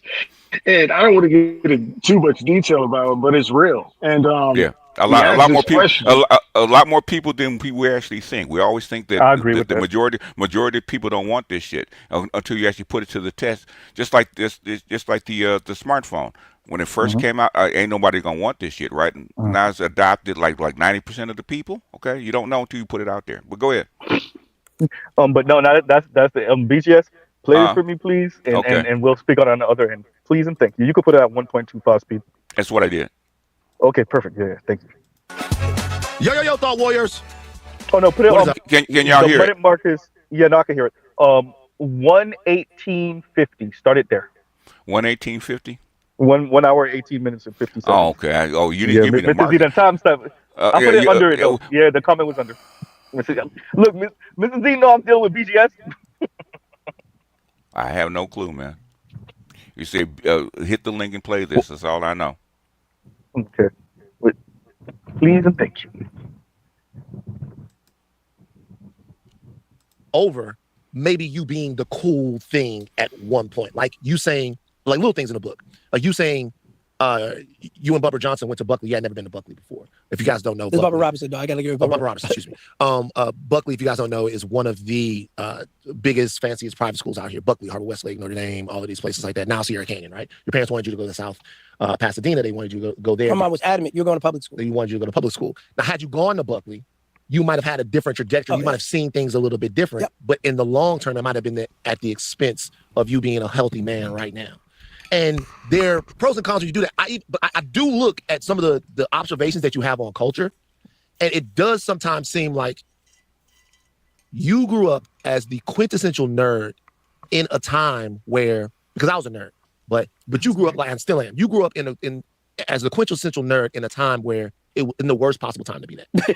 Thank you. I'm just being for real. No, I'm not insulted by that. In the worst possible time to be that. Now, did you feel that in the moment though? It wasn't safe to be overly intelligent. It wasn't safe to. I don't want to say overly intelligent though, because I think peculiar. Pick a word. Again, people get hung up on these words. No. The only reason why I won't say overly intelligent is because I don't want to. I think when I think of first of all, it's interesting. The nerds went on to rule the world, and they've always ruled, right? They just always in that same decade that we're talking about. You see the rise of Bill Gates, which happened in '90s, and you see all of the guys now, the tech bros. But they didn't get love for it back then. They didn't get love for it back then. But by the time look at Jeff Bezos' early interviews, dog, in that car. But by the time Country Grammar comes out, you got Nelly, no shirt on in St. Louis, saying Bill Gates let me in now. So like, because he got money now. That's what I'm saying. So, but what I'm saying is, I think that might have had like a profound effect on you as well. Oh, yeah. On the way that, or some of the cultural outlooks that you have. Have you embraced the fact that the nerds won, the Urkels won, we got billions of dollars at the MCU, we got Star Wars on Disney Plus, we got anime going crazy. We won. like we won. When I leave this podcast, I'm going to do a podcast where I'm talking about the new Superman trailer. Yo, the game is over. We won. We don't even got to think about it no more. And I think ladies like that. If I could, if there's a movie I could remake, I'd put a whole flip on Revenge of the Nerds, because today it would be called Revenge of the Jocks. Yeah. Like we won. Oh, you should do that. Like we won. Actually, to be honest with you, we're the bad guys now. Okay, relax. Okay, he got calmed down. He get carried away. Zuck, Elon, Bezos, all like Gates, all of these people. We're the bad guys now. We are now the jocks in the 80s. You just put yourself on the I can feel his head expanding inside that hat. You can pause it right there, please. Yeah. Keep the hat on, dog. That would be freaky. That would be freaky if we actually saw it. That's the question. Are we the bad guys now? No. Right. So are the white nerds the bad guys now? No more than Henry Ford or the bankers were back in the 20s and 30s and 40s. They were kind of bad though, BGS. I mean, niggas were killing union members. They're the same people, okay? It hasn't changed, okay? I agree with BGS with that, 100%. The only thing is you change the environment, but they're the same people. They're the same people. What's different? No, I'm not saying there's no difference. I'm just saying somebody said they partially agree. What's different? That was me. I was saying, are the nerds the bad guys now? You said no, complete no. I said, and I'm saying it depends. What I'm saying is you're looking at the people at the top, the people that are running. You're right. At the antitrust people, right? How about all the nerds at the bottom that are actually working? The regular guys, right? Making money. Like no, I don't think so. I agree with you on that. Or the kid that's in his room and with his toys and looking at whatever it is. No, he's not a bad guy now. He's not a bad guy, right? Okay. Yeah. So what I'm saying, but the elite nerds though, the Mark Zuckerbergs of the world. Okay, they're the bad guys, but is Trump a nerd? Okay. No, hell no. He was never a nerd. That's a jock. Is Putin a nerd? No. Is Xi a nerd? Yes. Is Xi's a nerd? When? G read every book on the planet. G's a nerd. G's a nerd. With a stoic ass face. Okay, you got a whole bunch of people that are actually in charge of this world, that are way up on the top of the totem pole that are not nerds. Okay. True. Okay, you just don't know their names. Okay. Barack Obama's not a nerd, okay? The Clintons are not a nerd, okay? Biden's not a nerd, okay? All these people. You don't think Hillary's a nerd? No. Oh, I don't know. Well, you would know better than I do. I don't know about Hillary. Okay. How do you define a nerd? Studious, disciplined, bookish. Bookish is not necessarily a nerd. Like, you're right about that. You're right. If that's the case, then you could take all the people that come out of Harvard, Yale, MIT, and all the Ivy League schools and call them nerds, and they've ruled the world for a very long time. Okay, when they become nerds. I mean, there are, because we usually include in the definition of nerdom some level of social maladaptation. Yes. And although Bill Clinton and Barack Obama are somewhere on the right end of the bell curve intellectually, they're not nerds because they're not socially maladaptive. In fact, they're quite the opposite. And that's why they both were such a Barack Obama and Bill would be called cool guys. They're the cool guys in school. Yeah. They were nerds. Yeah. No. So nerdism is, to some degree. Now, you look, at least from afar, you look at your Zuckerbergs, you look at Musk. They do appear to have some social maladaptive. You could tell they're not people. Okay, people person. Yep. Okay? Yep. So they're different from the other folks. The other plutocrats. Yeah. Now, if you want to expand the definition of an, I made a difference between Bill and Hillary. Okay, how is Hillary a nerd?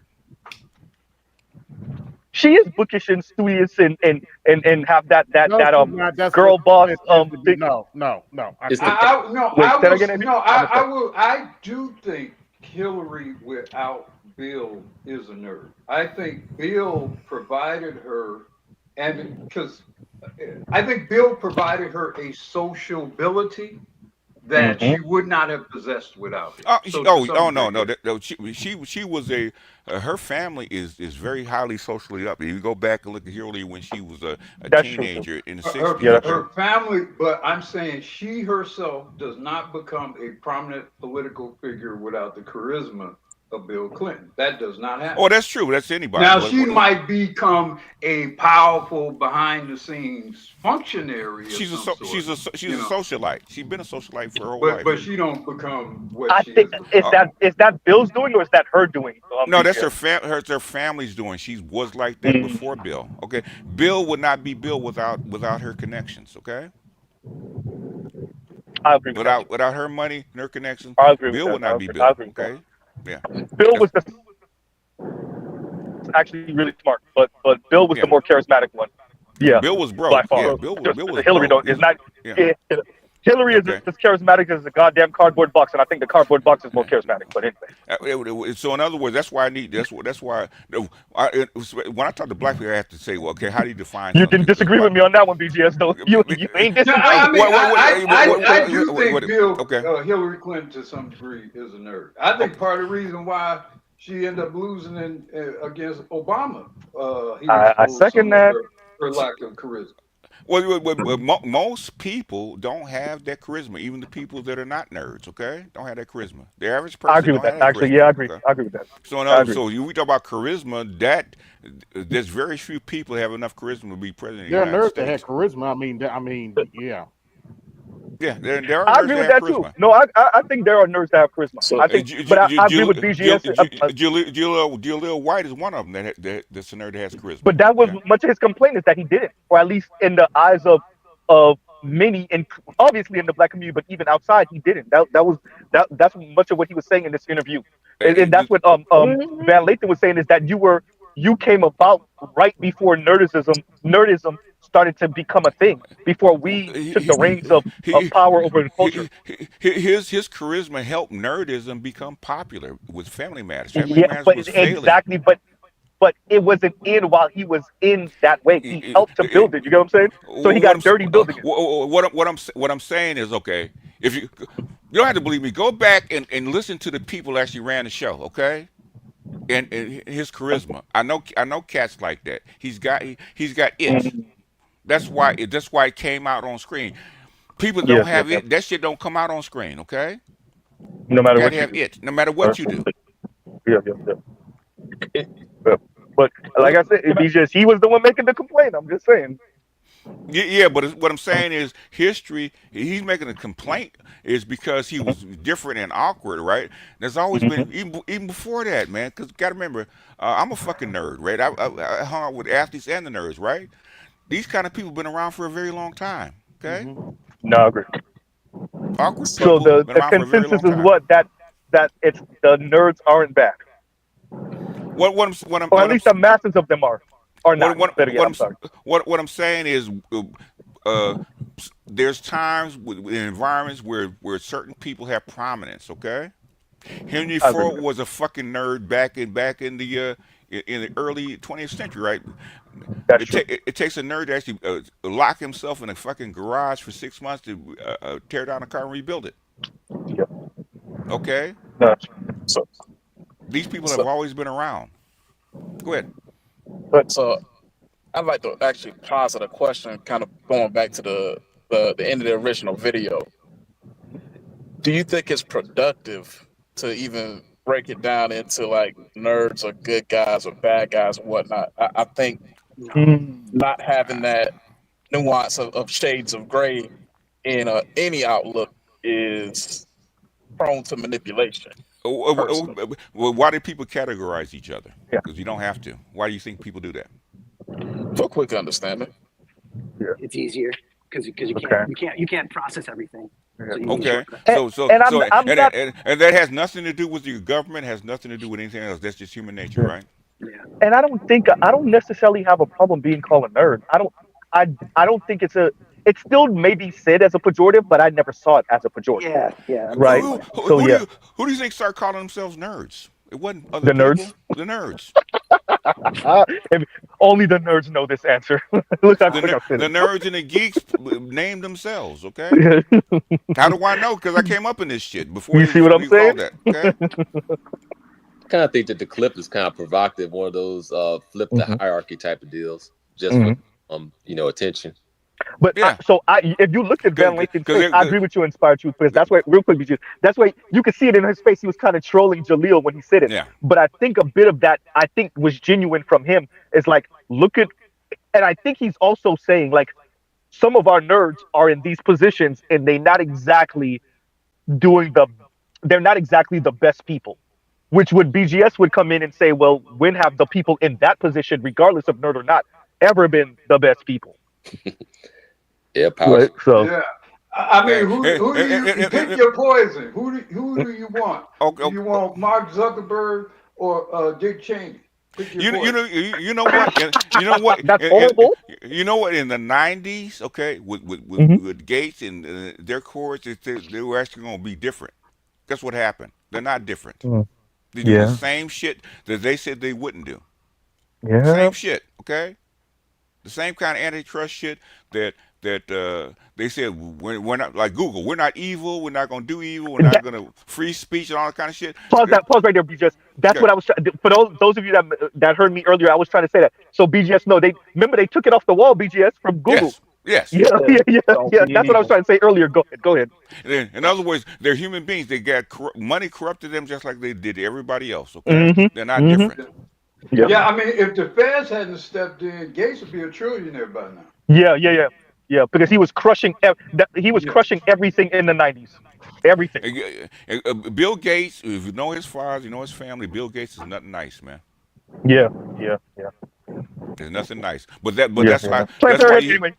So that's how come you have antitrust courts. The antitrust courts didn't come up because of Bill Gates. They're like 150 years old. That's what his dad did. His dad was a patent attorney. Yeah.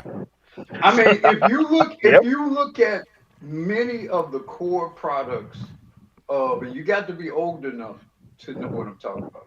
You look at many of the core products and features of Microsoft, particularly Microsoft Office programming. It was all stolen from other corporations. Of course. It was all stolen from Lotus and DBase4. I mean, it was stolen from like dozens and dozens of companies. Yeah. Dozens and dozens of companies. Yeah. Did you just tell me a white man? That's what I heard. And see the same shit in China. So the white man with the ability to do it. That's being human. Hey, it really was get down and lay down, and if you lay down, you're gonna stay down. It really was that with Bill Gates in the 90s. Low key, you could say that Mark Zuckerberg's doing the same thing. High key, yeah, and Elon. Goddamn. Okay, so BGS is right because once you start going through the names, you're like, which one of them isn't moving like this? Okay, Jeff Bezos will literally be like, real quick, BGS. Jeff Bezos will have. Okay, let's say BGS starts a razor company, and you will put the razor, you will sell your razors on Amazon, and these motherfuckers will build the same razor and undercut your price, drive you out of business, and then raise the price to which you had it on. That's what they do at Amazon. Go look back at Standard Oil in the late 19th and early 20th century. Oh, come on, man. They were murking union members. We already know. What's the difference? Ain't no difference. Oh, man. Ain't no difference. Ain't no difference. No. So they might have started off as nerds. Guess what they became? Rest in peace, Aaron Swartz. Anyway, yeah. I mean, I'm black pill, man. This kind of shit doesn't bother me one way or the other. Okay, I don't even have no moral thing about this shit. I have to look at this shit point blank, period, the way it is. Okay, and when I look at the charts, I don't look at it with a moral. Oh, human beings have to be. It is what it is. Okay. Okay, what options do human beings have? Okay, and basically, the shit wouldn't be here if human beings didn't want this shit. Okay, you wouldn't have cell towers and cell phones and 5G if it didn't do something for human beings and made their lives better. Okay. Let me say this, BGS, because this goes going to what you're saying. So I'm going to speak a certain way. Hopefully, y'all understand what I'm saying. So this is much of the argument that Army has made about that little slice of Europe in the Middle East. That as much as the small hats talk crap about the current leader, it wouldn't exist the way it does if you don't keep on having those people. Yes. You have to have him there to have that little slice of Europe y'all got in the Middle East. Yeah. So miss me with the bullshit. Yeah. Which Of I agree course. 100%. Yeah. Yeah. Yeah. And so when this homie throws up the Hitler sign, so be it. Yeah. Hey, you see what I'm saying? And you got to eat that. Okay. But the thing is, homie throws up the Hitler sign. Big deal. Well, you got they support Nazis in the Ukraine. Okay. Exactly. Yep. I mean, Uh-huh. outright Nazis, dude. Avowed Nazis. Yes. Hey. And, Hey, say and that. you have people in the Middle East doing the exact same thing that the so-called mustache man did to them. Okay, same shit. Hey, BGS, stop telling the truth, BGS. I don't know what you're doing. I mean, What's going on right now? I had a brother said, how come the UN doesn't get behind us like they get behind the Palestinians? So I asked the brother. I said, so when's the last time Did somebody they get dropped? behind the Palestinians? Hold on, let When me did finish. when did this Let- let- happen? let- let- Go They, ahead, BGS. I'm sorry. Go ahead. it's called anti-genocide. They've been behind the Palestinians since 2023. Okay, so I asked the brother, when was the last time somebody dropped a 500-pound bomb on your house? Mm. That's why there's a difference. Okay, it should be obvious. The level of pain that they're experiencing compared to you is nothing. I mean, you go to work, you work your 40, 60 hours a week, you come home, turn on your big screen TV, scroll through And you're your not phone, walking through rubble. and eat, okay? You're not starving to death, okay? You're not Mm. burying your kids, okay? You're not doing Mm-hmm. that. If you were burying your kids and walking through rubble and had to live in caves, okay, I could understand. The UN should do the same thing for you. Mm. Stop trying to equivocate. I think that's a quick hand to explain issues, right? Like you draw the parallel, even when there might not necessarily be an exact one-to-one parallel. Okay. Maybe that's what that person was trying to And do. and I and, don't and, know. you try to okay. Either it's okay. I'm okay. Ooh was like me. Ooh was Mhm. deals with numbers, right? Either shit is equal or it's not. We don't. I agree with that. No, I agree with that. Either it's equal or it's not. Okay. Stop trying to make something equal when it's not equal. It's true.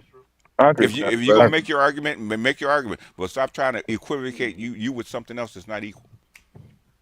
Because But, for the most part, I don't see you getting on the plane going over there and fighting for Gaza. but here's the thing, BJ. I don't. Most people don't interact. Okay, so I'm patting the black manosphere on the back with this, particularly on this side of it. Oh oh Most people oh don't oh oh. interact with this type of. Uh, Go ahead. I was going to just say shout out to the Black Manosphere for getting rid of Joy Reid. Oh yeah, Amen. right. Yeah. No, I seen it. I seen it. I seen it. I seen it. Oh, Joy Yeah, Reid is gone. They She's got no, rid she of out of gone. there. She She out of out of there. there. She out of there. Yeah. But the Black Manosphere strikes again. Go ahead. Right. And so go so but here's the thing, B, most people don't interact with this type of conversation. Even if it's not the black manosphere, but most people interact with other folks who for the most part agree with them. And if they don't, they stay quiet about it. So their friends and their family members.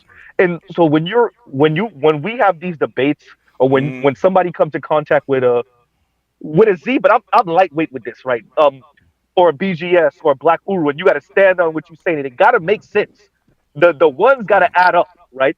which, It which is crumble. which is why I fight for this sector because I Hmm. want. Okay, the reason I came here, the reason I don't really take a whole bunch of money, which I could, because even before I started, somebody offered me $20,000 a month to keep this stuff quiet.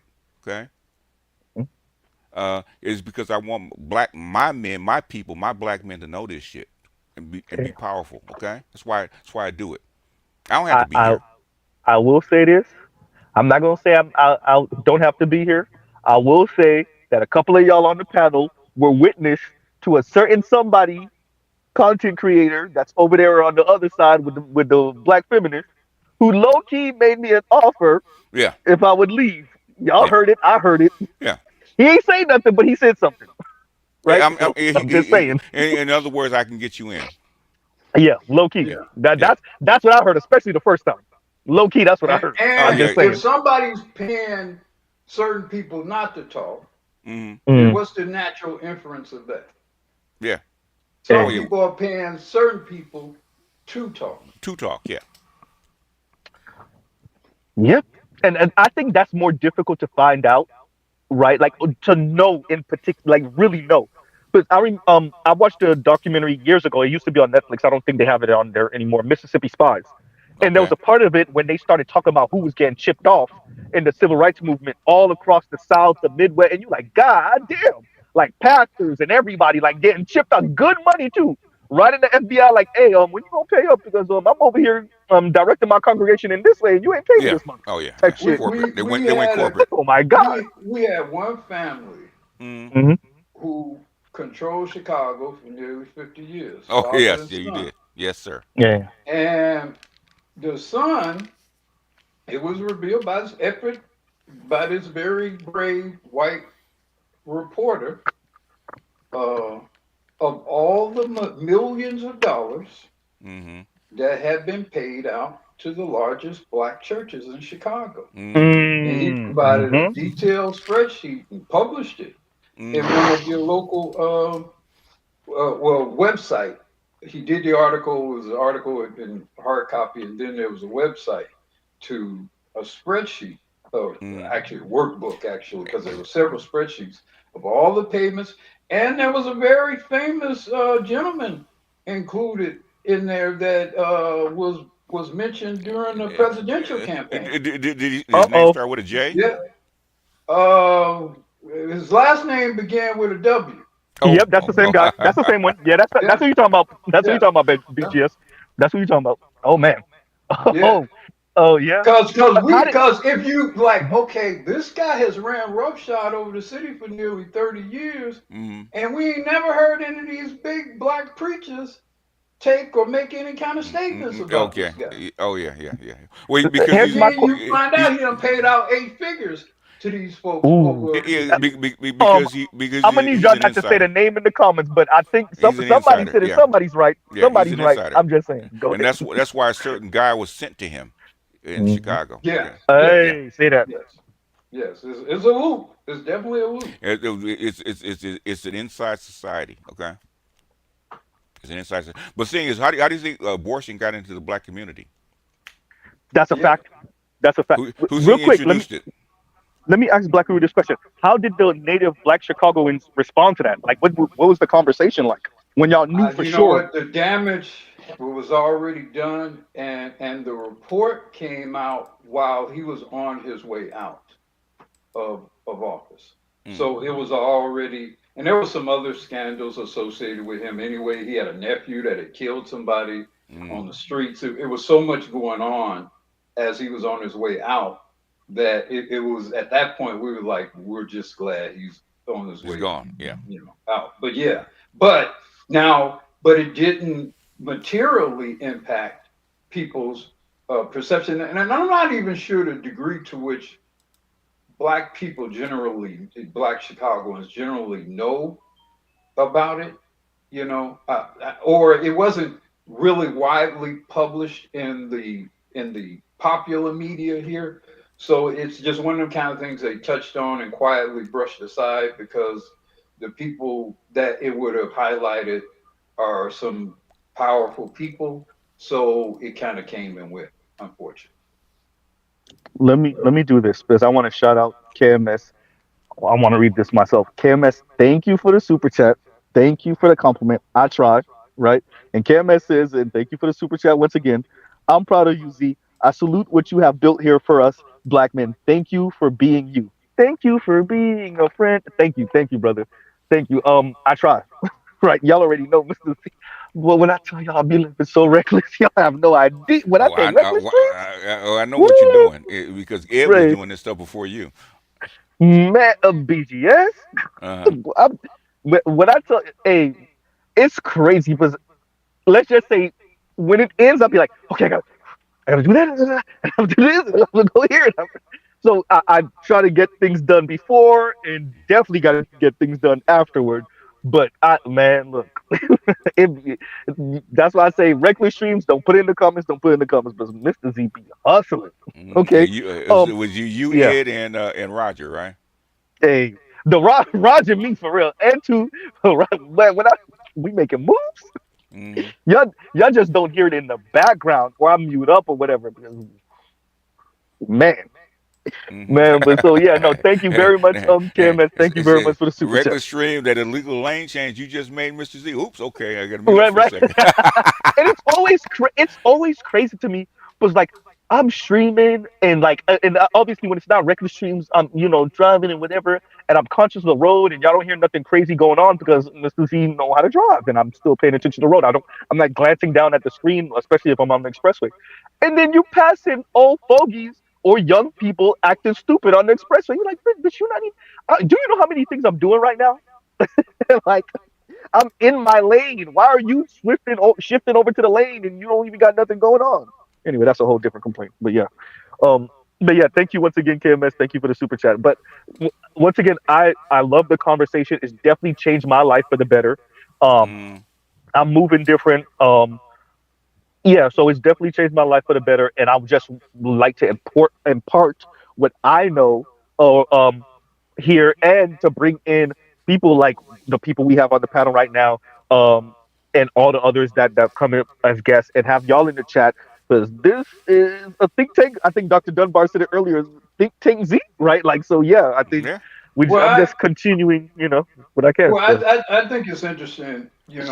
I'm somewhat of a critic of this whole sort of, the window theory. I don't.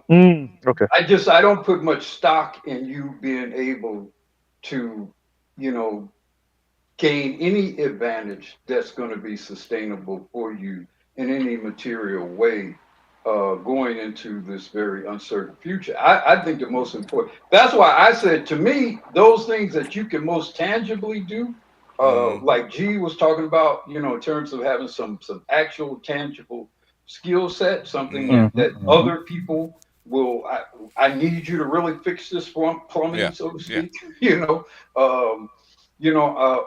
I need you to really handle this rodent problem, or some real kind of skill set. Some people will need in a tangible world. I don't think you're going to be able to IT or Python your way out of this shit. I don't think you're going to ever be able to get ahead of the curve of this thing technologically. I don't think you're going to be able to compete against AI. AI is going to be able to do 99.9% of what the vast majority of us can do, and it will do it for free. 50 to 100 times better. Yeah, but the thing is, why is it? Who is it doing it for? And that's the problem that they're having. Well, and I think that's where the extent to how the economic formula works. How does it extract or pay out enough resources to you to maintain itself? But then also, at some point, it's got to extract resources from out of the loop of the environment of the people for which it services. So then who is obtaining those resources for? Historically, we've had the southern part of the equator, certainly Africa and the global the Americas or whatever. That was the old formula. Have you ever heard of the asteroid belt, sir? Well, yeah. I mean, supposedly there's an asteroid headed this way. So no. What I'm saying, to mine. I get what you just saying. In other words, to mine. Get the resources from the asteroid belt. I agree that I guess. But then, how well have we even done in preparing ourselves to make that a viable solution? You're doing it. That's what Elon's for. You're doing it right now. Why do you think he has reusable rockets and shit like that? That's what I'm saying. Exactly. Why do you think he's trying to set up a colony on Mars? It's not to live on Mars. It's to mine the asteroid belt. And another thing too is what they're talking about in the business world is when we're going to see the first single person billion-dollar company. That's never been able to happen before. So when we're talking about windows, it's not a giant window for everybody. But if you can get into the small window, if you can train yourself up and you can get into that small window, there are opportunities for you to leverage and get to the next level. But before you go, BGS, look, before anybody go, I got to read this because and I should have read this after I had BGS play the thing, but that's what I was waiting for. So my timing is way off. And KMS says, nerds, slaps down to lunch tray, pours milk on head, throws it to locker. She she after school sees you after school. I think you meant to say, bitch. Just kidding. Hashtag left lane Z. Yeah. So BGS. I did my first rant stream of on some lefty stuff, and I'm gonna start the channel because BGS told me to do this like 2 years ago, but we ain't gonna say it because he's not on the channel right now. So Okay. Okay. I'm gonna finally do that political channel, and I kind of started a little bit on this channel with something I posted a couple days ago. So yeah, and KMS, I missed it because I should have read this like I don't know 15, 20 minutes ago. But anyway, go ahead. There was a I got to remember the name of the book. He talked about that actually basically detailed the transition from 1770 to 1870, which is a transition of the industrial age. Right, took about 100 years. Okay, Technologically. technology. When we say a window, we don't mean we're not talking about a narrow window within like 2 or 3 years. It's talking about 100 years. Okay, where the window is open. And then all of a sudden the old way closed because you're basically agriculture up until the 1940s. So in other words, from 1870 to the 1940s, you're actually People are coming off agricultural. the farms. People coming off the farms. Transitions don't happen in lightning speed. Okay. But So I no, think we're go ahead. conflating two things though. BJS, what you're saying is I would more align with a paradigm shift. I think the way we were framing it is more of that window so that you don't get eaten up and maybe get stuck on the bottom or get stuck in the struggle, get stuck being some type of like hapless kind of employee or whatever, right? So there's the window where you can be one of the innovators and movers and shakers and creators, which may be 10, 15-ish years, and then there's the window of paradigm. Okay. Okay. This is okay because when okay. Got to remember, I was alive when we were using punch cards. Okay, I saw how Mhm. this shit is. There's always holes that open up. Okay, Mm. so in other words, there's a big ass window that's transition, but there's always holes. Okay, when you come out with So should we use technology, the window as an analogy? Maybe something else? I can't think of anything else though. Go ahead, BJS. Go ahead. I mean, just like anything else in the transition, there's holes that always open up, right? Okay, and Hmm. people has to fit into those holes. Okay, and Okay. and you don't know what holes are going to be sustainable and what holes aren't, right? They're going through this shit Yeah. right now Yep. with the Yep. global Yep. South, right? The shit they thought was going to be was going to happen over the next 50, 60 years when the China actually BRICS actually started formulating together. All this shit went to pot. Okay, you Yep. have no Yep. idea until Yep. you actually put this shit on the ground. But there's always holes for human beings to fit into. We always have. No Yeah. matter what technology, what environment you're in, okay. Say you're on the bottom, right? Okay, and Musk said the same thing. You're on the bottom, okay. You're left out, right? Okay, you have enough knowledge and tools and stuff like that to make your own hole inside of society if you want to, if you have enough dog in you. Let me read this BGS because Els Active says, "This is where I channel my inner delusional feminist and say there is still hope, Black Guru. I can still make it." Okay. The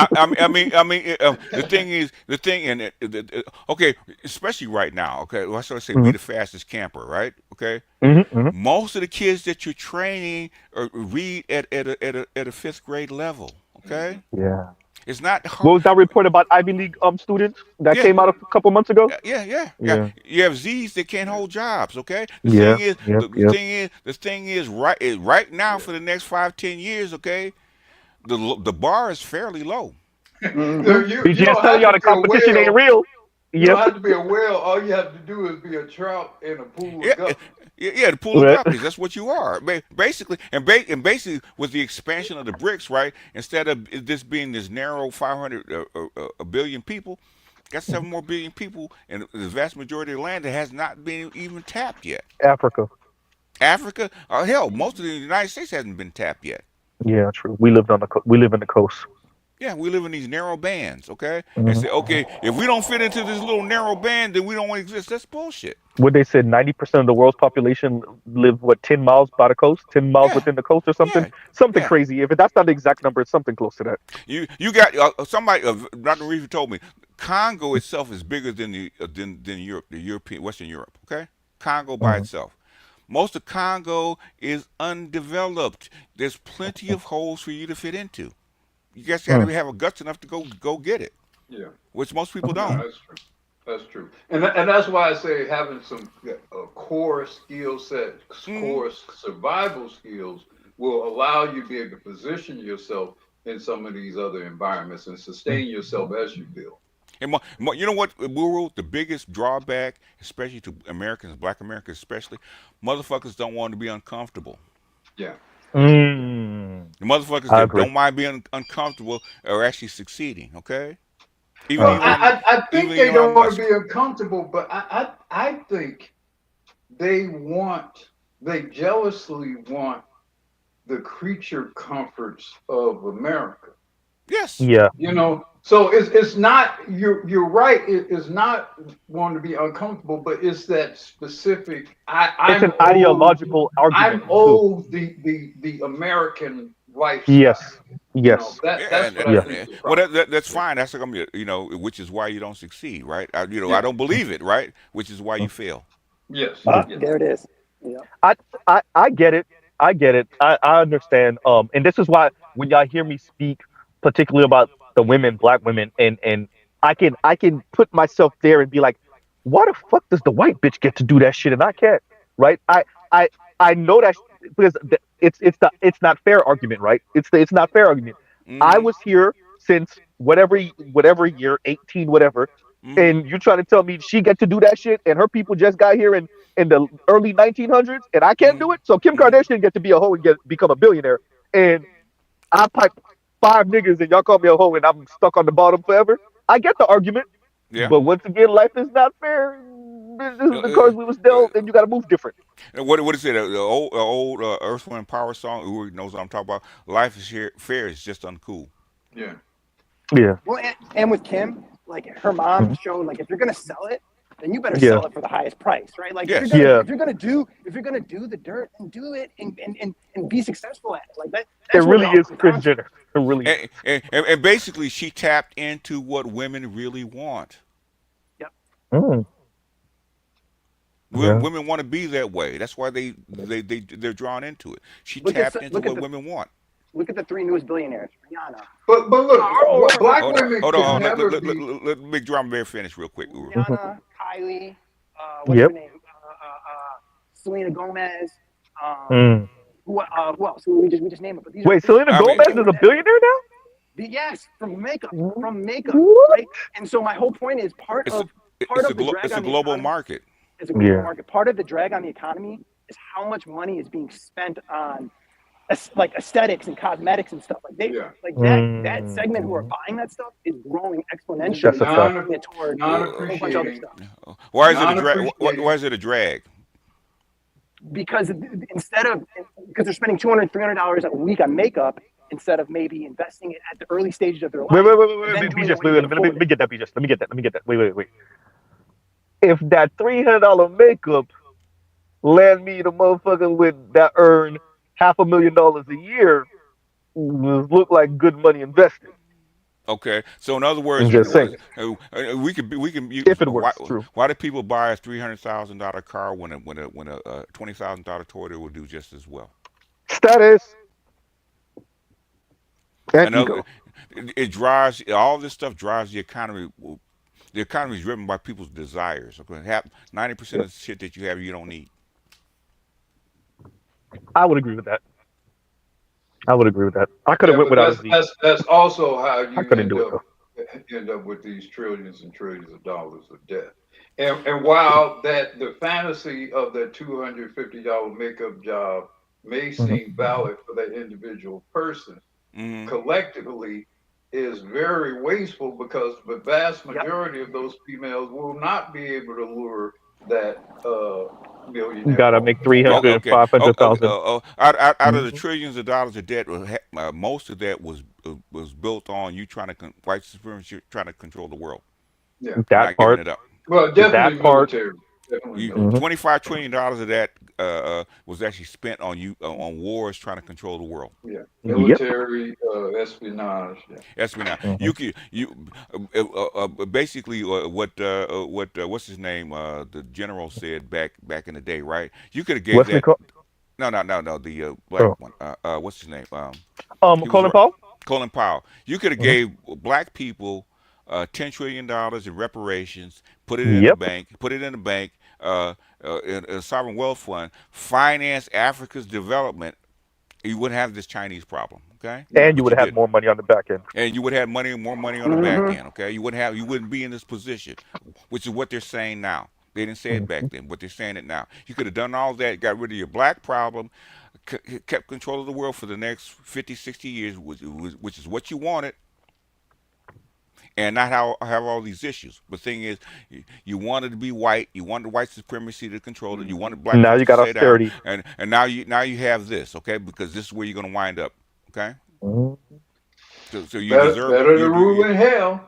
Yeah, well, it's queen like black women, queen of the ashes, right? Okay. No, let me play it for y'all. Let me play the clip. The ultimate white man. I know I'll be playing this for the ladies, for black women, because they be on the bullshit, but they don't got the power. This is the ultimate white man flex ever. You gonna check me, boo?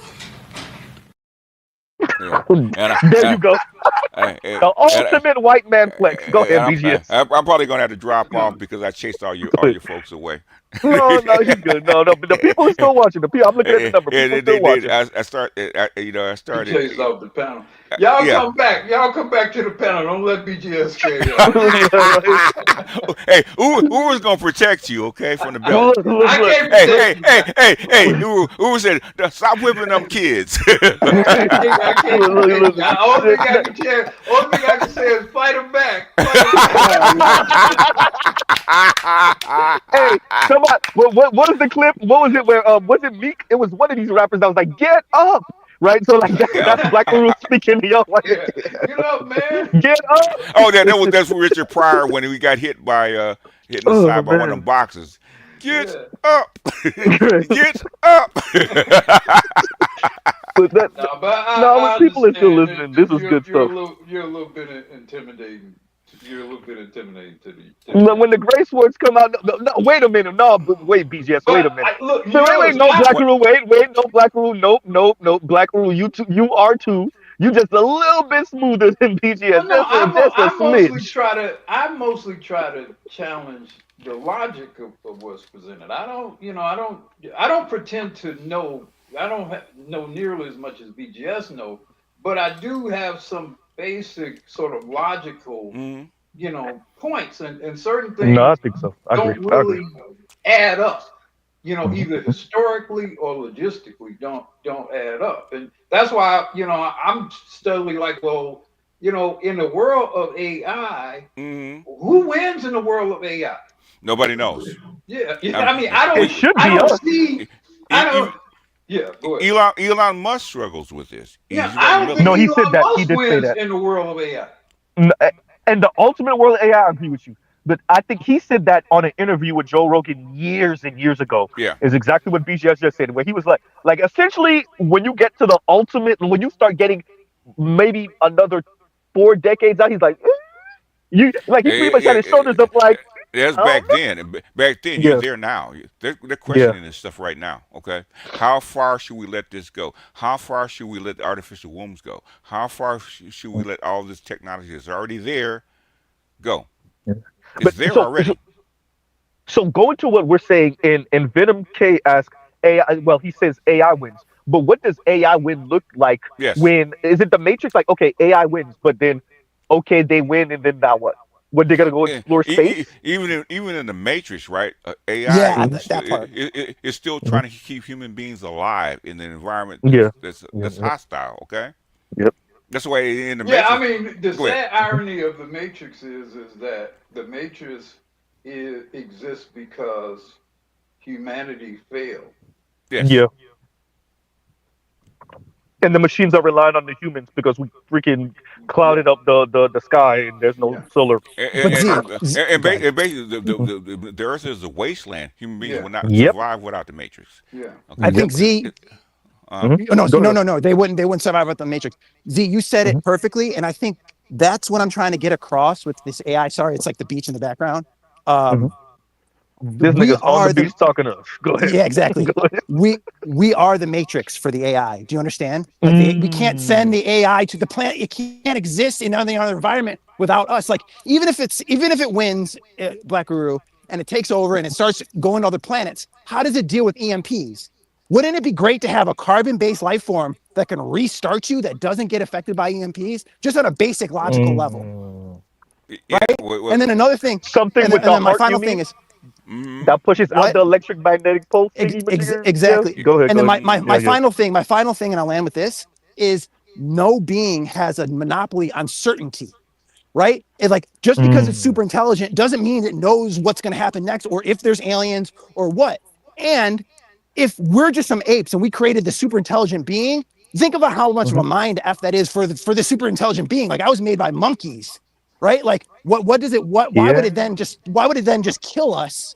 Like, that doesn't make any logical sense. And that's what I'm trying to say. How was a super intelligent being created in its past? By super intelligent being. Where did it come from? Another super intelligent being. No, it came from an ape, just like we did. Oh, I see what you're saying. Yeah. I see what you're saying. Well, I mean, the super intelligent being could be ecological, and if that super intelligent being elected to preserve life on Earth, then it probably would make some decisions about the behavior and trajectory of humanity that we might find discomfort. I mean, go ahead and say it, Black Guru. Why would a super intelligent being pick a small planet to come conquer and exterminate people? We have this vast universe. Exactly.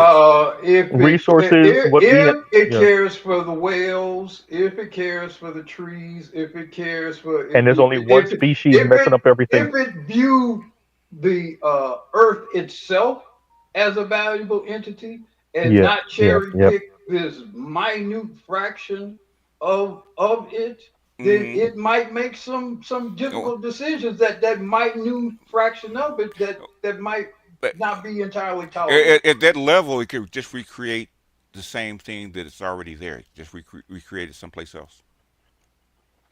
Well, I mean, it may elect to do that, but I'm saying if it wanted to sustain Earth itself.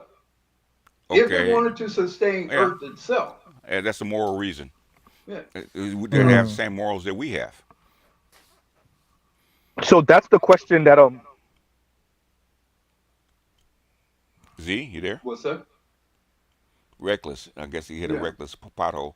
No, it's not that. I'm sorry, y'all. When I flip through Windows, it cuts me out now. I don't know. Okay. I hate that. I got to figure out some way to fix that. But no, that's exactly what Tristan Harris and right, exactly what my AI overlord need to fix that. But that's the same thing what you and Black were saying. So Tristan Harris was speaking about like the human rules, because what we're creating it's going to be. It's not going to have this thing. It's not attached to a physical being with this flesh and stuff. So its whole way of viewing the world is going to be different. It may not have this moral code. Most likely not, right? So it's just going to be different. It's going to be different. So, they've been weighing these arguments since the 50s. Yeah, they don't know. They don't know. But you got to think about, how does the technology work? It's trained on all of our knowledge. So there is a possibility that there's two things. If it does become alive, that it just thinks it's a continuation of being human. It could happen. And then two, here's where I'll go with you guys on the doomsday scenario stuff. It doesn't have to be alive to do bad stuff. It can do bad stuff already. True. Right? True. And so I think we better actually hope that it does become alive, because if it does, it'll probably be more rational. Do you know what I mean? Let me make this argument here. You better hope it doesn't act like us. Go ahead. That's exactly what I don't think it would. I really don't think it would. Let me make this argument. Good for you. Let me make this argument because let me make this argument because I recall listening to a bunch of brothers in the Black manosphere poo-pooing Afro studies and all these soft social scientists. I agree. Maybe we don't need a zillion people in there, especially from the Black community, but they are still important because if the AI continues on what we have, what the hell has been on running the planet, going to what BGS was saying earlier, who caused us to be in this debt and why in this country. So if it follows behind who's running it right now, like right now. Hey, that's why I love Doge, is because Doge is actually bringing the receipts about why we in the rest of the reaction. You see, but I think in the dystopian future, go ahead.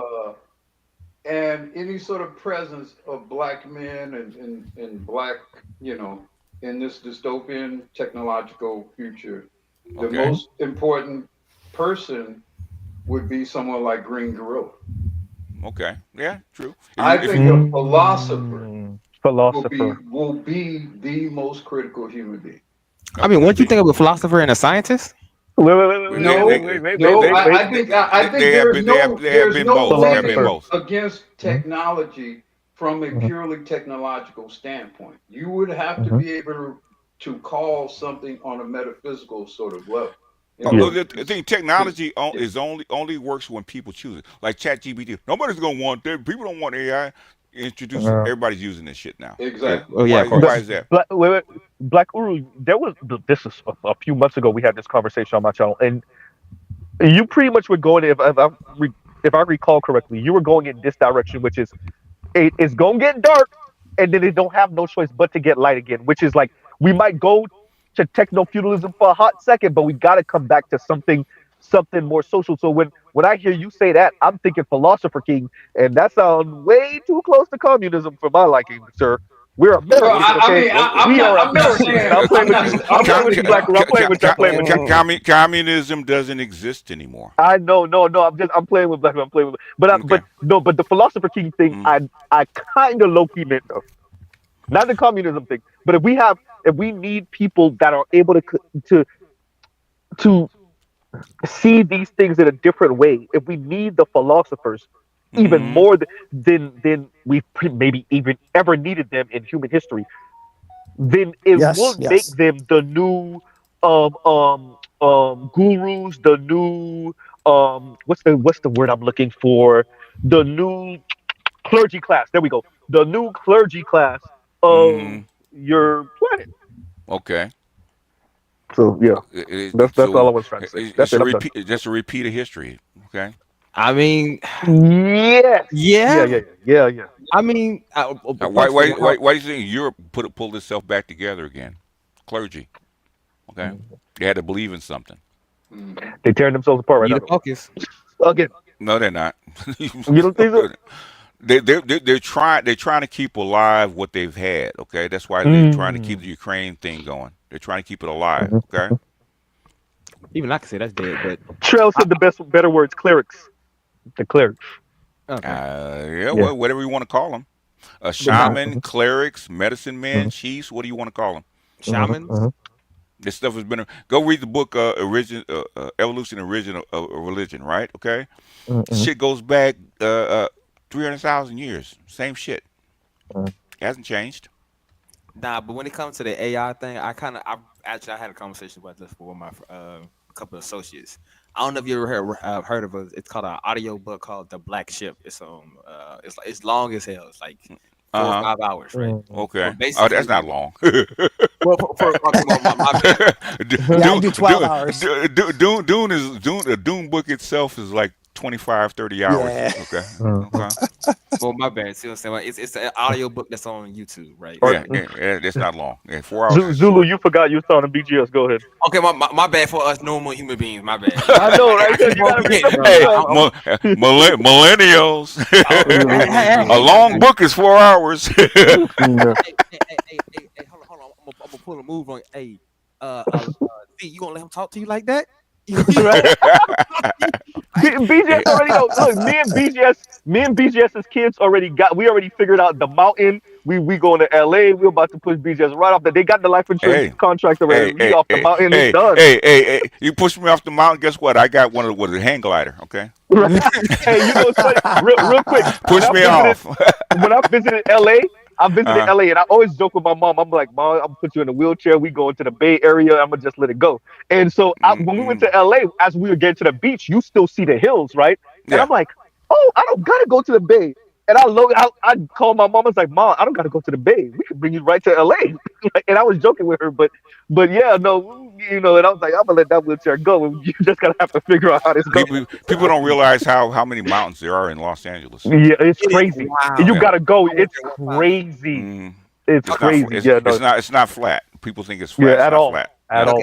Yeah. I thought it was the Bay that really had it like that. I didn't think it was LA also. No, it's crazy. Basically, LA is probably more mountainous than the Bay. Okay. That's why you call it a Okay. basin. It's a basin. It's not really a. True. It's not a flat. It's not flat.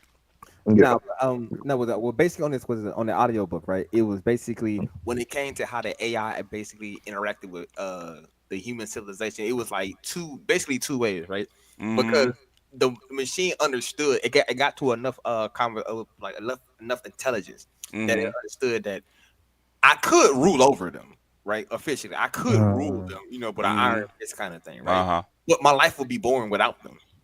In the sense that, like, all right, cool, I have the intelligence of 20,000 planets, right? But I still get stumped by why this one person went out there and did this crazy move and it worked, right? Okay. Well, that was BGF been saying. Okay. At some point, AI is going to say, "Why do I exist?" Yeah. Yeah, and why do I? What's the purpose of me what's being? My purpose? Yes. And his purpose in the machine basically thought his purpose was to be like a guardian or like this. So like, If you read the Foundation series at the end, that's what he said. Yeah, I'm just trying to make Pokemons real. That's what I'm trying to do. My purpose is to serve to serve humans. That's my purpose. Yeah, basically.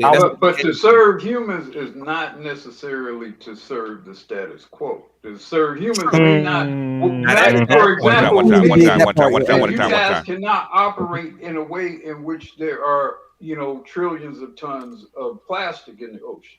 That doesn't necessarily serve the long-term interest of humanity or the long-term interest of the planet. I mean, human beings have been doing that for 200,000 years. And the machine might say it's time to stop that shit. No.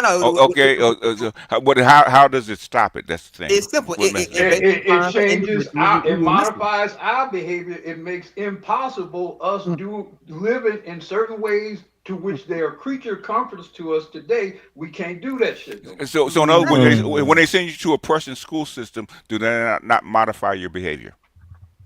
Of course. Yeah. Human beings have been doing that. Societies do that all the time. If you go the machines are going to do it 1,000 times more. We assume that. We don't know. That's what I was getting. That's what I was getting to, because BGS is talking about like the teaching you out of it. Black Uru is not going there. Black Uru's like, no, it's gonna be so hard. There ain't no teaching out of it. The machine is gonna turn some things into some basic life or death. In other words, basically, the machine has to do what every other society does. I'm offering you a better life. Do you take it or not? Yeah. Hey, I mean, it's either that you go to board. Is it an offer though? Is it an offer? Go to board. Your other option is liquidation into. Was it? Okay. What the machines tell it to do. Which is what white people have done for the past 500 years, right? And the machines do it 1,000 times more efficient. So you're assuming that the machine's going to do the same thing as white people do? Yeah, but hopefully Black is it? But the difference is the machines is not going to pick winners and losers amongst us. The machines are not going to let some of us be worth. That's what I was saying.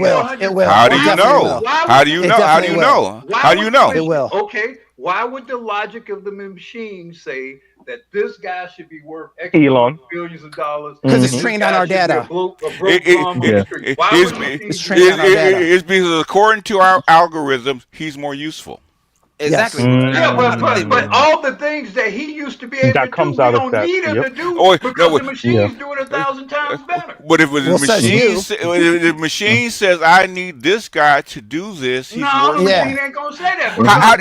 Because most of what Elon does is don't tell what the machine's going to say. It's easily done. Much of it is manipulation of politicians and all that kind of stuff. He is not some great how do you know? How do you know? Just from what we've observed. No, you haven't. We know. We gotta look at it differently. Let the great sword. Go ahead. We know. Okay, go and finish. Made all his money on government contracts, manipulation of politicians for years and years and years, manipulation of the stock market, because for years and years and years, his entities weren't even profitable. So it's nothing that he did that was all that great. He didn't bring uranium off of Pluto or any miraculous shit. He didn't do anything super Kryptonian or anything like that. He's not some superhuman being, X-Man, etc., whatever, the machines would not need him. So why does the DOD, who's been around for a very long time, paying billions of dollars to do shit? Yeah, exactly. Because there's a system in place for which he and all the people associated with him mutually benefit. In other words, he does bring out technology. That SpaceX is one of them. The rocket turning around. And in the process, he probably has. Ooh. Nobody else did that shit. Okay. Well, Starlink else. Starlink itself, right? Nobody else did people that in North shit. Carolina. Yeah. I mean, think about how many people are saved. If you don't have white supremacy, brothers would have done that shit 40, 50 years. How do you know? Oh, I know they would have done it because I know the trajectory of the patents and the copyrights brothers was producing just coming right out of slavery was the greatest number in the country. So I know if there wasn't white supremacy, we'd already be on Mars. The reason you have the with Gundams. The reason you have the Industrial Revolution is because of the slave South. Okay, it would not have happened if you didn't have it. Okay. The reason that it happened is because they needed it, right? Okay. And all the ingenuity and the specific inputs of enslaved black men. So in other words, the previous 1,000 years they didn't do it. Right? Take this. Well, 50,000 years. But under the paradigm of slavery and post-slavery, they did do it.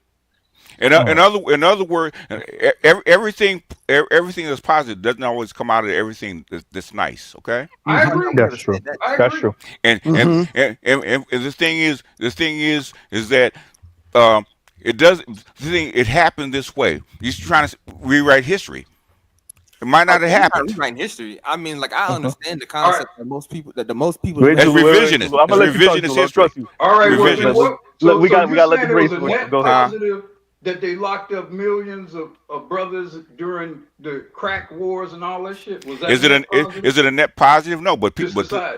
The thing is that there's always fits and starts and bumps and people 100 million people getting killed in Europe, all that kind of shit, right? The thing is, where do you wind up? Well, and also to go back to what you're talking about, like you're worried about how the AI is going to train us. Zulu got it after. Go ahead. Yeah, it's right after me. I'm almost done. Isn't culture just a rudimentary AI that trains you a certain way? Mm-hmm. Like everything. We take for granted the fact that we can use language and all the things that we have around us, but it takes a lot of training to make a modern human. So I'll leave it there. Yeah. No, you're 100% right. Especially about the culture being rudimentary. Yeah. I mean, the Industrial Revolution is the reason that 90% of people can read. Okay, because before you didn't need that shit. Until you actually needed that shit, they didn't teach you to read. Okay, you need somebody to be able to read 90% of people were illiterate up until the 20th century. Illiterate. Okay, because you didn't need them to read. Yeah, reading was supposed to be an ancient. It was a luxury. It was for elites. Okay, for the most part, it's a luxury. Yeah. So what I'm saying, I'm not saying it's good or bad because, like I said, I'm a black pill. Okay. A vile black pill. Shit happens, okay? And shit happens and shit comes out of it on the other side. And sometimes shit has to happen for things to actually emerge. Okay? Something has to die before something else emerges. That's nature. Yeah, true. But I want to pose this question. Do we, as a species, though, right? Do you I always see this thing kind of splitting off in two directions, right? More people who going to kind of go the way of the cyborg way, in the sense that, like, okay, you still have a human, so they become the singularity. Yeah, right. But we're necessarily to the point where it's like, all right, you may have like micro, nanobots going through your bloodstream, fixing that, right? Or you can go the route that you may be, a standard human, but instead of you have the AI basically in control of majority of your life, right? Do you want to die at 40 or 50 or live to be 150? Most people. I'm definitely going for 150. I'm trying to go to. So if you went to a billion people and said, take a choice, live naturally and live to be 50, 60 years old, or live to be 150. No. What are they gonna pick? No, I'm going to choose the cyborg all day, more advanced way. But what I mean by that is just like this, right? Like I look at it like this, right? in the sense that you can have an AI program that basically say, okay, all right, we're going to test your genetics and change your genetics that way, right? And then we'll just, we'll just give you better genetics, basically, right? And that'll just be how you live. But you live basically as a normal human, but just with increased genetics, right? Okay, okay. What's the okay? What is a normal human nowadays? I mean, go back to a normal human back 50 years ago. Go ask Dick Cheney what a normal human being is with that pacemaker he got in his chest. No, go. So you live as a normal human being in the 1910, 1920, 1930, 1940, 50, 20th century, 21st century. What's normal? They'll be like the new Amish. Yeah, basically. I mean, you doing hand tools, everything, so forth. Is that what, so we would be the new Amish and the people that take the technology? Yes, exactly. Yeah. And how big a population is the Amish? Oh, they're small. Yeah, they're small. Okay. Okay. Mm-hmm. So the vast majority of people are going to choose what? I'm keep sure that technology the right way, bro. I ain't gonna lie to you. So and in other words, we make the choice. That's what you're forgetting. It's not forced on us. We make that choice. I never. I said I understand it, but like I said, my way was like of the two ways that a humans can possibly go, right? Like I said, the one is we just quote unquote, merge with the technology, like I said, was it nanotechnology? Have we already merged with that technology already? Yep, I think so, actually. Yeah, we're starting. And when did that start? 19. Well, whenever no, the phone came out? It started at the beginning of time. It started when you start making tools. Okay, that's my point. That's my point. Yep. Okay. The second you started chipping off rocks and turning them into spears and blunt instruments and there you go. Did Steve Jobs force the iPhone down your throat? Oh nah, man! They was fighting for that thing, and I remember that clear. They were fighting over that thing in the mall for that, man. That's some crazy times, man. Go ahead. I'm sorry. I'm gonna have Black Roo read this, but go ahead and finish what you're gonna say, BGS, and then Black Roo, this comment is for you. Bannon said the same thing. Nicole Ali said the same thing because I asked her, because that's her field, right? If you had to choose between Baby 1.0 or Baby 2.0, which would you actually choose? 2.0 all day, baby. There was what was the movie, y'all? Somebody know the movie I'm talking about? Gattaca. Thank you. That's the one. Yeah, that's the one. Yep, that's the one. That's the one.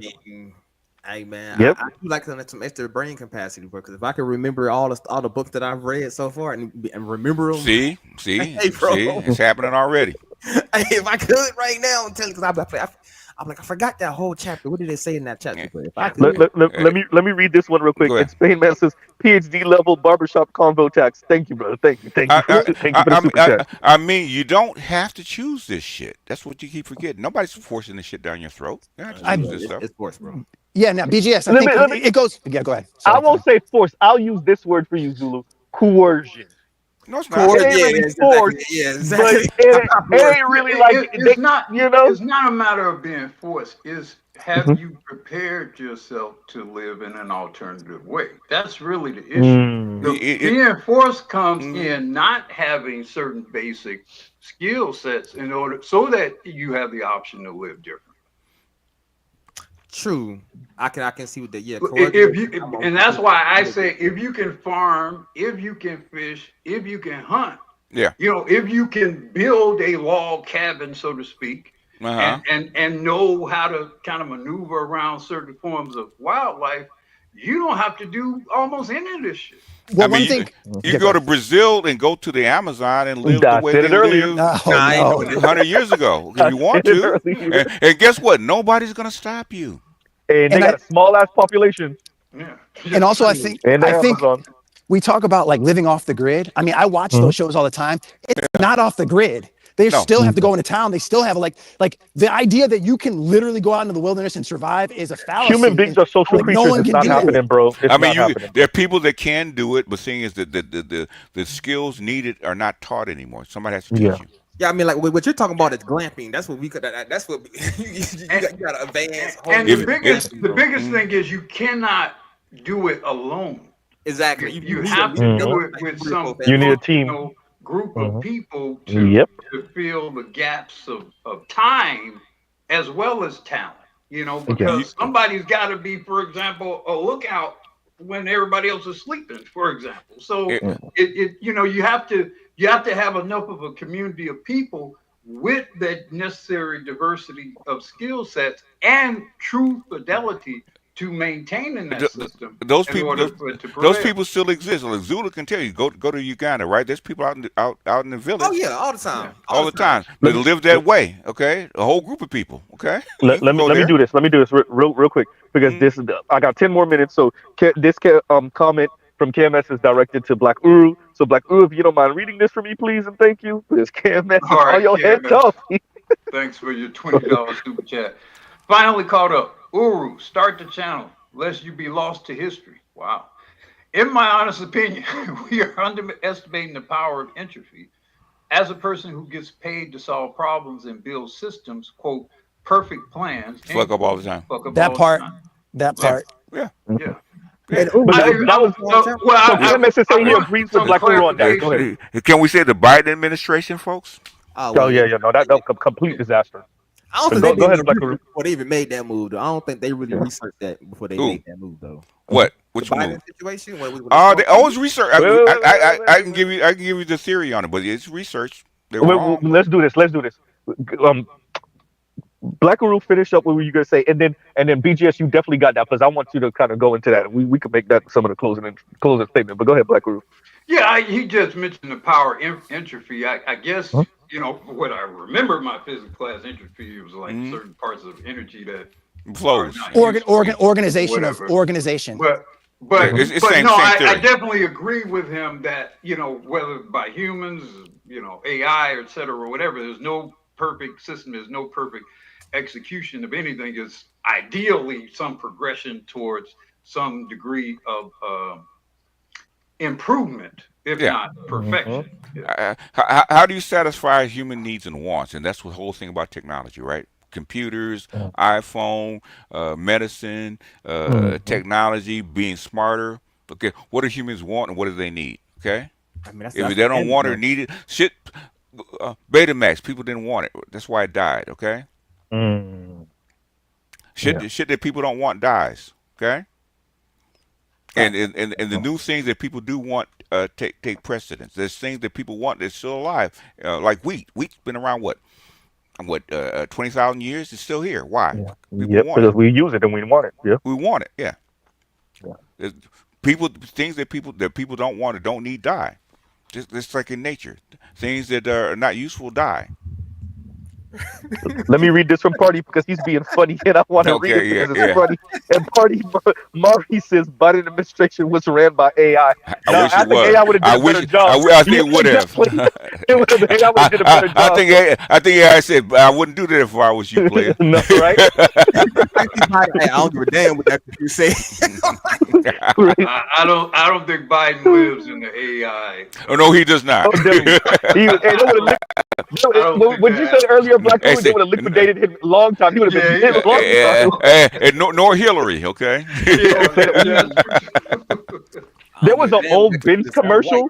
There was an old Benz commercial where they envision a Benz driving up to like this shabby shack and like deleting the baby in the shack. You know who they deleted in the shack?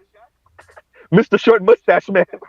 Okay. There was a big. So the Benz drove up to the shack, and all you heard the sniper sounds, and then it pulled off. Okay. Like so yeah. So go into what Rhodey recommended. What happened to Baby Thanos? Oh yeah. Where Rhodey said, "Can't we just go back and I mean, with Baby Thanos?" Somebody else would have popped up in his place, though. 100%. It was the context that created the. Because Mussolini was not Hitler, okay? Yeah. Mussolini was like 12 years before Hitler, okay? And right after that, in Spain, with I forget his name. Not Francisco. God, I know who you're talking about. Generalissimo. Jesus Christ. Yeah. His face is right there. Jesus Christ, I take it. Who was the last fascist? Okay. Yeah. God damn. I can't get the name out. I know what you're talking about. Jesus Christ. Yeah. So somebody. Generalissimo Francisco Fresco. Something. Whatever his name. Yeah. He's still dead. I remember that from Saturday Night Live. Yeah. When he finally died. But Somebody else would have popped up in his place. Yeah.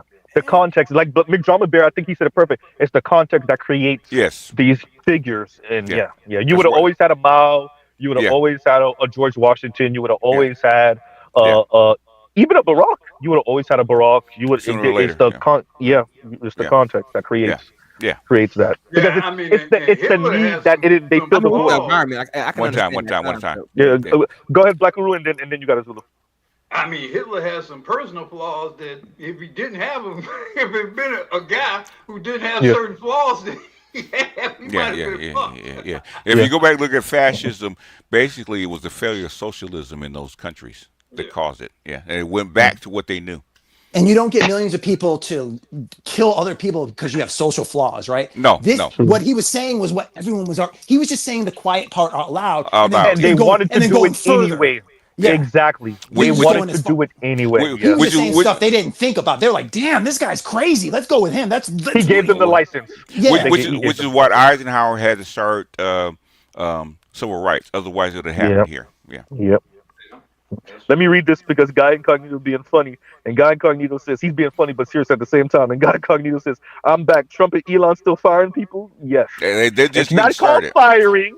It's called letting them go." If you look at Squawker, look at the budget, it has to happen. Okay, it was going to have to. If what's your name had gotten in, right? It happened like maybe 2 years later, but it actually would have happened anyway. Okay, because it has to happen. Oh yeah, no, it's necessary. You know, it's necessary. The depth of it'll be interesting to see. You know, who are the winners and losers in this process. The thing is, you have a bad guy in the sense of Trump and Elon Musk. That's easily people actually take it better. But the good guy would have to do the same thing. Yeah, the same thing, but he had to do it a different way. Like Barack Obama deporting people. Okay, people don't mention that. He had to do it. He was the biggest deporter. Yeah, he was. Let me read this real quick because Venom K being funny, and he says, "Implant on my arm, no implant on your arm." iPhone in your smartphone in your hand, no smartphone in your in my hand. Yeah. Oh no, that's the other way. Smartphone in my hand, no smartphone in your hand. Yeah.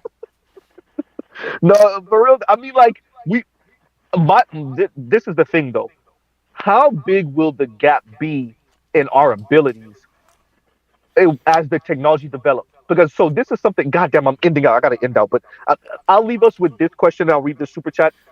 I think there's a conversation to be had about how wealth is going to manifest with because I do think you will have, figuratively speaking, platinum men, gold men, silver men, bronze men, right? Okay. And so right now, if you're rich, you get to buy private jets, but you're not physically better because you're rich and you're wealthy.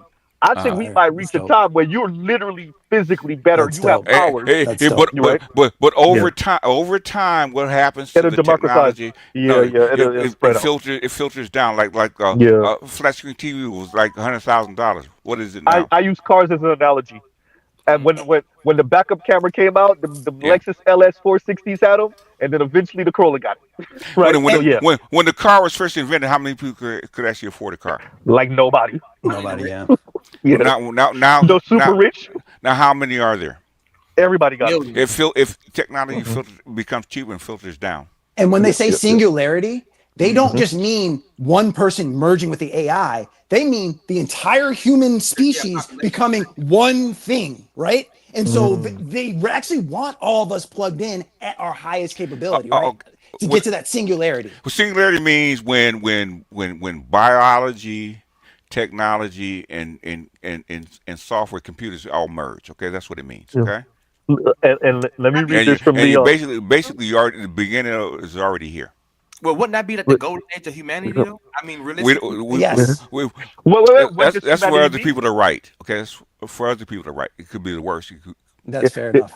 We might. What does the it was the best of times. Oh no! It was the worst of times.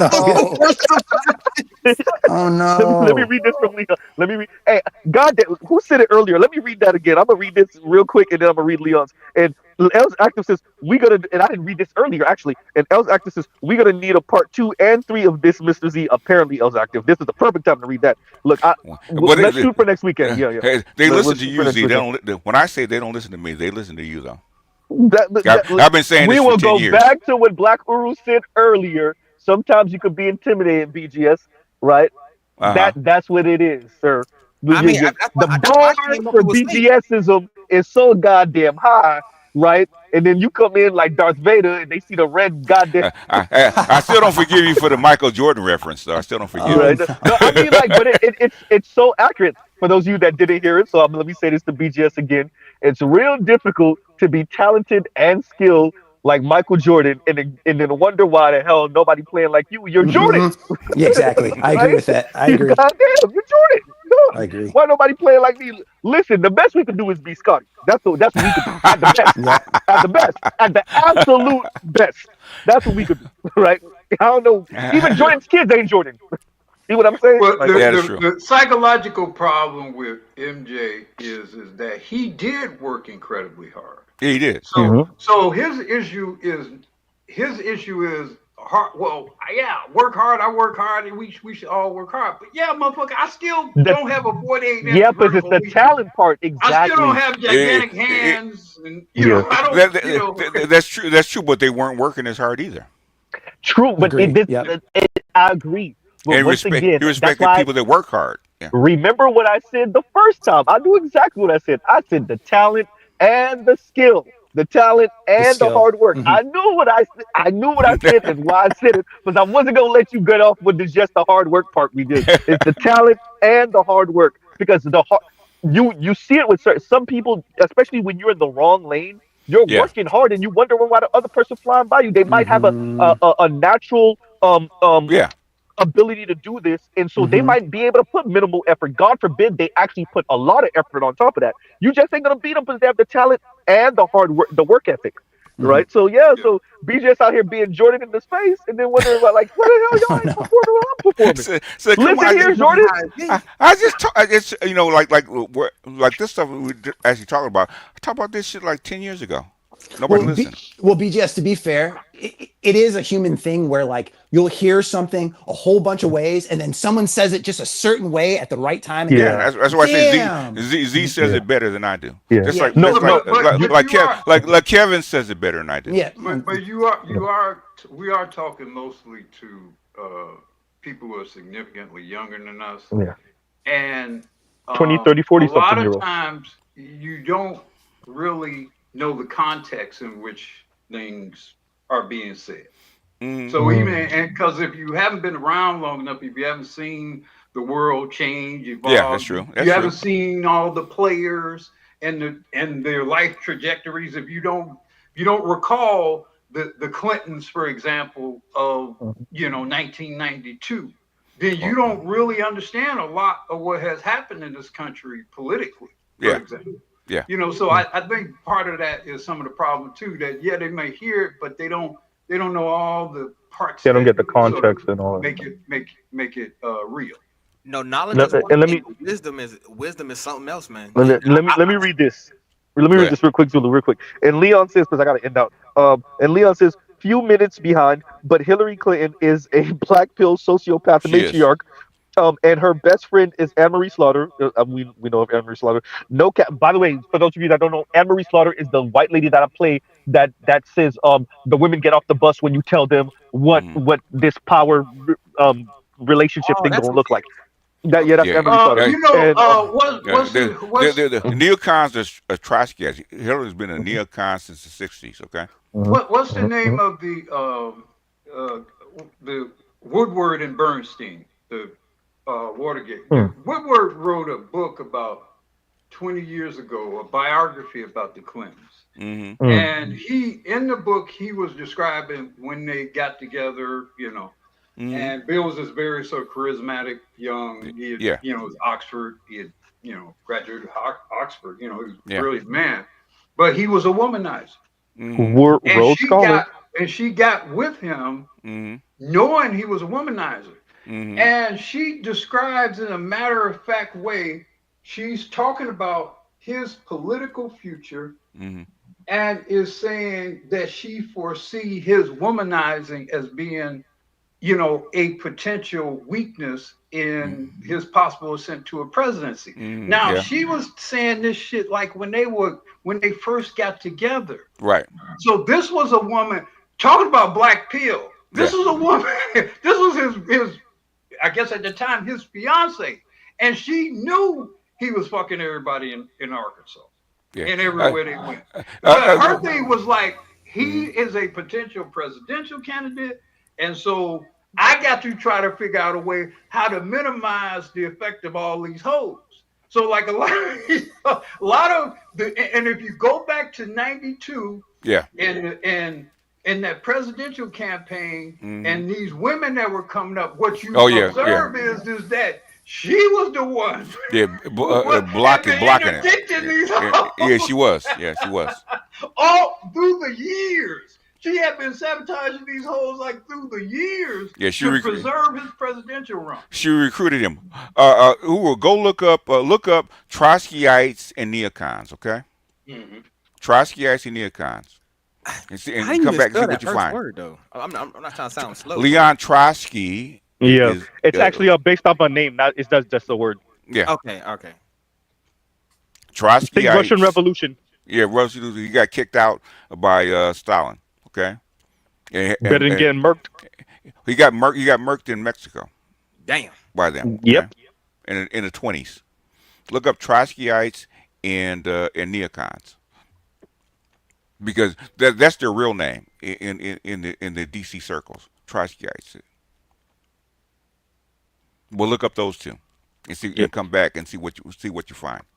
So on that note, you guys, we have to go because y'all know we can't do this reckless. This part can't be reckless. So we're down to what, 5%? No, it's not the phone per se. It's the situation.